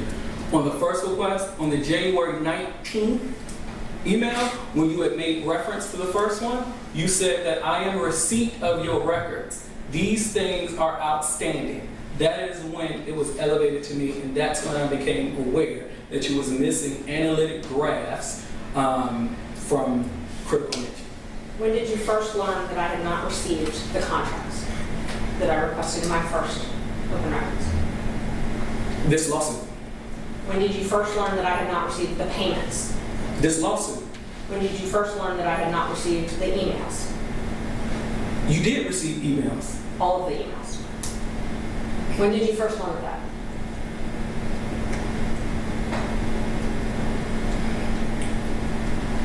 This lawsuit. When this lawsuit was served? No. During this preparation for this hearing. So this lawsuit was served 7 months ago? Is that when you learned that I hadn't received any of these items? Objection, Your Honor, was asked and answered. That question was asked and answered. I'm gonna overrule the objection. I'm just trying to, I don't understand him to be making an argument. She's just trying to direct the witness's attention to a particular date. Go ahead. When you say you learned about it when this lawsuit? Was it when the lawsuit was initially filed? No, during the preparation for this particular hearing. So just recently? Recently, as it relates to critical mention in the lack of compliance, as you allege, with the first open records request. Because again, I resolved that matter. And again, the second one was brought up to me. And of those 5 things, you only made issue of 1, which I responded to on January 26th. And I'm going to go to merchant 0011. If you want to take a look at that. So this, when I got at the top to please log in and view the letter attached, that letter was from the Office of the County Attorney. Did you have anything to do with the drafting of that letter or this entry into the portal? I don't know what letter you're referring to, I'm sorry. It's at 0362 if you want to pull that up. So, and just so the judge, so we can educate her for a minute, because I have the one this letter. When this says that on the portal, I get this email, and then I have to go to the portal to see the letter, right? I take you at your word. Okay, well, we'll have to do that with this one. All right, so this letter. This letter that was received, and you can see it's got the open records request, and again, it's merchant 0362. This letter that comes from the Office of the County Attorney, it says to please log into the portal to see the letter attached. The request is being extended for research. That was sent on January, I think it's January 25th, January 25th. Did you have anything to do with this letter? No. And if you go to 0364, this is the next letter. This is February 7th. It says, due to widespread outages, the request has been extended. Did you have anything to do with this letter? So it's going to be hard for me to explain. At this time, it was a cyber attack. The county attorney, because we used the same portal, gave us a template letter that we all used. So I can't make reference to this particular letter, but I do know that we, my office, had to send all requesters, including you, an update because of the cyber attack. And that letter appears to be a letter that I sent for all open records requesters at the time. So this was sent February 7th. This was after you sent me the letter that said you didn't have your responsive documents. I cannot speak to this particular letter. You said, look at this letter. I know that this is a template that so many people use. So I don't know if I did not send you anything on February. I don't know. That letter was sent to everyone around that same time on February saying, hey, it's a cyber attack. Things will be delayed because we have limited access and things will need to change. As referenced earlier in our conversation about why the portal may change, and I alluded to cyber attack, this was a cyber attack. This is a general letter that wasn't just sent to you, it was sent to so many different other people because the cyber attack impacted how we handle open records and what we can do, how we can research and respond. You can skip ahead to merchant 0167. This is a document out of your business record certificate from August 30th. Did you redact that redaction that you see in the middle of the page? No, I did not. Okay. You certified these records and signed a certificate and an affidavit, correct?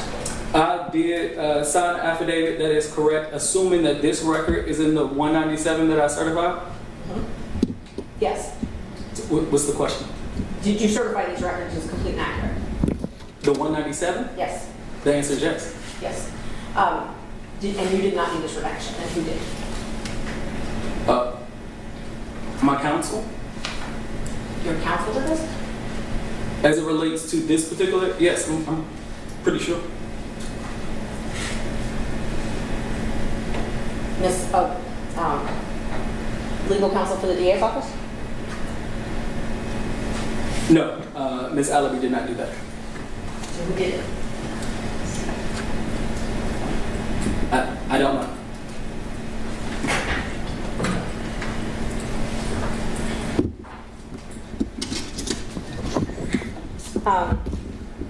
Let me clarify, because I'm not sure the line of questioning. I think that you received documents from me on my team that was redacted information. Typically, redactions are consistent. Do I do them? Yes, sometimes. Did I do them here? I don't think so, but I don't. Before preparing for this hearing, did anyone reach out to you about the complaint we filed with the court, the open records lawsuit? This one, my counsel. And you've been the open records officer this entire time, correct? Entire time since when? Since January of 2024. Yes, I have. I'm going to talk about the critical mention payment. If we've agreed that we ask for invoices and payments and things like that, so I want to look at one of them. If you could pull up merchant 0371.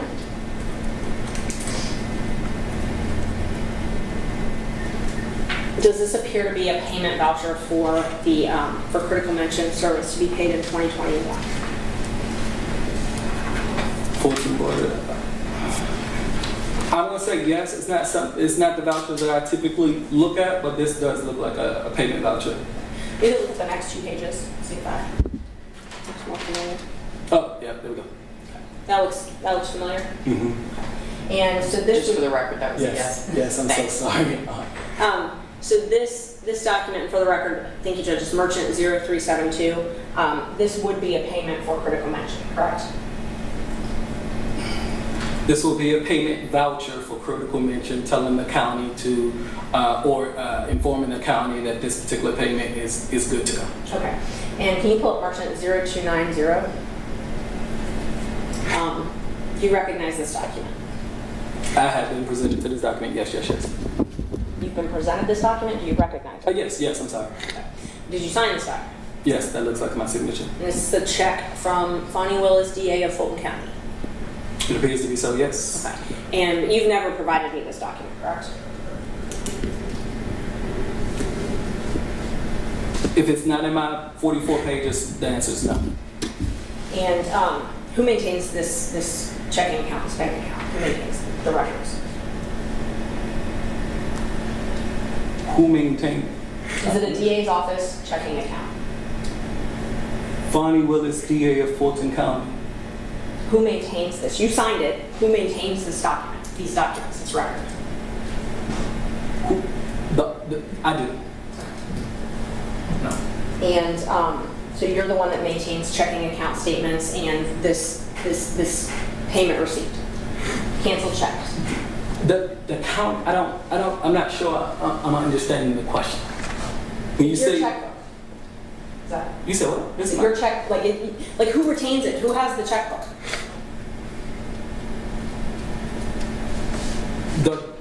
the office.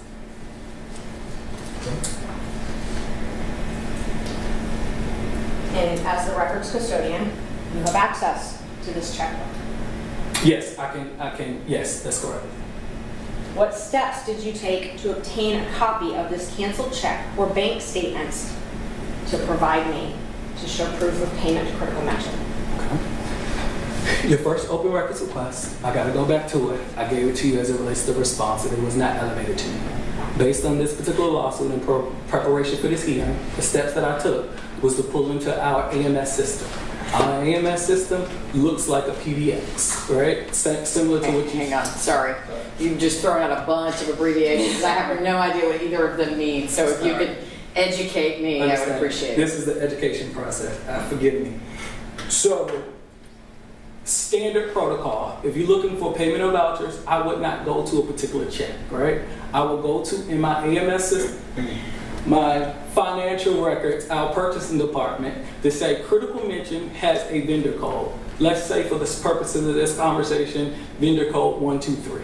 I will go into AMS, I will look and say vendor code 123, how much payment has been calculated. So it would look as if it's the original PBX. The Fulton PBX is payment voucher, I'm so sorry. Thank you. So vendor code critical mention 123 was paid $10,000 and paid from this particular funding line, X123. To me, based on your, not necessarily your open records question first one, but based in preparation for this litigation, that's what I would have done. Go to AMS to show you, hey, here is the proof of payment. This check would not be in there, though, correct? No, typically no. No. Because this did not go through the county payment voucher vendor process, correct?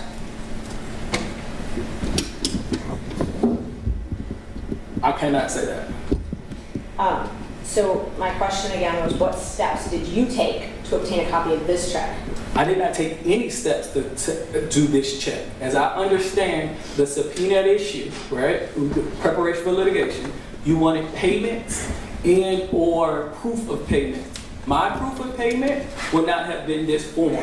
Instead, I'm trying to explain, my proof of payment was to go into a financial system to show critical mention, vendor code 12345 was paid $10,000 in disbursement from the county on this particular date.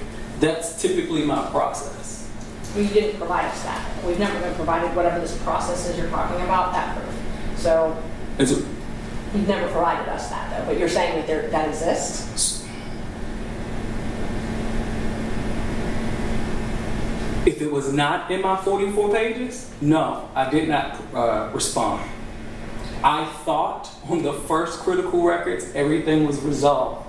I only moved forward from that first one with one issue.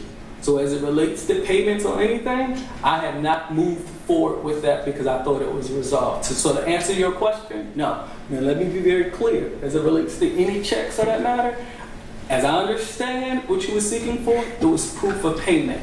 I would have did proof of payment a different kind of way. Would you agree that this is proof of payment? That is one type of proof of payment. The answer is yes. A canceled check, you would agree, is proof of payment? I would agree that's one type of proof of payment, yes. And we talked earlier about records retention and that you have to follow the Georgia records retention. One of those policies is for your office to maintain for 5 years all canceled checks. If that's what I'll stipulate to, if that's what the law is, yes. And you comply with that law? Yes. So you would have had a copy of this canceled check? I would also have various, yes, the answer to your question is yes. Along with other various different forms of payment, the answer is yes. Okay, and none of those were provided to us in response to our open records request? If it was not included on 44, the answer is no, it was not provided. As I thought it was, as I assumed they were. I only have one other question about critical mention and then we can move on. Do you have a critical mention account login or have you ever had one? No. So you would not have access to the online portal for reports and things like that for critical mention? No, no one would. Now we don't have critical mention right now. Okay, So, you've never had that? no, I've never. No. So if there was an open records request asking for information that someone obtained in that portal, that's not something you would ever maintain? So I cannot say that. Critical mention is something that, just like LexisNexis or something like that, I don't use my username and password often, but if there's a record, I have several different databases as the business record custodian. If I have access to it, I can pull. So you didn't have access to it, right? I can get asked. I think you and I discussed as it relates to the employment manual, right? And then you made a reference, and you did very well, saying, hey, every investigators and attorneys, they have phones and text messages. So you brought that up. Then I said, hey, yeah, if they have it, I can have access to it, right? So the answer to your question is yes. If there's a system as the business records custodian and pursuant to the employee manual that you introduced to this court, yes, I can have access to it. So if someone had the critical mention software or app on their computer or their phone, and they were running reports, you would be able to access that information and provide that in response to an open records request. Not to your open records request. Because on January 1st, 2024, or whenever you requested this analytics, one, I did not know what you were talking about, right? And then two, the critical mention did not exist. So no one on my staff right now can go into critical mention and provide any data because critical mention does not, we do not have critical mention. So no, I could not provide you at the time the open records were received responsive documents that you see, nor can anybody else in my office.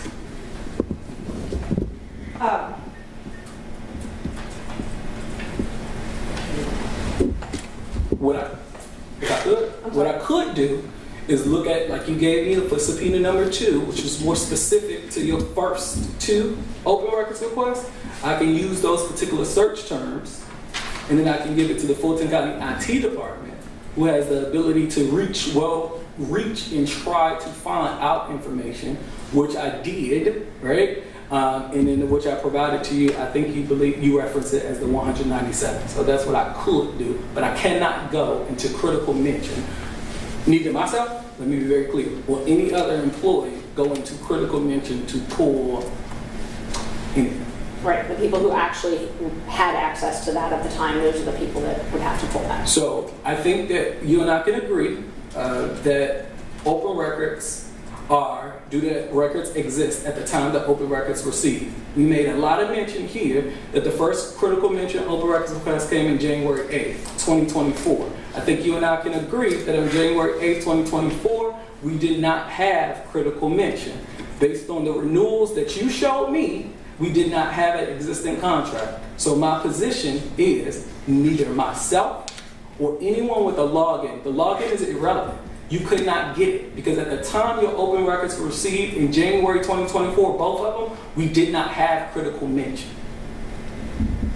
The law that we agreed earlier that you have to follow says that all records created or received in the performance of duty and paid for by public funds are deemed to be public property and shall constitute a record of public acts. Would you agree that reports paid for by public funds would be a record of public acts and public property? I cannot answer that based on the framing of your question. I'm afraid it's misleading. Can I respond? My response is critical mention is something that is a database. Maybe we can educate on critical mention. Critical mention is a system that you can, an app as you say, and that you can go in to get stuff, right? We use it for investigative purposes if there is for various different reasons. Because HR is under me, I use it for morale. If one of my employees do something great and someone reports to that, I want to be able to let my team know, hey, this is what we're doing in the DA's office. That's how it is being used. Now, what I need you to understand is once that system is gone, that contract is gone, I cannot maintain, preserve, the system is gone. So I hear you as it relates to your assertion as it relates to the retention act, but I need you to understand that this app is somewhat, it's not a file that I will have in my office that I will have to maintain with the retention act. Am I clear on that? Yes, you'd have to actually actively want to maintain it to maintain it. You'd have to print it and actively do something to try and maintain it, right? If you have to want to, You have to, it's an app, and if you want the reports to be retained, you have to download them, or you have to print them. You have to somehow do some act to make them be retained, correct? I mean, can go with that particular argument if there's but you have to also understand, just like any private company, and I think that you've seen in one of those emails, the 197 emails, that they're always saying, hey, look what critical mention can do. Hey, look what, you know, so it's one of those things that I don't think that I'll just show my age a little bit. As it relates to, I'm not going to an app, Instagram, to print to retain. It's not one of those systems. I think that the court needs to be educated on what kind of system it is if you're going to implicate or try to infer that we was responsible for maintaining anything in that database under the Retention Act. I'm not gonna let you make that correlation. But you were never the person who actually went in and did the reports and stuff. That was other folks. That wasn't your job. Oh yeah, I have staff that can do things like that. I don't. Okay. And the people that had the records would be Jeff DeSantis, Fani Willis, and then Robin Bryant. No, that's not true. Who else had passwords to critical mention? Jeff DeSantis had a password. I recall Robin, who's no longer with our office, had a password. I believe that password was sent to someone else. But I can assure you right now that District Attorney Fani Willis did not have a password. She can't work a printer. So that's not her. That's not her gift. She's blessed at a lot of things, but she would not have a password for that. That's undisputably not you, and definitely Jeff DeSantis does. Yeah. I would think that Jeff DeSantis would have a password, and undisputably not me, and undisputably not District Attorney Fani Willis. I'm going to move on to the confidentiality agreements. Okay. So we have another open records request, and we've got it up ready for you. It's at Merchant 0345. Would you agree that on January 9th, I requested any and all documents that employees, staff, or independent contractors, and I include agreements, are required to sign regarding speaking to the media and or confidentiality? Would you agree that I made that request? January 9th, 2024, yes, you did make that request. And that request was clear and concise, correct? Not necessarily concise, and I can explain why, but based on this reading, I understand. I understand the open records request. My interpretation of this was that she was looking for statements to exclude people from talking to the media. It clearly says confidentiality on this document, is that correct? It does, yes. So would you agree that that is clear and concise as far as confidentiality agreements? As it relates to speaking to the media and or confidentiality, just looking at this, I would agree that this is clear and concise, just looking at this. And it was submitted through the Fulton County Open Records Portal? That's correct. And it was received, it shows it was received the same day, January 9th. That's the return with the tracking number, so that's proof that it was received, correct? That is proof that it was received by our office and we acknowledged it via Open Records Act, yes. Okay. And then on January 18th, it looks like I got a response that said to please allow for 10 business days for a response, correct? That's pretty standard, yes. Okay. So would you agree that within the 3 days of my filing this open records request, I did not get anything that said whether responsive records exist, correct?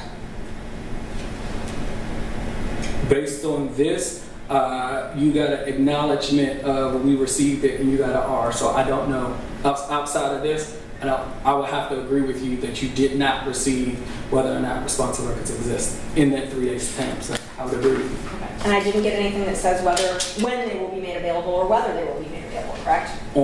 If you can scroll down, I can tell you exactly what you did receive. Oh, no, go back up to the request. Yeah, that's it.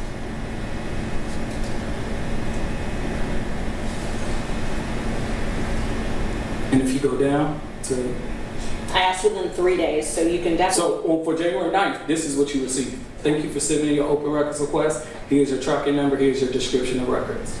So, and going up on January 18th, that's when I received a response that said, please allow 10 business days, correct? That's when you received a response through the portal. I do know that you and I, as well as my staff, exchange emails. I cannot tell you if you received a response anywhere between January 9th and January 18th. But just off this record, you received a response on January 18th. Please allow 10 business days for a response. And while you mentioned that, your staff would email me for clarification if they thought anything was confusing, right?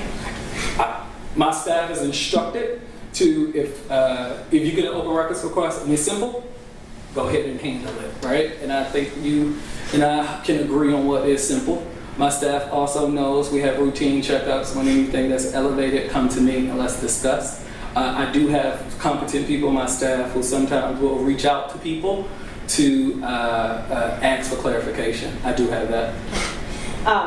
And so the letter that was attached, if you can go down to the next page, it's merchant 0346. That's the letter that I received in response, correct?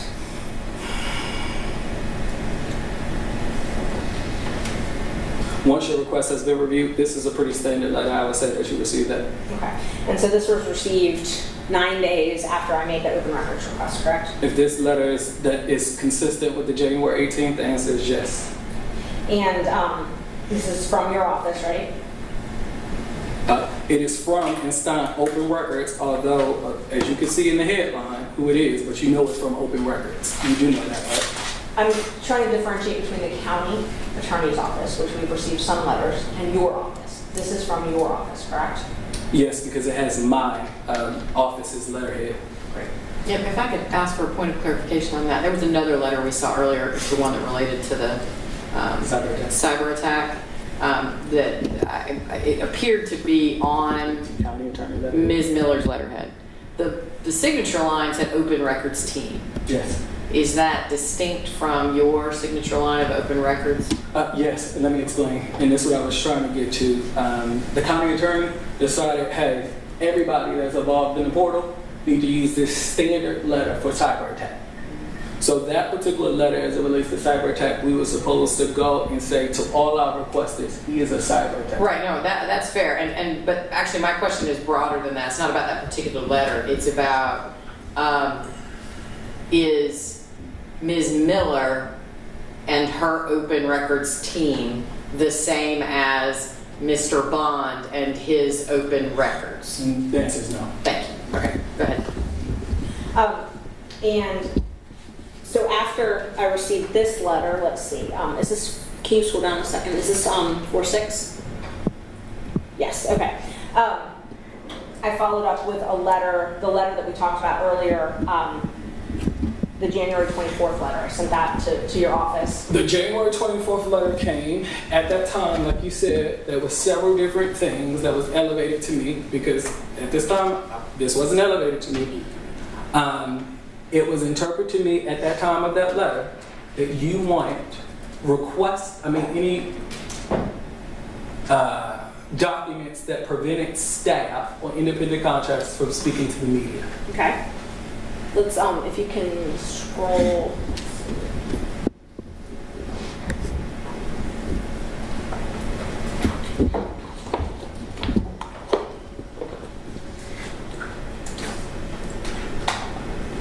Maybe on the next page.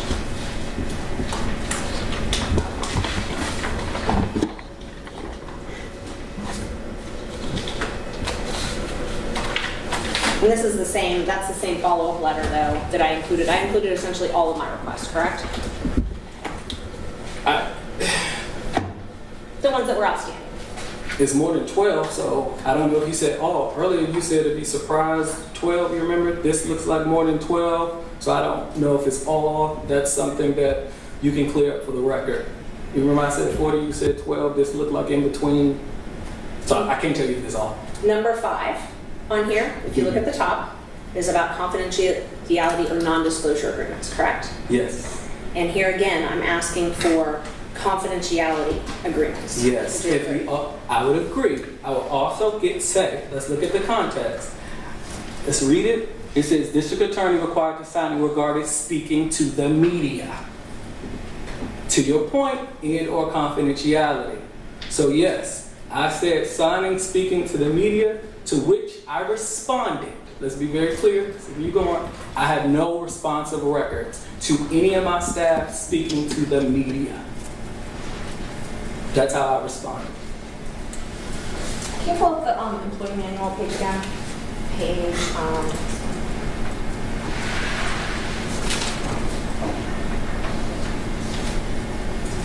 the employee manual, 0602.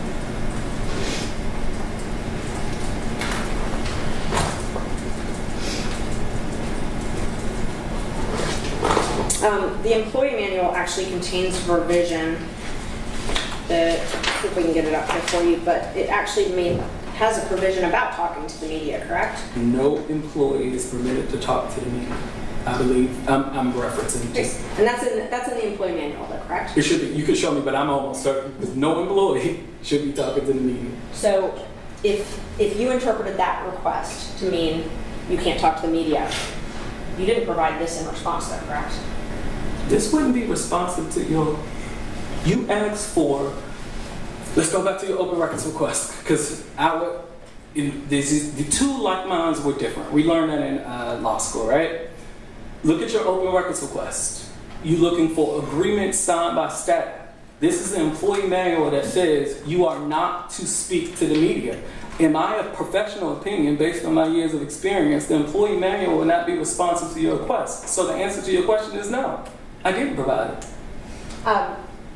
And so in that letter, you didn't provide the confidentiality agreements. You didn't provide any of those, correct? No, you're right about that. Now, I did not provide confidentiality agreements. The way that was presented to me was the media. I knew I did not have responsive records after talking to counsel, right? Let's be very clear. In your subpoena. No. I'm not asking anything about the subpoena. I don't want to confuse the issues. Gotcha. I'm only talking about the open records. Okay. We are still in January. I got you. So as it relates to open records, I interpret this as you do not talk to the media. To which I responded, you're right. I do not have responsive documents as it relates to making my employees sign an agreement that says you cannot talk to the media. You put, And that happened in January. That is correct.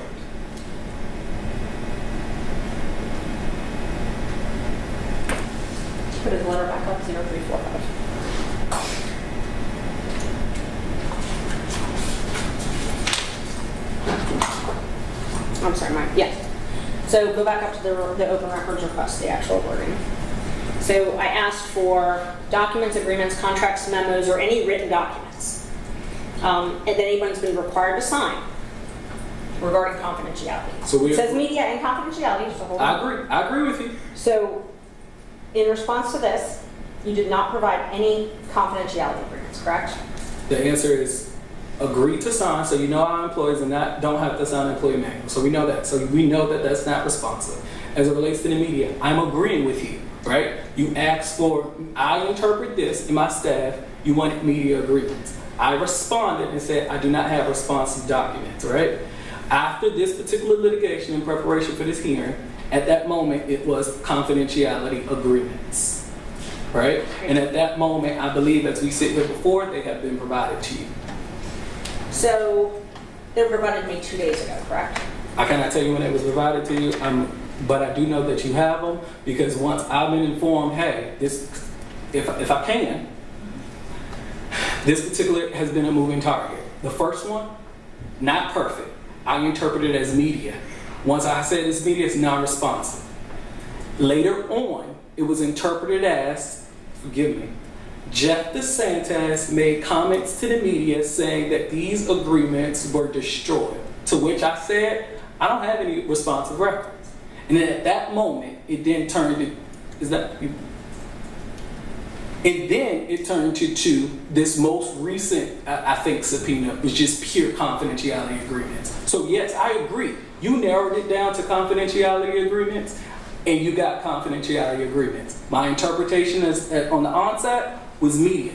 Based on context that you provided, hey, the DA's office had some stuff, they destroyed some stuff, which I did not have that. And now confidentiality agreements I have. If I have it, you have it. There's no... In January, in response to my I did open not give records you any request, confidentiality you agreements. did not give me any confidentiality agreements. In your letter in January, when we said we're going to have to file a lawsuit to get these if you don't give them to us, you responded, you do not maintain responsive records and cannot produce the records we seek, correct? That is exactly because I thought that the scope of that was the media. You're absolutely right. And you actually provided a custodian affidavit with a confidentiality agreement signed by Nathan Wade in his divorce proceeding, correct? You have to show me. His Nathan Wade's, or his business records. What is that? If you don't remember that, I'll get it for you. As the business record custodian of 1,000 files per year, I don't remember that particular one, but It's Merchant 0610.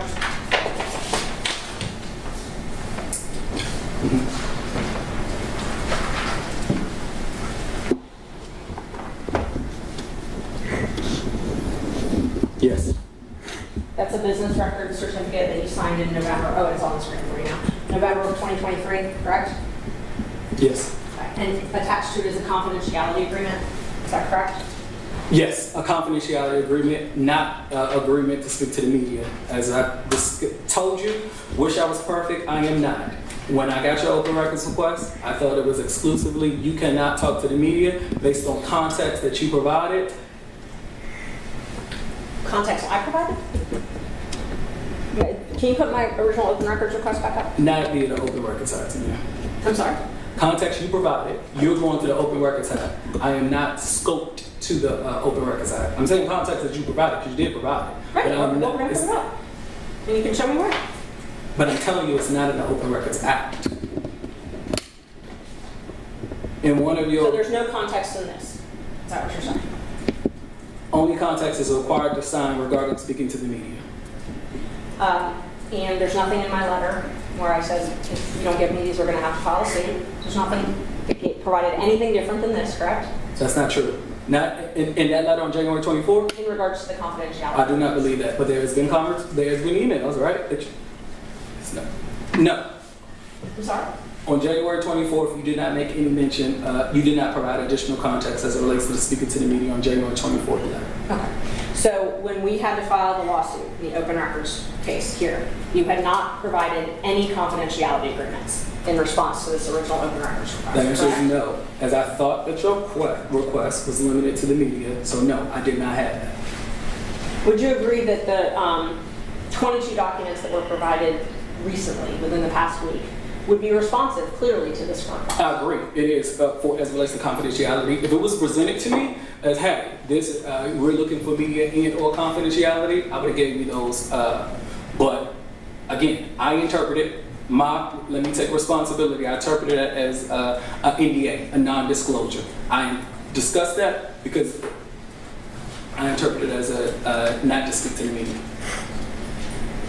And in regards to this confidentiality request, did you perform any searches in response to this open records request? This is an example of I will go to my investigative team. Do these exist? So in response to this, you went to your investigator team and asked if any of them existed? Not in response to this, let's be very clear. What did you do in response to this? I interpret this as the media. I know that as a business record custodian, as a deputy of operations, I know that we do not have any requests related to employees, any signed forms saying that you cannot speak to the media. I know that to be certain. So I did not do anything as it relates to this open records request based on my interpretation, and my interpretation is because required signing regarding speaking to the media. So let me be very clear. For that open records request, I did not do anything because I read it as required signing regarding speaking to the media. But you personally thought this was elevated to you for some reason? This was elevated to me, and when it was elevated to me, it was presented to Mrs. Merchant want media statements. Do they exist? No, they do not exist. To which I responded to your open records request, they do not exist. Were all of my records requests after January 18th, were all of those elevated to you? No, I don't. You have, again, we disagree on a number. We know there's a lot. If you have asked for my office back from September, a lot of standard things, all of which we responded to in a timely manner. I hope you can agree to that. So I don't see all of your requests. Did you sign a confidentiality agreement? No. You've I don't never think signed? You've never signed one? I don't think so. You don't remember? I don't remember. I don't think so. I do not think so. Do you believe that only 22 employees of the district attorney's office have been required to sign a confidentiality agreement? I don't have no belief. I don't have a position on that. I know my staff. I can speak for my staff. No. And what I think I gave you were I'm sorry? You think you gave? No, I can speak for me. I don't believe I signed one. I know that my staff, my direct reports, they have not signed one. Your direct reports have not? As it relates to my direct team, I did not administer, I did not facilitate the signing of those particular documents. So I cannot speak to that. So at this point, the 22 that we've received, I heard testimony of 150 lawyers, 300 and something staff. Is it your testimony that in response, and we now don't have any semantics confusion, right? Like it's confidentiality agreement. Is it your testimony that only 22 confidentiality agreements exist from Fani Willis as the district attorney's term? Based on my research and based on me asking around about confidentiality agreements, I provided that. All right, let's talk about your research then. Okay. What did you do to respond to this request? Security team, do we sign confidentiality agreements? This is executive assistant, do you have confidentiality agreements? Chief of staff, do we have confidentiality agreements? Oh, we do? Who? Why? Okay, get these, let me give these to the council. So that is a standard, when you get a request, hey, I'm looking for confidentiality agreements, I think that you can respect the fact that, hey, do we have them? Do we have them? Let me show due diligence. Do you have them? Do we do them? Do we have them? So you did not do that in January, you did that recently? That's correct. Because in January, as I stated, I thought it was limited to the media. I know media doesn't exist, so I did not very clearly do it in January. I did not. And in response, you asked the security team, the executive administration, and the chief of staff if they had any of these non-disclosed. Hey, remind me, hey, these was maybe done 4 years ago. Is this something that we did? Do we have them? Who have them? Are they made to? So yes. What I'm trying to understand is if you're saying, swearing under oath, that 22 are the only 22 that exist. I cannot tell you that. You're I can tell you. custodian, right, for this office? So I can tell you what I did. When I got this, when council presented to me and said, hey, media, let's go, instead of looking at it from a narrow scope for media, let's look at it from a confidentiality agreement. Dexter Bond, as the business record custodian, what could you do? And I'm answering the question as to what do I do. Now you are looking at my efforts at what I did, and you're trying to conclude that my efforts yielded to a totality result. And I cannot confirm that. I can tell you what I did in good faith. Did you send out an email to all staff saying, who has signed a confidentiality agreement? Please respond. It's been I didn't do requested. that. No. Did you send it out to all supervisors? No. Did you send it out to all attorneys? No. Did you send it out to anybody? I'm not sure if I sent the email. I don't know. I made some calls, and I had my team make a call, so I don't know. But I know only a handful of people can do all DA. I can tell you that right now, so I know that. You can now, right? You said what? You can. Oh, I can. So if you wanted to, you could send that out. If I wanted to, I wouldn't have. Yeah, if I wanted to. So, But also, if I wanted to, yes, let me tell you why I wouldn't though. I think you can respect that I get probably 500 to 1,000, maybe 1,500 emails a day. There's no way that I would have sent an all-DA email and I would have had to transport, hey, put this in this portal, so I would not have done that. so how did you get the 22 that you gave us? I think I answered that question. I told you I called the chief. I answered that question. As to how you got them, like literally how you got them. I believe they were scanned to me. Who's It was scanned provided them? as scanned to me. Can't tell you. I signed this. I'm sorry? I assigned it to someone. Oh, who did you assign it to? Probably my team. Hey, I need to do this. Can you take the steps? In a staff meeting, I cannot tell you who specifically did it. And I made some calls. That's why I know I had an email. Do we have this? Do they exist? Is this familiar? And that's what I did. So you asked some staff, and you don't know who that staff person is, to make some calls to see if these exist. So when we're in a staff meeting on Tuesdays, right, I have several different people that sit around the room, right? And then I would say, hey, these are outstanding issues. This is my elevation time. Like, if there's an issue, let's elevate this. And hey, you need these things for open records. Hey, can you take the lead on this? Take the lead on this. Take the lead on this. Report back to me on Thursday as it relates to what we did, how we did. In the meantime, I'll make some calls to figure out where we are. So that's my routine practice on open records. And that request was done roughly within the last 2 weeks? Oh yeah, that fairly recently. Because again, when I first got the request, I thought it was related to the media. As my astute counsel said, hey, let's look at confidentiality agreement and let's make it a little more broad. I followed those instructions and I did, and I told you what I did. Is there any way that I could have been more specific without using the terms actual confidentiality and agreement? If I could, to be honest with you, no. Now, because this was elevated to me, I wish that this was a request that I would have read myself and not allow it to be paraphrased to me, because I thought that this was required regarding speaking to the media. I gleaned it, okay, speaking to the media, and then I went ahead and said, hey, listen, I don't have it. I'm sorry, who paraphrased this to you? I thought this one was elevated to you. When it gets elevated, it's a series of things that's getting elevated. Hey, these are things that I look. There are certain times that I'll look and I'll read. I don't know what you're talking about. Let me read this. There are other times where it's just like I'm looking for X. I will briefly look at it. Oh, okay, let's go. So I just want to be the elevation process. Let's educate. On Tuesday, we sit around the room. We have open records conversations among many things. Once that happened, if there's an elevation process, it was, hey, here are 15 open records items that we have. Do we have this? Do we need this? Is this an exception? Do I need counsel? Do I need to research? Do I need to redact? That's how it happens. Some of which are, hey, do we have media non-disclosure agreements prevent staff from media? That's a paraphrase. Or, hey, this person is asking for such and citing the law and such and stuff. I don't. Those are ones where I'm like, hold on, wait. So I want to be very clear. I want to be very clear to you because I'm a little confused now. So if it gets elevated to you, that's when you talk about it in these meetings? But otherwise you don't?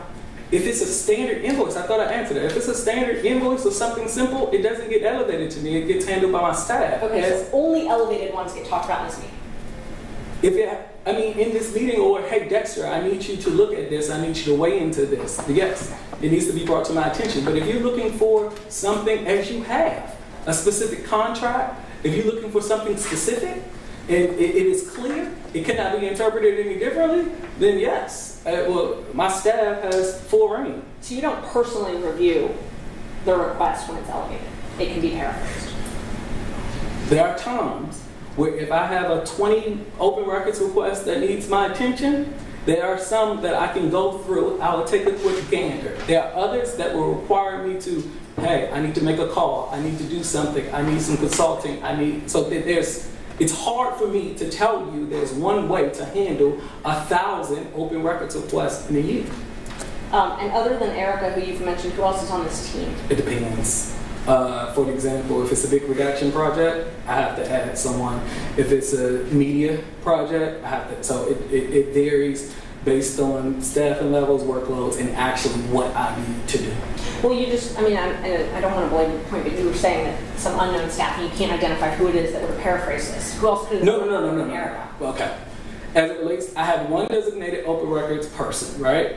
That what she has the authority to elevate. As it relates to handling matters, then I, because she's the only person, have the authority to say, based on the totality of circumstances, I need you to handle this redaction. Okay. I need you to look into this particular exemption. I need to. So let's be very clear. I got one person that open records is all they do. But as you know, sometimes redactions, exemptions, interpretations, those things can be out, I want to try and get through the last couple areas. The next request I made, and this is at Merchant 034 in case we need to look at it, was for, I specifically said, I am seeking personnel records. That's the first. I would have to look at that open records request. Oh, okay. It's Merchant, for the record, Merchant 0340. On January 8th, I said, I am seeking personnel records. And then I said, I'm requesting a list of attorneys with their names and date of hired by the district attorney since Ms. Willis became district attorney. And again, I stated, including the date of hire. This request was clear and concise, correct? No. It was not. No. I'm seeking personnel records. I think you and I agree. What personnel records? That's a little overbroad and stuff. Then as it relates to the second part, I'm requesting a list of all attorneys with hiring dates hired by Ms. Willis, the district attorney, Fani T. Willis, and to which I responded. So the first sentence, I'm seeking personnel records. I didn't know. You didn't know what? personnel records, that part right there, I'm answering your question, was it clear and concise? The answer is no. Based on the first sentence, I'm seeking personnel records. The second sentence, you say that you need 3 things. A list of attorneys, those attorneys need to have a hiring date, and that hiring date needs to be hired by Fani Willis. That's what you're seeking. To which I responded, I don't have responsive records. So if you did not think that this was clear, did you reach out to me for clarification? No, and I won't reach out to you.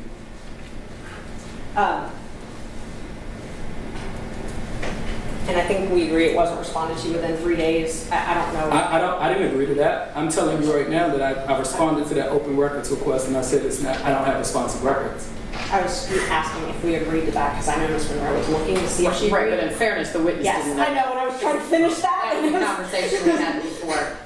Ms. Monroe, did you ever have it? I know we decided to go ahead and get started, and it seems like it's a good thing that we did.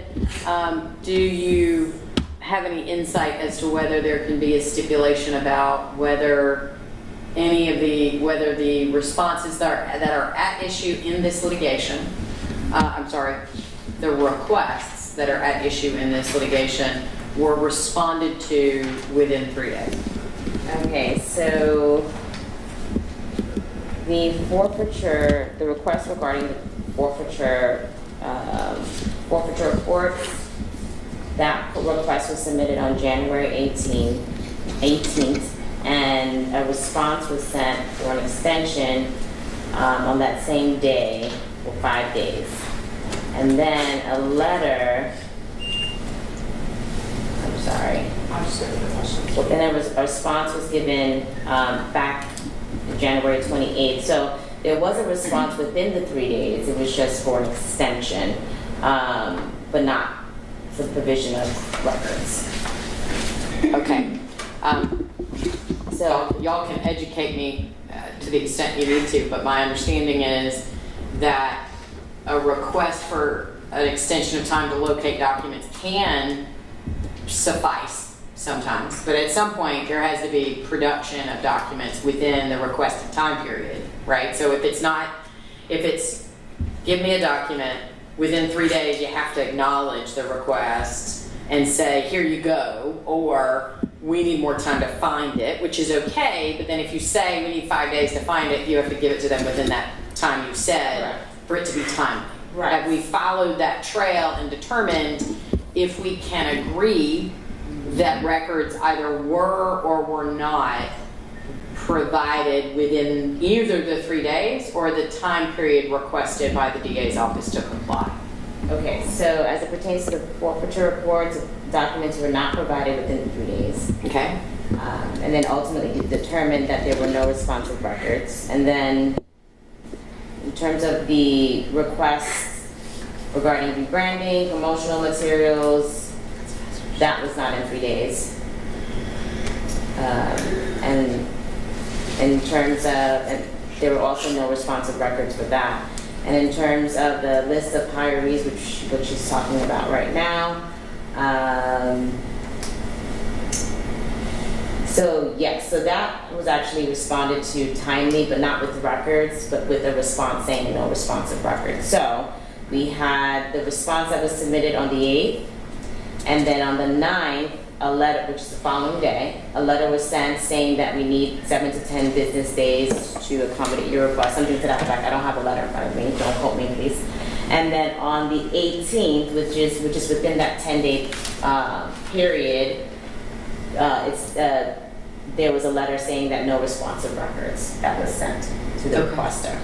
Okay. So out of the, sorry, I only gave, how many did I do? 1, 2, 3, and for the final one, the NDAs, the request regarding the NDAs, that was not responded to timely, and nor were any responsive records provided within the portal under that request. Okay, thank you. You're welcome. Ms. Merchant. Thank you. Okay, so this was filed January 8th, this record, and the response was lodged January 9th that said you were in receipt of the records and to allow 7 to 10 days for research. Would you agree that the response within 3 days did not say whether or not responsive records exist, correct? I would agree with that, but it did, consistent, as I read, the Open Records Act lets you know what time frame, based on staffing levels and workloads, that I'm going to be able to provide you, and it reads 7 to 10 business days, I need to do research. And it doesn't say whether documents will be made available. On the next day that you gave me this document, I could not make that determination. I needed to do research, so I outlined how long I needed to do research on 24 hours. Was it 24 hours? Yeah, about 25 hours after you received that. I acknowledged your receipt and I told you I need more time. And then on January 18th, you responded that no responsive records exist, correct? Let's see, January 9th, I told you 7 to 10 business days. Within 7 to 10 business days, I said, hey, we don't have any responsive records. So that's correct? That is correct. And we're still referring to the personnel records request, is that correct? Yes. Okay. Thank you. What efforts specifically did you do to actually locate these records? Talk to my HR team, and I know for certain, because HR reports to me, that I do not have a list of attorneys, 1, hired by District Attorney Fani Willis, 2, with their hiring dates. Those are 3 variables that you wanted. I know for certain that I don't have that. What searches were performed? I talked to my HR team, and then at that point, I know that I do not have a list of all attorneys hired by the District Attorney Fani T. Willis with the hiring date. And you also then received, after this, so this was on January 18th, I filed a letter on January 24th, again, asking for these documents. You received that letter, correct? I do. And again, that particular letter had several different open records requests that was outstanding. Can't remember the number. I know it was more than 12, and I think I told you the same thing I told you on the 18th, that there are no responsive records, because as I sit here today, I don't have any responsive records. My question was that you received a letter from me January 24th where I asked for these again, correct? Did you receive a letter January 24th? Yes. Where I asked for these again? I don't know if you asked for them again. I received the letter on January 24th. As we already said, that letter had several different open records requests. Yes, this is probably included in the letter of more than 12 open records requests that I addressed from your January 24th letter. Give us a minute. Hold on.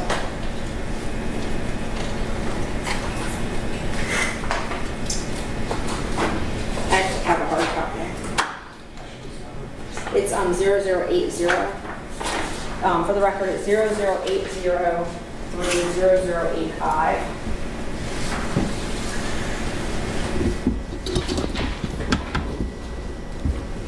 Just give me my copy. Perfect, thank you.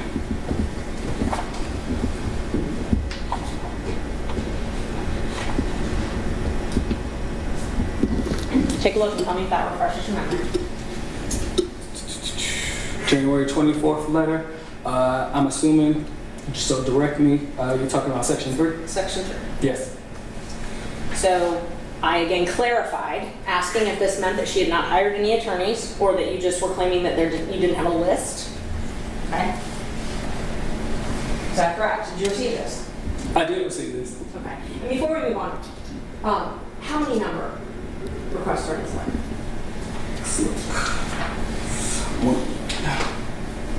You can look at the last one, your Roman numerals. Hold on, wait. Well, look at this number 1. You see how many is in here? So how do you want me to handle it? So each are one request. So if you want to look and see how many requests. Sorry, Ms. Merchant, I can't hear you. I'm sorry, here, I'll take it back and go and ask her. Okay, go ahead. Sorry, I forgot. All right, isn't it true that we go up to Roman numeral number 10 in this document? There are 10 requests in this document. Ma'am, look at number 9. That is 2 requests in 9. So you cannot correlate Roman numerals to requests. 2 requests in number 9? Look at 3, 4. I'm sorry, don't know Roman numerals. Objection, I'm sorry.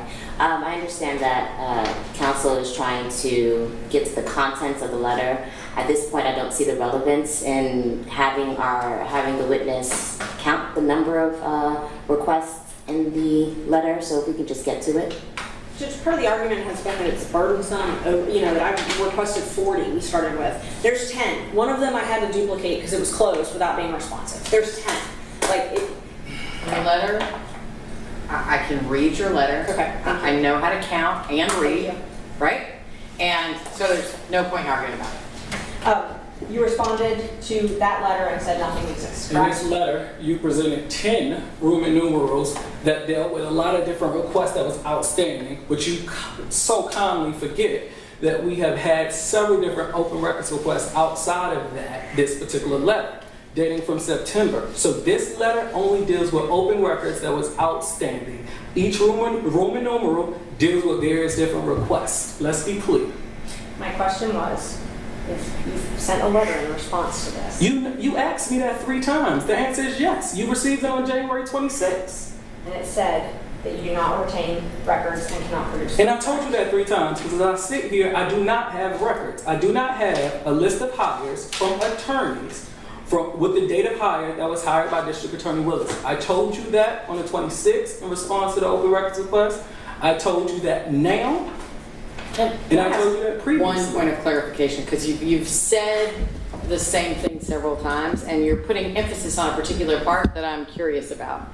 Call it the rule of judge's interest. But I understand, and I think I started this hearing with this discussion about sometimes we know things that don't exist in a document.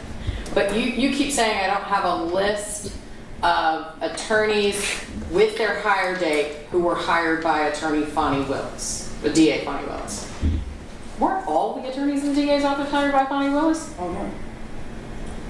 Where's the DA that was hired by District Attorney Paul Howard? Well, I'm certain they have worked for the DA's office for a long, long time. But didn't she decide to hire them when she became the DA? And I'm not challenging you. I'm just asking to make sure I understand if there is or is not a distinction. I see that. I can see that. Okay, fair enough. I mean, but at least I understand better why you were drawing that distinction. Mm-hmm. Okay. Well, I was drawing that distinction because that's what she asked for.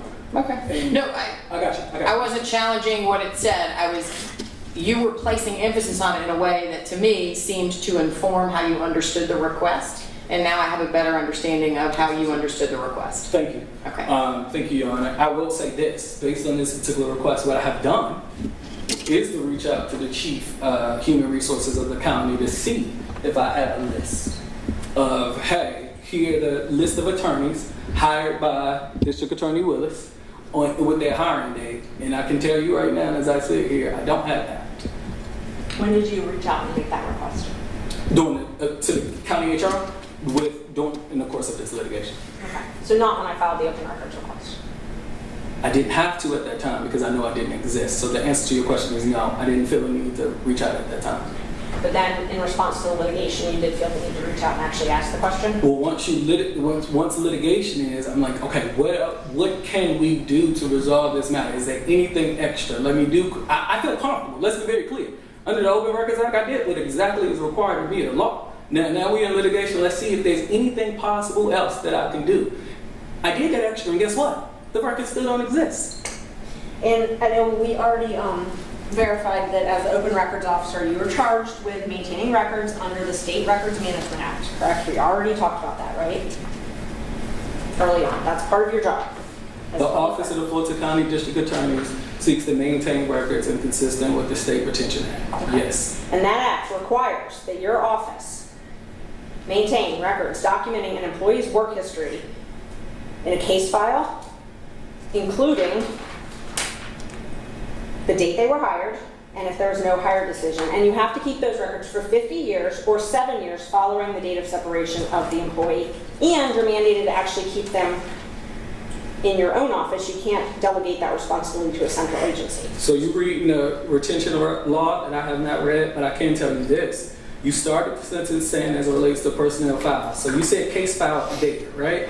In your open records request, you're looking for a list. I'm afraid you're misleading the court because you're convoluting a retention record that discusses personnel files, but you're seeking via the Open Records Act a list. Those are two different things. So let's not put the list into State Retention Act. They're two different things. Did you have personnel files? Go ahead. Did you have personnel files? Did I or do I? Yes. Both. Did you? Yes. And you did. Yes. And do those include the date that someone was hired? Yes. The personnel file should have the date that they was hired. The answer is yes. Do I have a list? No. I don't have a list.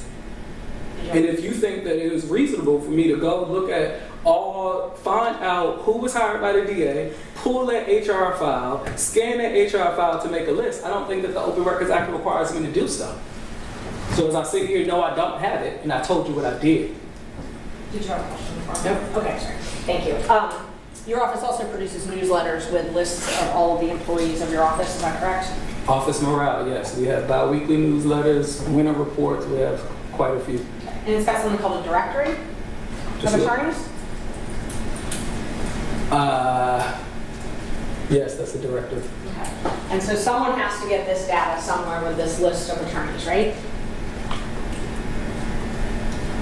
I don't, unfortunately, what graphics does report to me, I don't know if they got a list of that, but I can tell you, I'm not, if I could, can I take a look at it again? Sure. All right.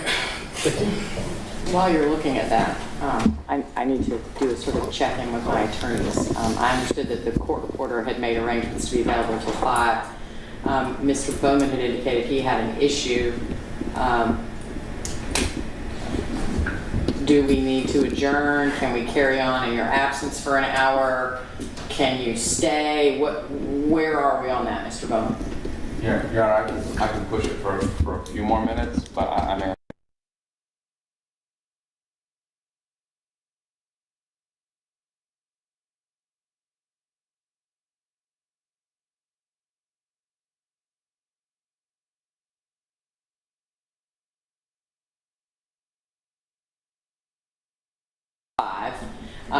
And so that's all I'm asking. I think we're comfortable with concluding by 5. So we're just going to continue on at 5 and understood that if you need to go for your prior issue, then you're free to leave and you don't need to ask my permission, by the way. Thank you very much, Your Honor. Okay. Thank you for the interruption. While we were doing that, the witness had an opportunity to look at whatever it was that you were showing him. I saw it, but I don't know that it was ever identified for the record. I Oh, I'm apologize. sorry, Judge. I am showing him what is Bates stamped. It's Exhibit 8. It's Merchant 0303, and it goes until 0336. Thank you. Let me know when, if that refreshes your memory. I have reviewed this directory. I don't understand the relevance, so I'm pretty sure you'll educate me. So, yeah. This directory is published by your office, correct? Yes. And it contains, Can you repeat that? I'm sorry, I couldn't hear you. sorry, this is a directory published by the district attorney's office, correct? Yes. And it contains a directory, which is a list of district attorneys, essentially. This looks like my supervisor team. That, So district attorneys, yes, supervisors, yes. okay. And you guys publish these pretty regularly. The district attorney's office publishes these regularly. When you say publish, yes, I print out, I hand out, yes. I've learned that staff like to see their faces places, so yes. And in this, you welcome new hires? I'm pretty sure that there's a version of, hey, we have some new hires. And someone gives that data to whomever makes this brochure with new hires, correct? Yes. So you're able to give a list of new hires to the promotional people? I did not say I gave a list, ma'am. Someone's able to give that data in some form, whatever form it's in, to this people. We have new student orientation. They can be sitting there typing in the graphics saying, new hire Dexter Bond, Dexter Bond. So if you're telling me that a list exists, I'm telling you it does not. If you are trying to say that a list of attorneys hired by Fani Willis with the hiring date, which I don't see here, exists, I'm letting you know right now that it doesn't exist. I don't know what correlation you have, but I see your directory. I see it. I see this supervisory. This is not a list of all attorneys. I see it. Your office pays attorneys bar dues, correct? Bar dues? Yes. And they pay for continuing legal education? So that's interesting. Do I pay for the training to go to the class? Typically, most cases, but you know the $12 that you have to go to the bar to say that you have the 13 credits, now the bar, here's the $12.50 to make your account for the bar, I do not pay that. that was my inarticulate way of explaining it, but I have several different staff members who want both payments, and I only do one. Let me see if I can drill down on this for a moment. I don't think there's any dispute that the district attorney's office knows what attorneys work for it, and probably knows somewhere when those attorneys were hired. Is that fair? That's fair. Ms. Merchant? I would assume so. Okay. As I understand, the disagreement here is that the DA's office understood you to be asking for a list. I think I've seen something indicating their position and some case law that says they're not required to create a record in order to respond. And so I understand that you're trying to inquire about where other lists might exist, but I do want to be clear that you're not suggesting that that the defendants should have produced the personnel records of every employee that worked for every attorney that worked for the DA in response. You were asking for a list, correct? Yes, well, and so understanding open records, and normally, so purchasing, finance, all of those divisions, when I ask for an open records, if there's some confusion about this, they talk to me. I understand all that. The only thing I'm trying to drill down on here is that you continue to ask questions about things that clearly indicate the DA knows who works for the DA. Right. I don't think that's really an issue. I understand you might be trying to get list adjacent. But I want to be clear that you're not saying they should have given you the personnel files. What you're trying to get to is you think there are things that might be a list that they could have produced. Is that correct? Definitely. Okay. When I worked at the public defender, there's a list for bar dues. There's a list for CLEs. Thank you. That's what I'm asking for. Yes. Saying these lists, have existed. They have to exist to pay bar dues and things like that. So that's exactly what I'm asking. All right. So the next area was what I would consider rebranding and promotional materials.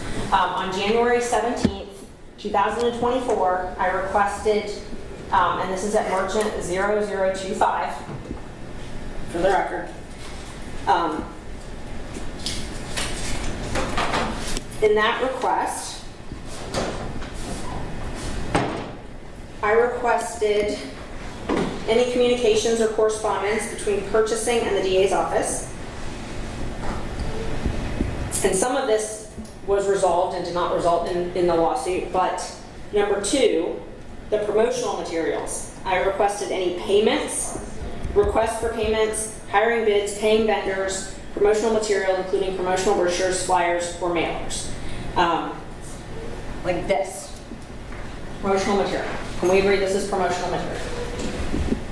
What about, no, because no, that is promotional. Okay, for the record, you're holding up something. sorry, Can you I'm say what it is? so please? sorry. That's okay. I am holding up what was Merchant 0303, the front page of the Fulton County District Attorney's Office Winter Report 2024.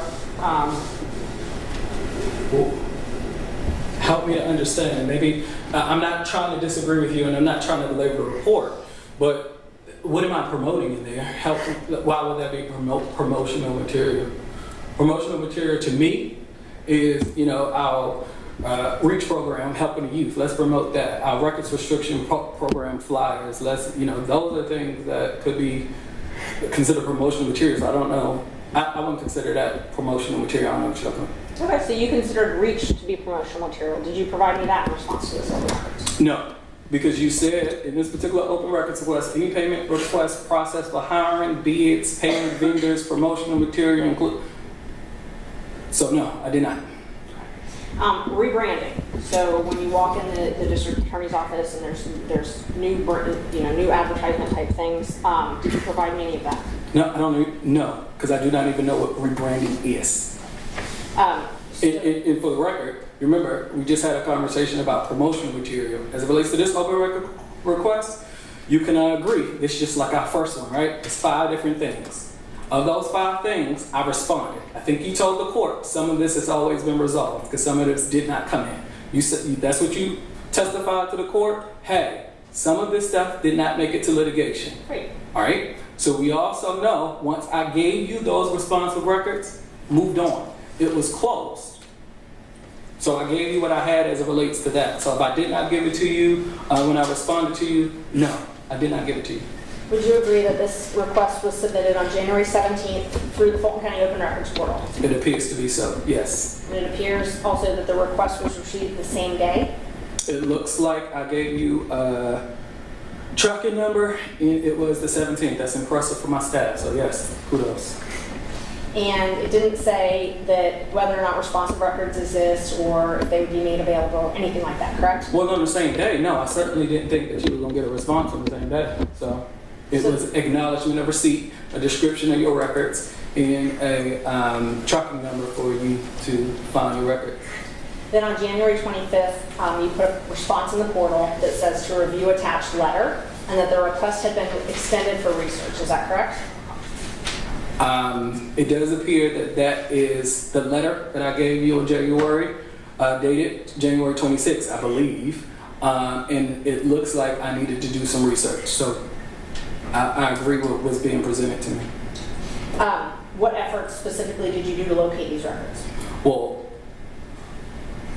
I think that as it relates to these particular records, I gave you, number one, I guess this starts with 5. This is why things are difficult, right? You gave me 5 things. I responded to some. So as it relates to those particular records, I researched, retrieved records, and gave you records. You believe you gave me records in response to this? As it relates, you gave me 5 things in this open records request. Let's go through the first one, right? As it relates to number 1, I think that you told this honorable report that some of these matters have been resolved, right?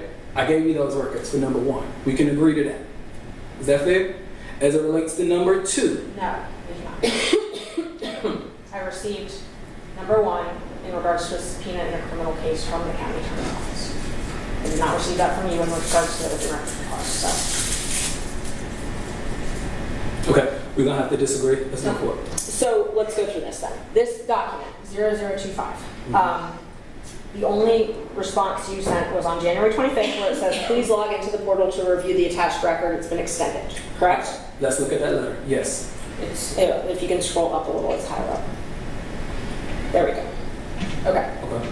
And then the letter that we're referencing is that same letter that you gave us earlier. It's at Merchant 0087. That deals with a whole lot of open Yes. records requests. Yes. So let's go to that letter. And that's Let's look at 011724.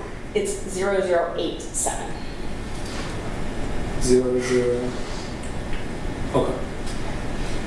And you wrote, in regards to this request specifically, that this office does not maintain responsive records and cannot produce the records I seek.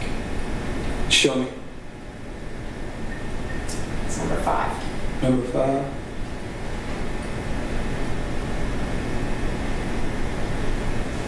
So that's 01924.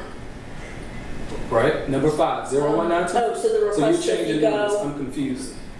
So the original request What's is, oh, you'll go to the next page then. It's 011724.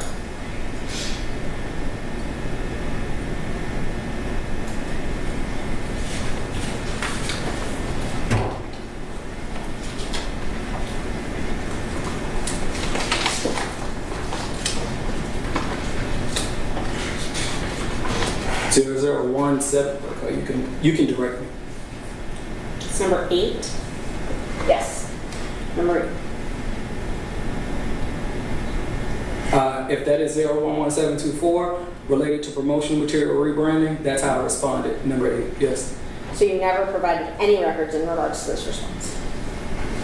I cannot say that because that is not my contention. You asserted to this honorable court when you started looking at this open records request that this 5 things, some of them have been resolved and there is no longer in this litigation. So I cannot tell you 1, 2, 3, 4, 5 what I didn't do. I will take you at your word to say that some of those things, 1, 2, 3, 4, 5, was provided to you. So I'm not willing to say I gave you nothing when you have said, hey, I looked at it, some of this stuff has been resolved. Do you have any knowledge as to how some of the stuff was resolved? Objection, Your Honor. So it's my understanding that as it pertains to this request, that the only issue at hand was regarding the rebranding materials regarding rebranding and promotional materials. So if we And could- critical mention payment. Okay.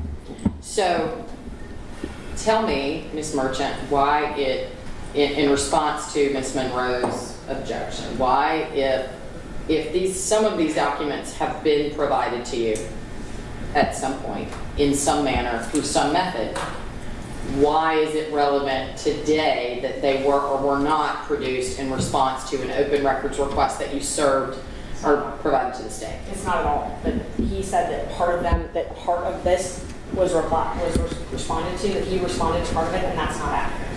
They did not, the open records people did not respond to any of that. It has been made moot outside of that in a separate litigation, so I didn't include it in the lawsuit, but he is very literal with these words, and so I was trying to, like, that one request is not an issue. I was trying to save time by taking that request out, but then the witness has now said, well, when we complied with it, and they have not actually ever complied with that, so that's not accurate. Okay. Again, I think we're getting bogged down in semantics. The fact that the information and data or documents that were sought by plaintiffs at various points through their open records requests have now at some point been provided to them is not the same question as were they produced in response to this Open Records Act request, and if so, when? And so to the extent that's the conversation we're trying to have, that's allowable. And with that clarification, please go ahead. Thank you, and I'm trying to be clear. So in regards to this request, what did you do to actually locate any records? Received that particular open record request. I went through it. I cannot tell you if this particular request was elevated to me. I do know that I do not know what rebranding is. I do not know that I do not know what promotional material is. I do know that I responded to that. I cannot speak generally about this, specifically about this open records request, but I would have done to this request what I have done in all. Did you ask for any clarification if you did not understand what the term promotional material or rebranding meant? I will not, I've said this to the record and I'm gonna repeat this again. I'm not having a private conversation with you, Ms. Ashley Merchant. So no, I would not contact you. I am not going to email you. I am not going to talk to you to look at any clarification. I find you to be extremely disingenuous, so I won't talk to you. And clarifications don't require me to reach out to you. What it does for the open records request is require you to put me in a reasonably calculated situation to give you what you have. But let's be clear. If you think that I'm going to reach out to you and talk to you, I'm not. The fourth request, critical mention, any payments, requests for payments, bids, or paying of critical mention. Did you do anything in regards to that request? So we talked about critical mention. Because I had to ask for it a third time. And so in regards to the third request, where I asked for the same check that we now have gotten from critical mention, but not from you, did you do anything? So I'm going to repeat this for the third time. The critical mention came in on January 8th. On January 18th, I gave you 44 pages. On January 19th, you renewed the request. Again, the first request had 5 different things. On January 19th, you only elevated one thing. I assumed on January 18th, you got everything. Because when you don't have something, you elevated that one issue. I then worked to work on that one issue that was elevated. So to answer your question for the third time, no, I did not give you anything on January 18th. I assumed that the records was responsive and they were complete. You gave no records in response to this request. None. According to number 8, I said the Office of the Fulton County District Attorney in its normal course of business does not maintain responsive records. As such, we cannot produce the records you seek. Number 8. I asked you what you did to locate the records to give me that answer. Mm-hmm. Who did you ask for records, if anybody, to give me that answer? Let's go back. Who did you ask, if anybody? I have to see the request. This request was 5 different things. So if you, again, 1,000 requests, right? What we have discovered right here is all your requests came in from September and a lot came in January, right? So in this particular January, I have to go back to it to tell you what I did on these 5 open records requests. So if you can put those things back on the court, I can tell you. Oh, I'm not asking about 5, I'm asking about number 8. It's open records, number 8. That's the only one I'm asking about. Gotcha. So we can agree that number 8 corresponds to your open records request. Your open records request seeks 5 things. If you can put those 5 things on the screen, I can answer your question as to relate what I did for 1, 2, 3, 4, 5. Okay. I can make two easy. As it relates to branding and promotional, I don't even know what you're talking about. So I told you, let's move on. Merchant 0025.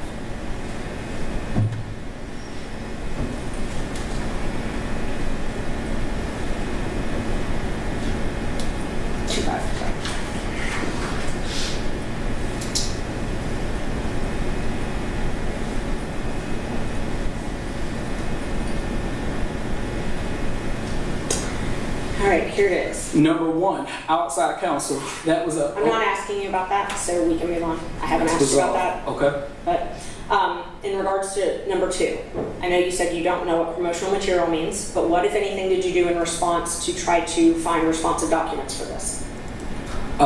Can I tell you what I did specifically? That's a conversation with staff, because my POV may be limited. What are promotional materials? I don't know. So I don't know what I did specifically. I don't know what. But what I did do is say that I do not have any process for hiring and bids for paying vendors for promotional material. I don't have that. Number 3, rebranding. Any payments, requests for payments, process for hiring bids and paying vendors for rebranding material. Did you do anything in response to this request? As a COO of the office, I know about bidding, and I know that there is no hiring or bids related to period.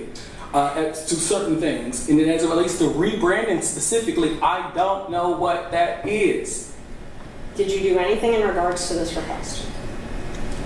I've reviewed it, I accepted it, and consistent with the Open Records Act, I gave you a tracking number and I responded to it. So yes, me or my staff did something to this. Did you do any searches or request any records in regards to this? As it relates, I'm gonna say yes. You don't want to talk about number 1, but I'm pretty sure that I did a search because you have those responsive records. As it relates to number 2, promotional material, I told you I do not have process of hiring bids. It doesn't require me to do research on that. As a COO of the office, I know the answer to that question. As it relates to rebranding, I think the court and I can all agree, right, that this particular matter, I don't know what that is. As it relates to critical mention, I have discussed several times what my position is as it relates to critical mention. And as it relates to TBI, I did respond. There's no responsive records to that. So did I do something? Yes, I responded in compliance with the Open Records Act. That's what I did.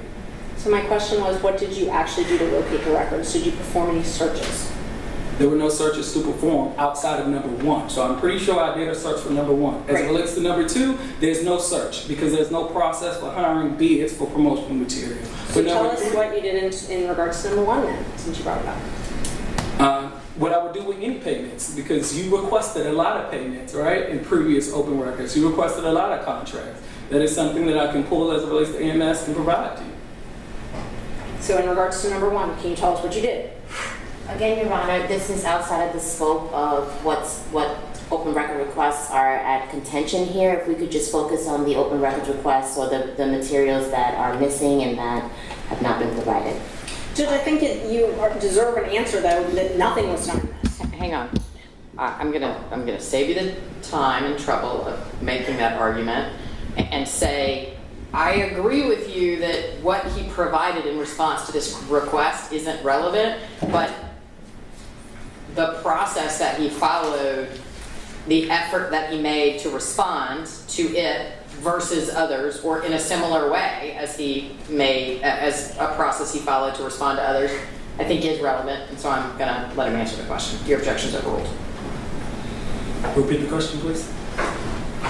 In regards to request number 1, outside counsel, I requested a payment, request for payment, process for hiring bids, paying outside counsel, including the referenced retraining, which was discussed during the Board of County Commissioners meeting in November 2023. You'll remember you appeared in front of them. There was a big discussion about this. What did you do in response to that open records, number 1? I cannot recall specifically. I cannot recall. Do you recall if you did anything in regards to this? I can speak generally what I would have done. I cannot recall specifically as it relates to this request. So how can you tell us that it's been fulfilled then if you don't know what you did? Because as it relates to outside counsel, I cannot specifically tell you what I've done. Generally, for payments, I would have looked to see if there are any outside vendors, which you have asked me for via open records request, and I have supplied to you. responsive records to this. So I don't know how to answer your question, and I cannot specifically talk about tracking number 11724. What did you do to search for information about the retraining that was required during the Board of County Commissioners meeting? And do you remember attending the Board of County Commissioners meeting in November 2023? I do. And you remember there was a big discussion about the DA's budget for things, printing, promotional material, things like that. That's not how it was reframed, but I do remember that I was present and I represented the office at that BLC hearing. And the purchasing department had some concerns because you had quite a few outstanding debts or payments. What department? Purchasing. Purchasing. thank you. Sorry. That's Had concerns about all the spending for promotional material. That's a mischaracterization of the purchasing department. Okay, I don't want to get down into the weeds of what, because also there's an official record of what went down at the BOC meeting on whatever day, and if it ever becomes relevant, I can find it and listen to it and know what was said. So let's go. Yes. Okay. What is relevant is what did you do in regards to when I asked for the communication that was referenced at that meeting? Purchasing said they had gotten with you on retraining your office about purchasing. I asked for that communication. It was referenced during that meeting. What did you do to find that? That particular training was done by me and the CFO. It was a conversation between me and her. So there is no documents related to that particular training. It was done via Zoom. So that's how, again, I cannot tell you specifically what I did with this open records request. If the conversation is about this particular training, I can tell you what it was. I can tell you that your statement of the purchase department is mischaracterized, and I can tell you that there are no records related because that happened via Zoom and we had a conversation about how to proceed forward. So you did nothing in regards to looking for correspondence about that, setting up that Zoom or anything like that? I know I would not set up the Zoom, so no. Okay. Let's move on to the forfeiture reports. So on January 16th, this is at Merchant 0019. January 16th, I requested reports and itemization for all property and funds obtained through forfeiture. If you can, don't recall the characterization of that open records request. If you can allow me to see it, I will definitely bring you up to speed. Yes, familiar. And this was submitted through the open records portal? Yes, it appears it was submitted January 16th. Good job, staff. They responded. They gave you a tracking number on January 16th. And the response, or the request was clear and concise, correct? Actually, no, it was not. So you didn't understand what I was requesting here? No, I didn't, and I communicated that to you. You communicated that. How did you do that? January 26th letter. You communicated that you didn't understand what I was requesting? If you can pull up the January 26th letter, I can reference what you're saying. Sure. And the dates. Do you have a physical copy of that letter you can give the witness? We've referenced it enough Yeah. that having to stop and pull it up each time is... Thank you.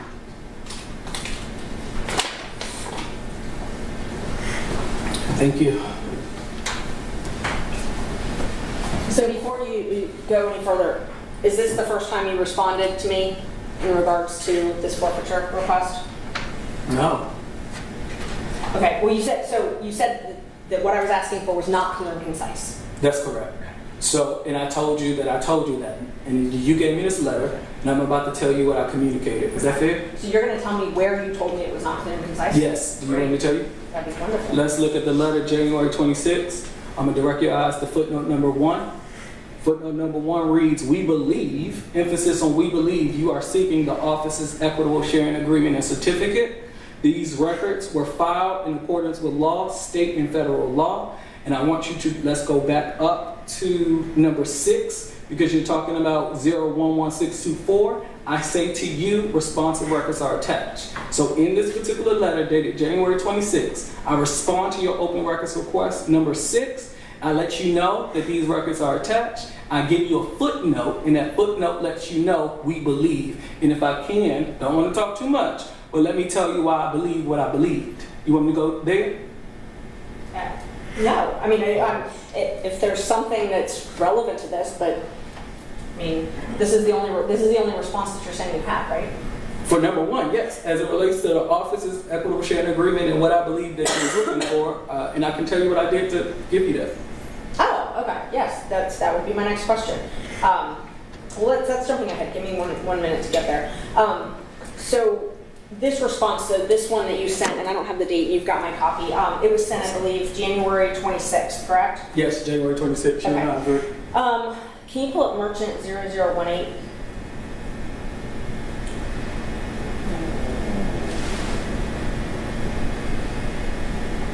So after that, on January 28th, we received something that says apologize for the delay. So after we received this letter, there was an apology for the delay and said that it was still pending.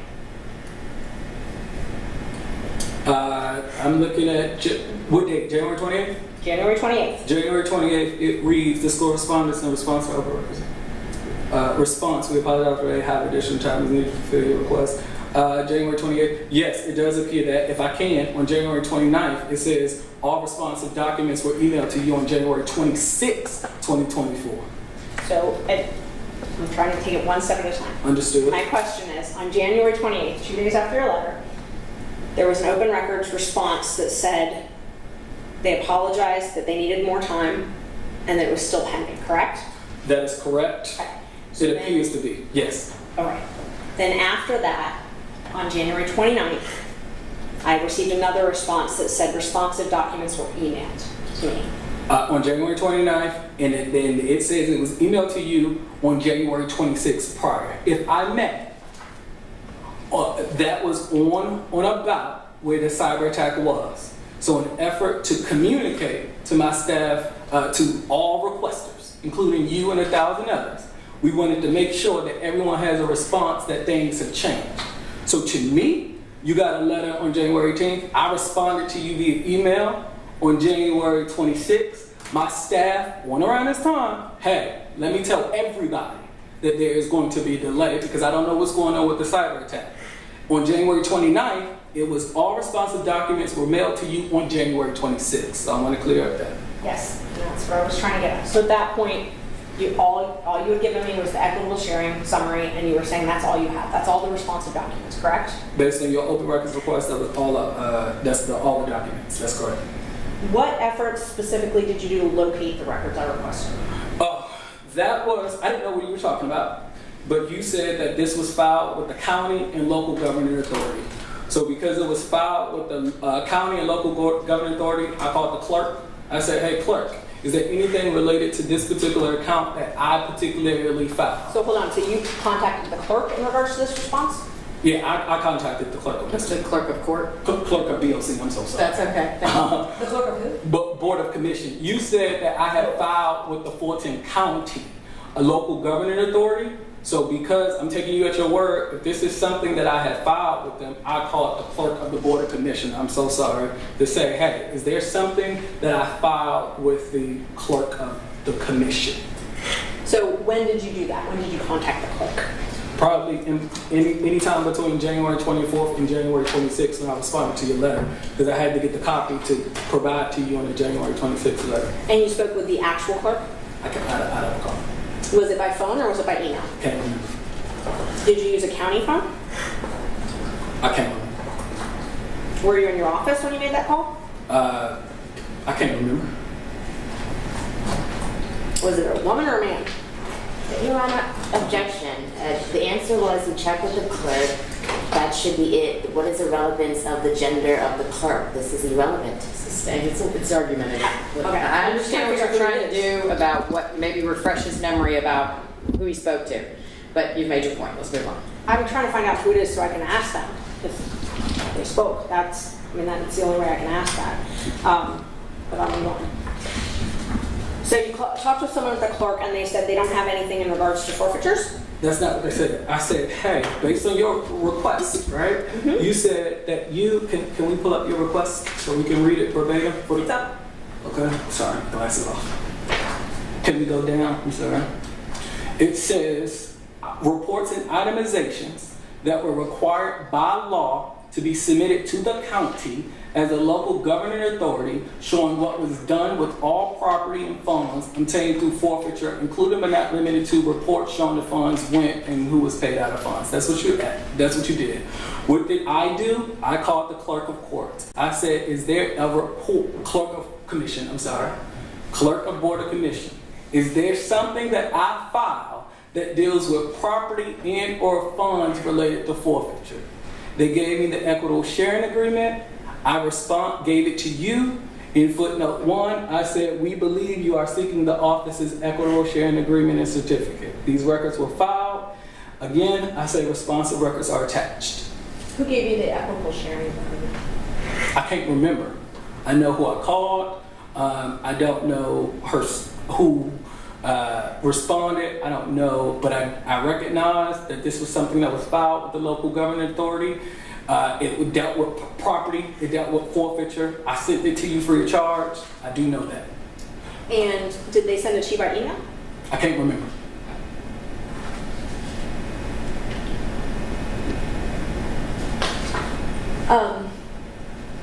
Were any other searches performed? No, because at the time I gave you exactly what you was looking for. You looked for reports and itemization filed with the local governing authority. I called the county. I said, is there anything filed with this property and seizure? They said it's the equitable sharing agreement. Oh, here we are, responsive. Here you are, free of charge. Item number 6, address closed.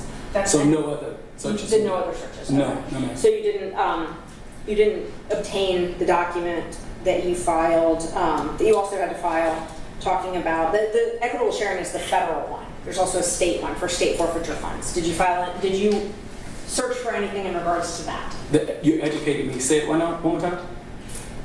There's a federal forfeiture law and a state forfeiture law. You have to file reports for both. Did you say that in the open records request? Did I tell you that you had to file reports for both? No.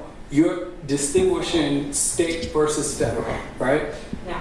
You said you gave me the equitable sharing. Equitable sharing is a federal Department of Justice document. There's also a PAC document for forfeiture. 2 different funds, 2 different tracking. Received. Did you give me anything about the state tracking? No. You gave me the federal equitable funding. Because that's what you asked for.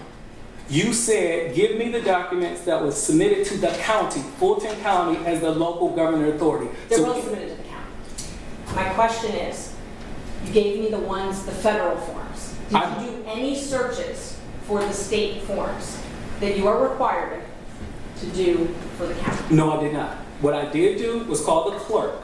The clerk said, I have a forfeiture account based, your open record says local government authority showing what was done with property and funds to forfeiture. It makes no mention of the distinction that you're drawing today. What you're drawing today is completely different. What I did say is say, hey, I have a point of reference, local governing authority. Let me call the local governing authority. They say, I do have something through forfeiture. I get it.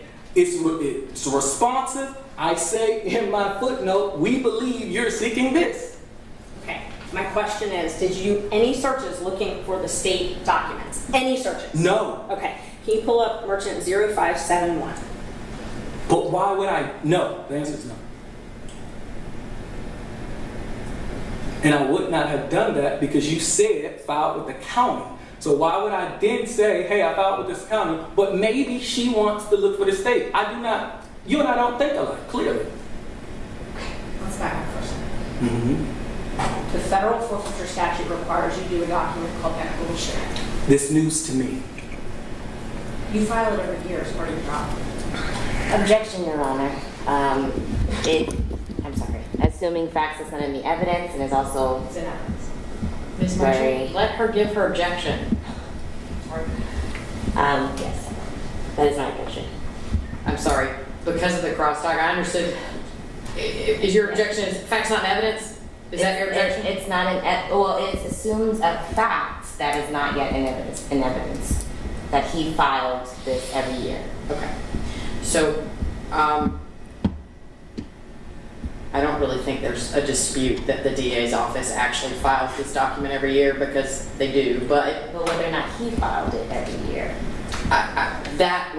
I was going to agree with you, right? That whether he has any knowledge of the DA's office's compliance and requirement to do so, I have no idea. But what I am going to back up to is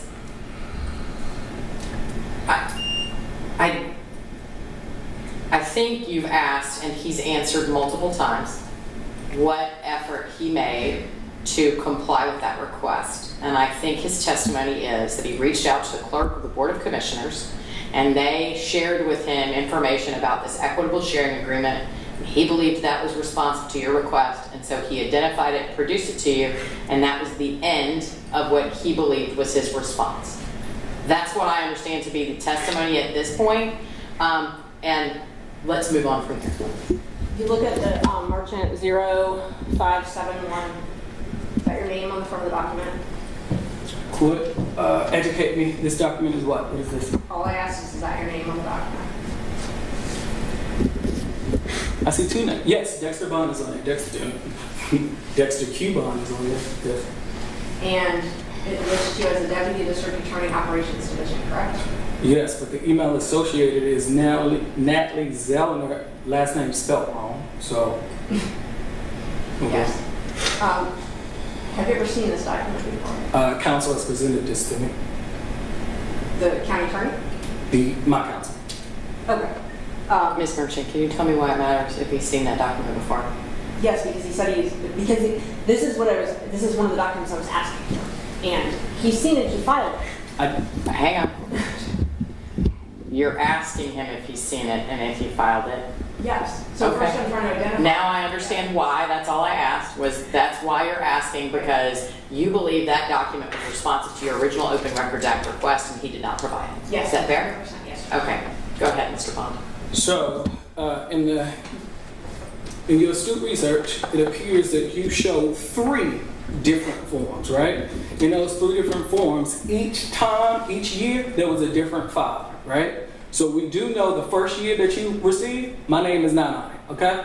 The second year, Judge, I haven't asked him about any of this. my name is not on it. Hang on. Shh. Sorry. I apologize.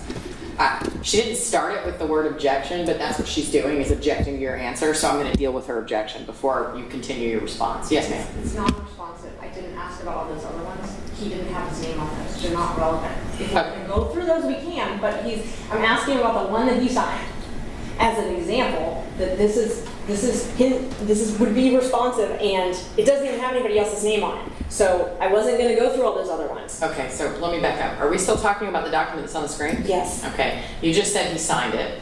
I don't... Mr. Bond. Sorry, I'm so sorry.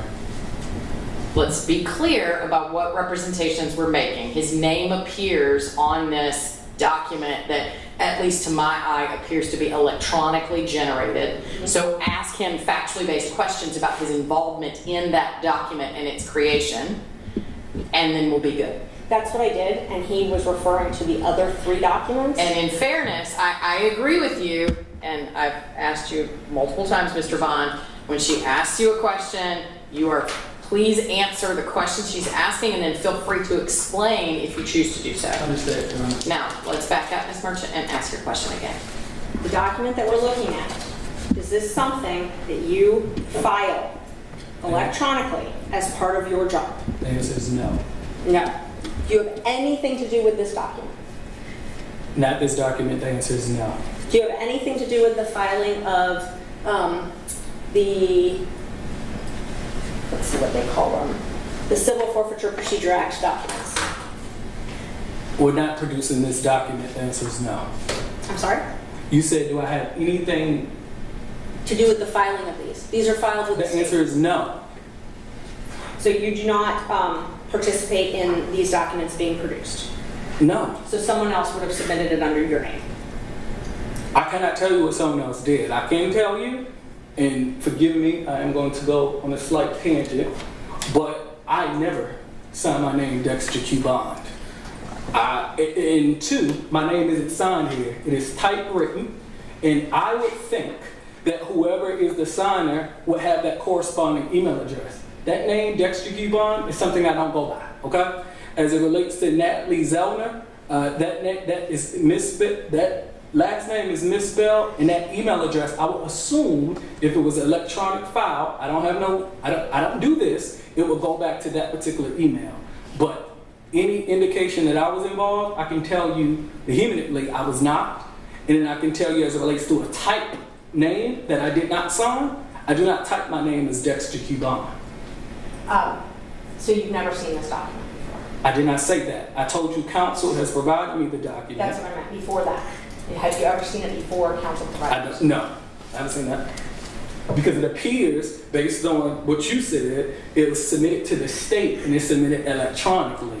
So that's what it appears. But again, I don't sign it. And what I do know, based on research, and as you know, that in 3 different of these state filings were filed by different employees, none of whom are me. I'd like to ask a clarification question. So it says Deputy District Attorney Operations Division, and I think I understood your title is Deputy District Attorney of Operations. Is that right? Yes, that's right. Okay. So even though you might not have done it, is it the job of the Operations Division of the District Attorney's Office to do these reports? So I don't know. Let me Okay. explain. I was presented with 3. The first one was done by a game unit. The second one was done by a forfeiture unit. This one was done by, well, I don't know who it was done by, but my name was on it. Okay. So let's be very clear. I would not say, based on what you provided counsel, 1, 2, and 3, and based on who in my office did this state electronic input, and it needs to be clear that some of those people are no longer in the office, so I cannot verify, but I don't know. So is it fair to say that this document does exist within your office? I would say yes. But it's also fair to say that this document is in response to your open records request. So it does exist. Did you do anything to search for this document? Not this particular document, no.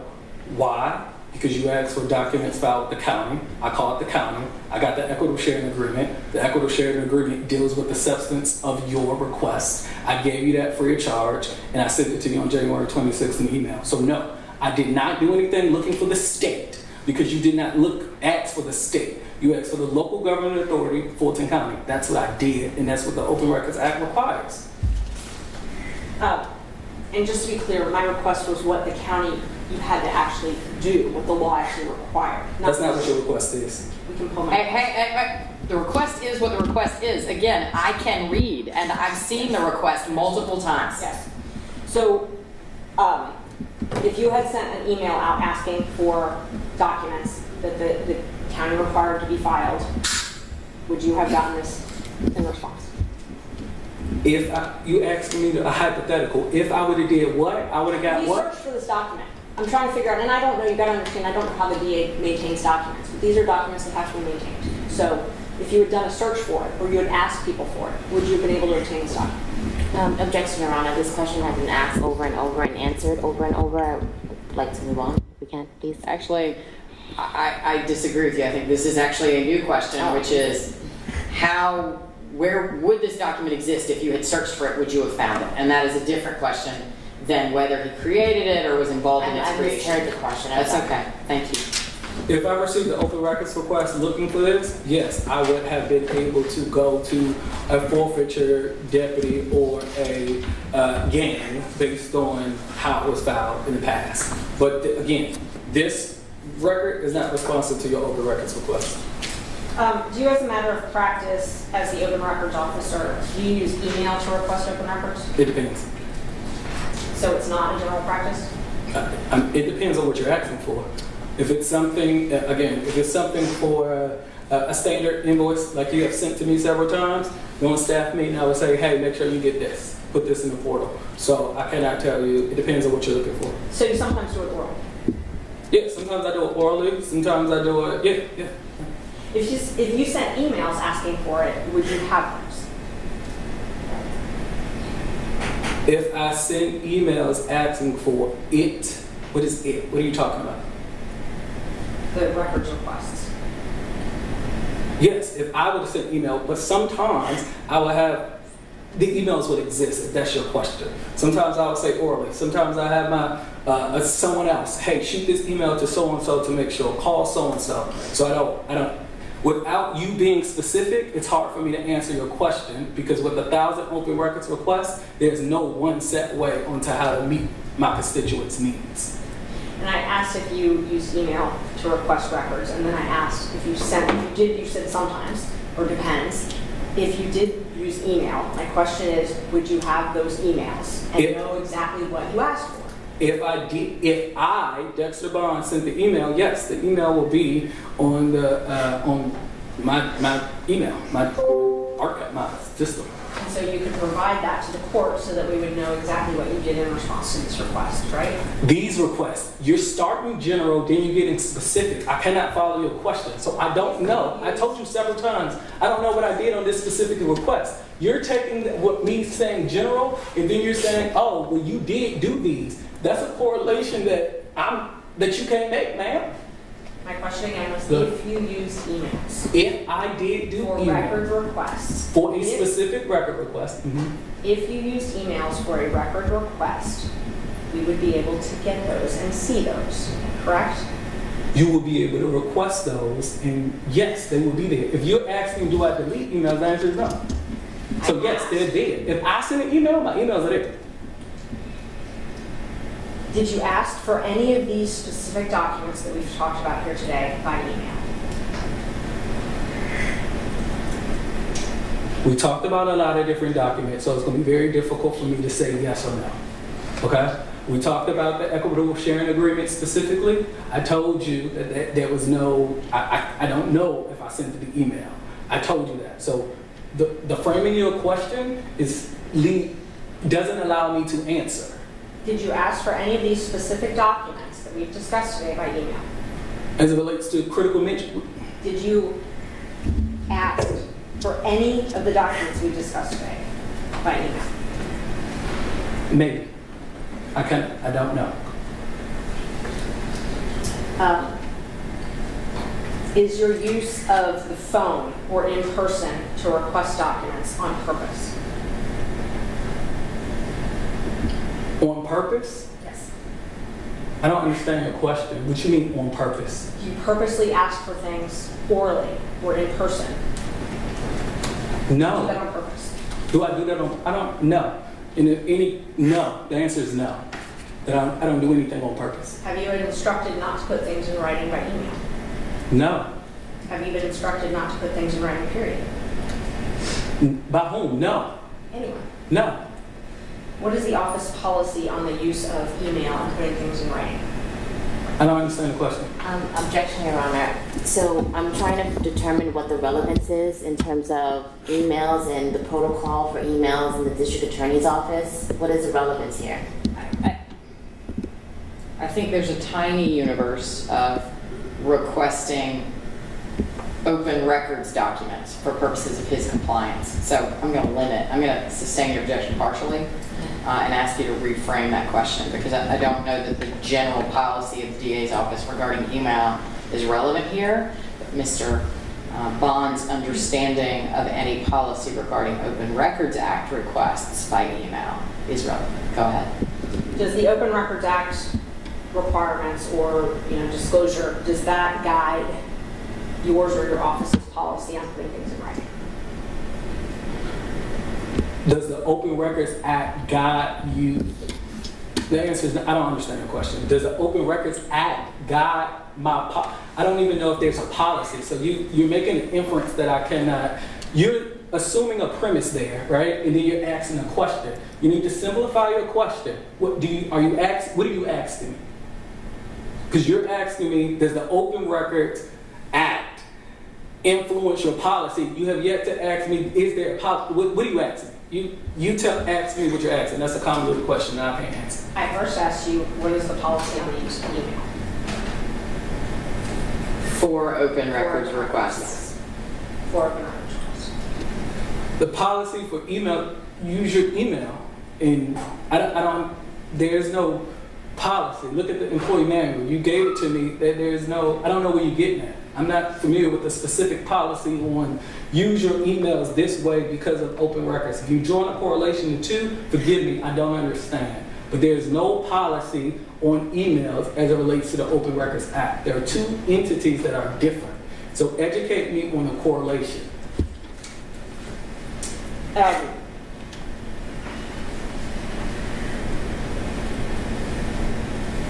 I had just asked you if there was a policy, so I think that's the first step. If there's any policy on the use of emails in regards to the Open Records Act, not to put things in writing. And I answered that question. If there's no policy, is that your answer? Yeah. Because I didn't get it, and I'm sorry. I mean, Okay. you asked me to rephrase it and then said it was confusing, but It's still confusing because you're rephrasing it the same way. What I'm telling you is there is no policy as it relates to emails as it relates to Open Records Act, right? Do you want to talk about take Open Records Act? Do you want to talk individually? What are you asking me? But I'm answering your question as it's being framed. It's being framed poorly, so you're getting a poor answer.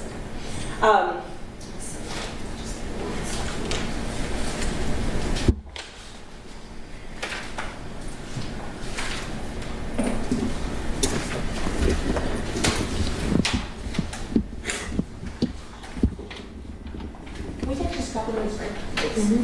Very couple of minutes. Okay.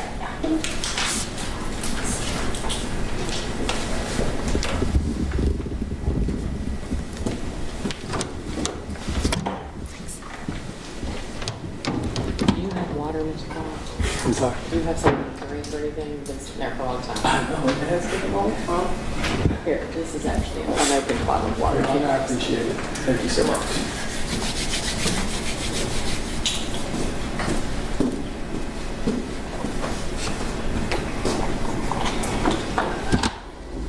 Thank you.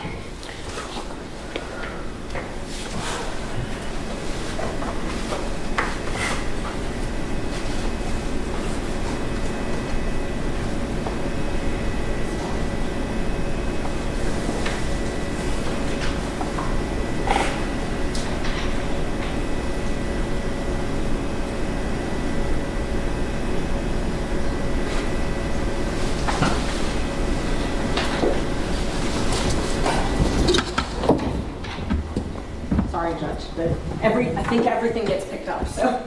I don't blame you. I'm consistently advising people when Zoom is on, the microphones are there, so. Okay, I'm almost done, I promise. I'm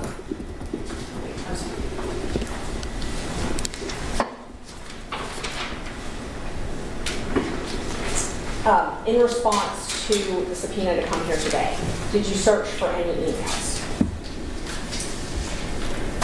Okay. Did I search?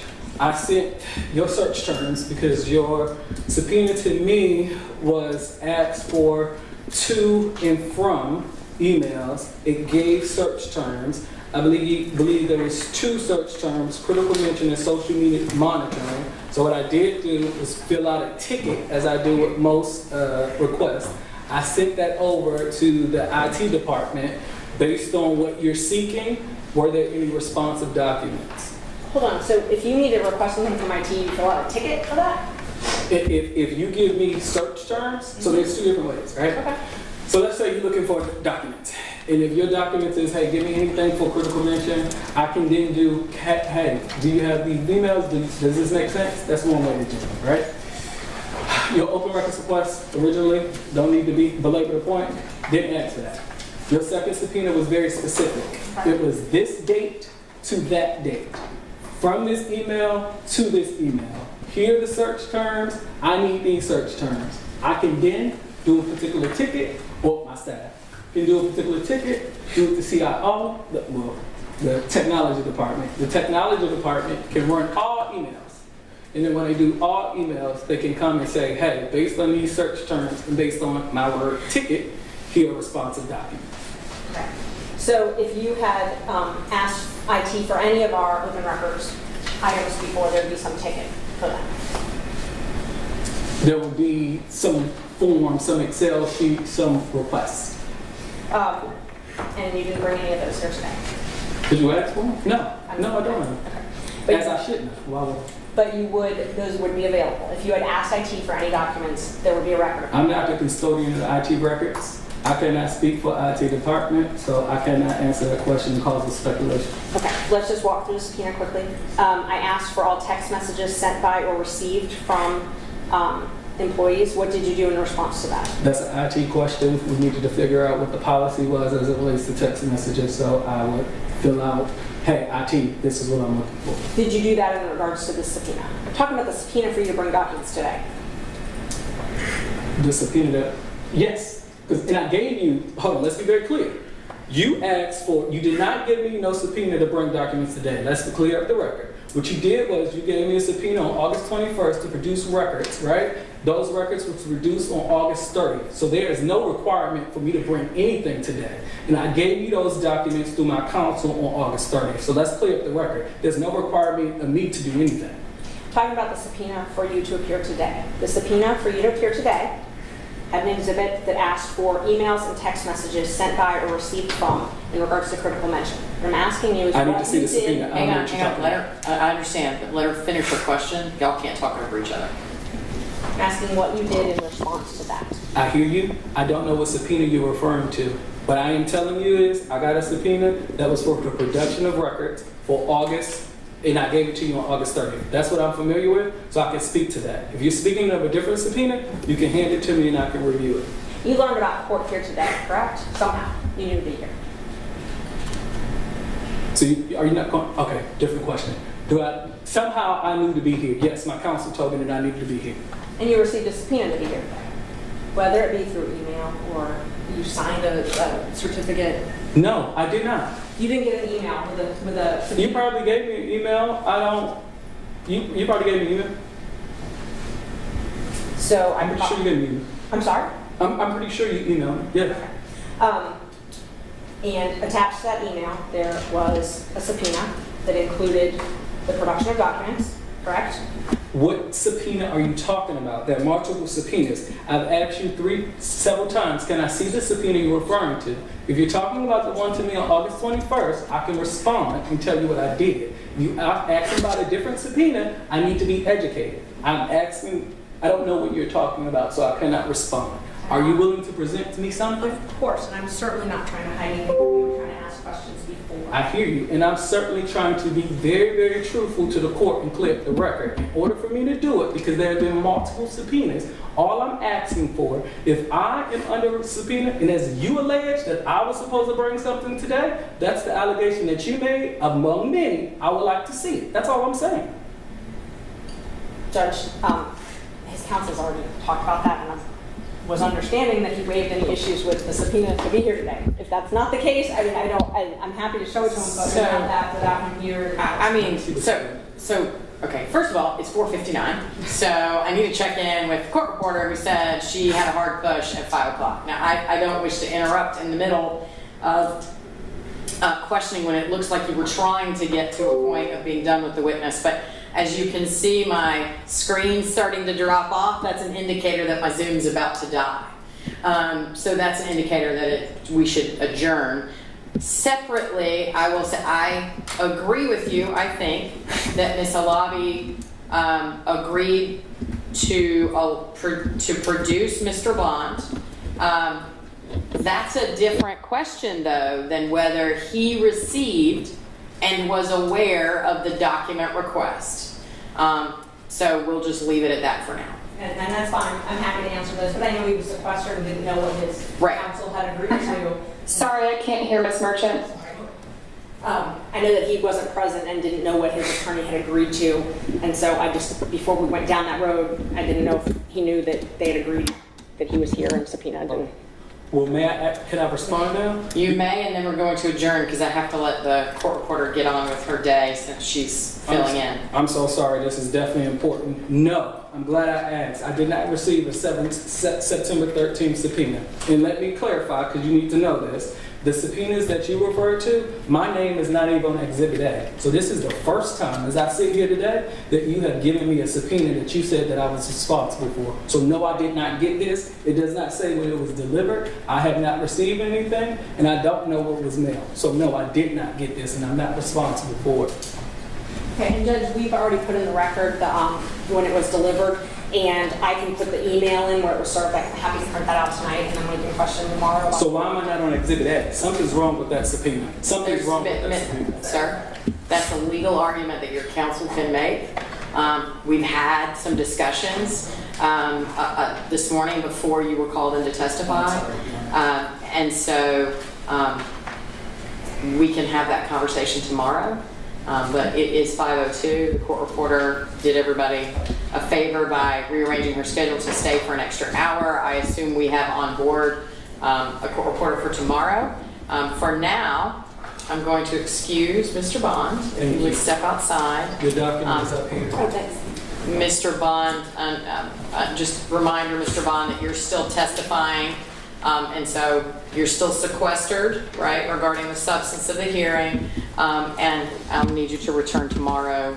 I'm going to discuss with these lawyers in just a moment about what time I'll need you back, but just a reminder, okay? Yes, ma'am. Thank you, sir. And not to review any of the stuff today. Well, I reminded him of his obligation under the rule of sequestration, so he's a lawyer, as I understand it, so I assume he understands it.